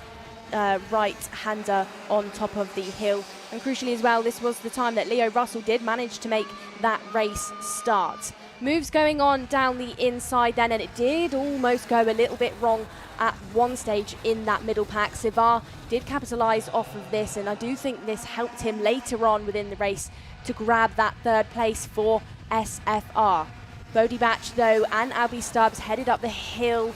This was Stubbs really battling it out and just, showed that dominant racecraft that we do see from Stubbs weekend after weekend. Yeah, that was the close moment with Patrick Wood when Patrick went for the race lead, and McElhenney ended up on the grass on the run down to Carousel Corner. And to be honest, at this stage of the race, Nicole, I thought, here we go again. It's Batch, it's Stubbs, it's Chapman, that top three that we saw at the front for pretty much all of the races back at Warden Law. But Patrick Wood held in there. Bodie Batch had the occasional little look here. It's a pack of 4 in the middle part of this race before the 2XL Motorsport drivers broke away. Good scrap as well for 5th place, which in the end ended up being the final spot on the podiums battle. This was Schlivar down the inside of McElhenney with Toby Biggs for company. Toby Biggs did get his minimum gain of 3 positions in that race, by the way, up 4 in the end. To P5, but towards the end, Bodie Batch got the race lead, held it for that necessary lap and a half, took the win, his first win in the Wera Tools British Kart Championships. Albie J. Stubbs makes it an Excel Motorsport 1-2, and I think we can just about head down to Piers Prior, who's with our race winner. Batch, our winner in the Waterswift. With the Waterswift restricted category for the Wera Tools British Kart Championships. Bodie, I can see the smile on your face. You must be pretty happy with that. Yeah, I mean, the start was terrible. We dropped down to like 9th or 10th maybe. Somehow we got back to 2nd, loads of power down the straight, push a teammate, and then pick out a lap to make an overtake. Yeah, it looked like you worked well with your teammate Albie J. Stubbs. Of course, he's taken 3 wins already this year in the points, so you must be pretty happy that you can beat him today in the final. Yeah. So did you plan when you were going to make the move, or was it just a spur-of-the-moment thing? Plan when I was going to make the move. Ah, you're thinking driver then? Yeah. But it's not going to be easy tomorrow. Of course, we know how strong Albie is and the rest of the grid. What can you do tomorrow to try and take another win? We'll see. We'll have to try our best. Do the same as today, maybe pick out a move. Different point, though. Yeah. Interesting that you got the tactics already. Congratulations, our winner, round 3 of the Wera Tools British Kart Championships, Bodie Batch. We're going to be having, we might as well have a word with Albie J. Stubbs, our 2nd place driver. Albie, can we grab a word, please? Come on over. We'll grab a word with 2nd place, the driver that won last time out at Warden Law. Albie, a good race with your teammate Bodie there, couldn't quite get it done. No, Bodie done very well to push me, but we just didn't have the top end when he overtook me. But you did still a good result, 2nd place. Are you happy with that? Yeah, it's good for points, but if me and Bodie can get 1-2 again in the next round, it should be really good. I'm sure you'd prefer it to be ahead of Bodie next time, though.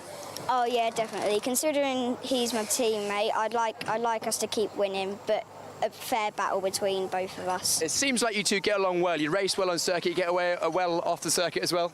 Yeah, like after the races we go to my lorry, maybe play some games or we'll do data together, but we get along quite well. That's great. Clearly you're pushing each other on well as well. With the 1-2 for the team, that must feel good. Yeah, definitely. Albie J. Stubbs there, championship leader coming into this round. And 3rd place, Benjamin Schlivar, is over there. Benjamin, let's have a chat. Come on. Right, I'm actually going to kneel down, Benjamin, because you've come over here. Benjamin, first podium in the Wera Tools British Kart Championships. How does that feel? I'm very happy about the podium, and yeah. I'm sure I saw you celebrating, giving saying to your team 3rd place. How does it feel? I just can't believe that I got 3rd place. Well, you did it, and you drove a very good race. Yeah. Do you think you could do it again tomorrow? Maybe. Maybe. We'll see. That's our 3rd place driver there, Benjamin Schlivar. Great job. We'll let you go and celebrate with the team or back to wherever you need to go. The team's working hard on the karts here. Of course, this is scrutineering after the races where the teams or the mechanics of the drivers have to take basically the parts off the karts to make sure that they comply with the scrutineering regulations. The scrutineers will select a specific component to then check. Lewis, who's the mechanic for Benjamin Schlivar, what do they ask you to take off this time? The engine and the car carburetor. So you don't know exactly what they're looking at yet? Not yet. Not yet, but hopefully it's all good. I'm sure you've prepped it perfectly. But that's one of the jobs of the mechanic, not just to prep the kart before the race, but also make sure that everything comes off and is well within the regulations. They choose the top 3 drivers in every race. So first place this time was, of course, the man we just spoke to, Bodie Batch, Albert J. Stubbs, Benjamin Slivar, and then generally 2 other random drivers. We've got some other drivers here. The number 46 in that one is Toby Biggs. Toby, do you want to have a chat? Let's have a chat with Toby Biggs. We chatted to Toby ahead of the race. Decent result, Toby. P5. Are you happy with that? Yeah. I think I asked you on the grid how many positions you're going to make up, didn't I? Yeah, I said 3 to 9, but I think I made up 4. So, hey, you exceeded your bottom end. Yeah. How did that feel on circuit? Clearly the Kart Republic kart that you've been working with is working well for you. Yeah, it felt good both Friday and Saturday. Now we just need a good result on Sunday. Absolutely. Well, today is done. A new round tomorrow, round number 4. Are you going to approach tomorrow any differently than you did today?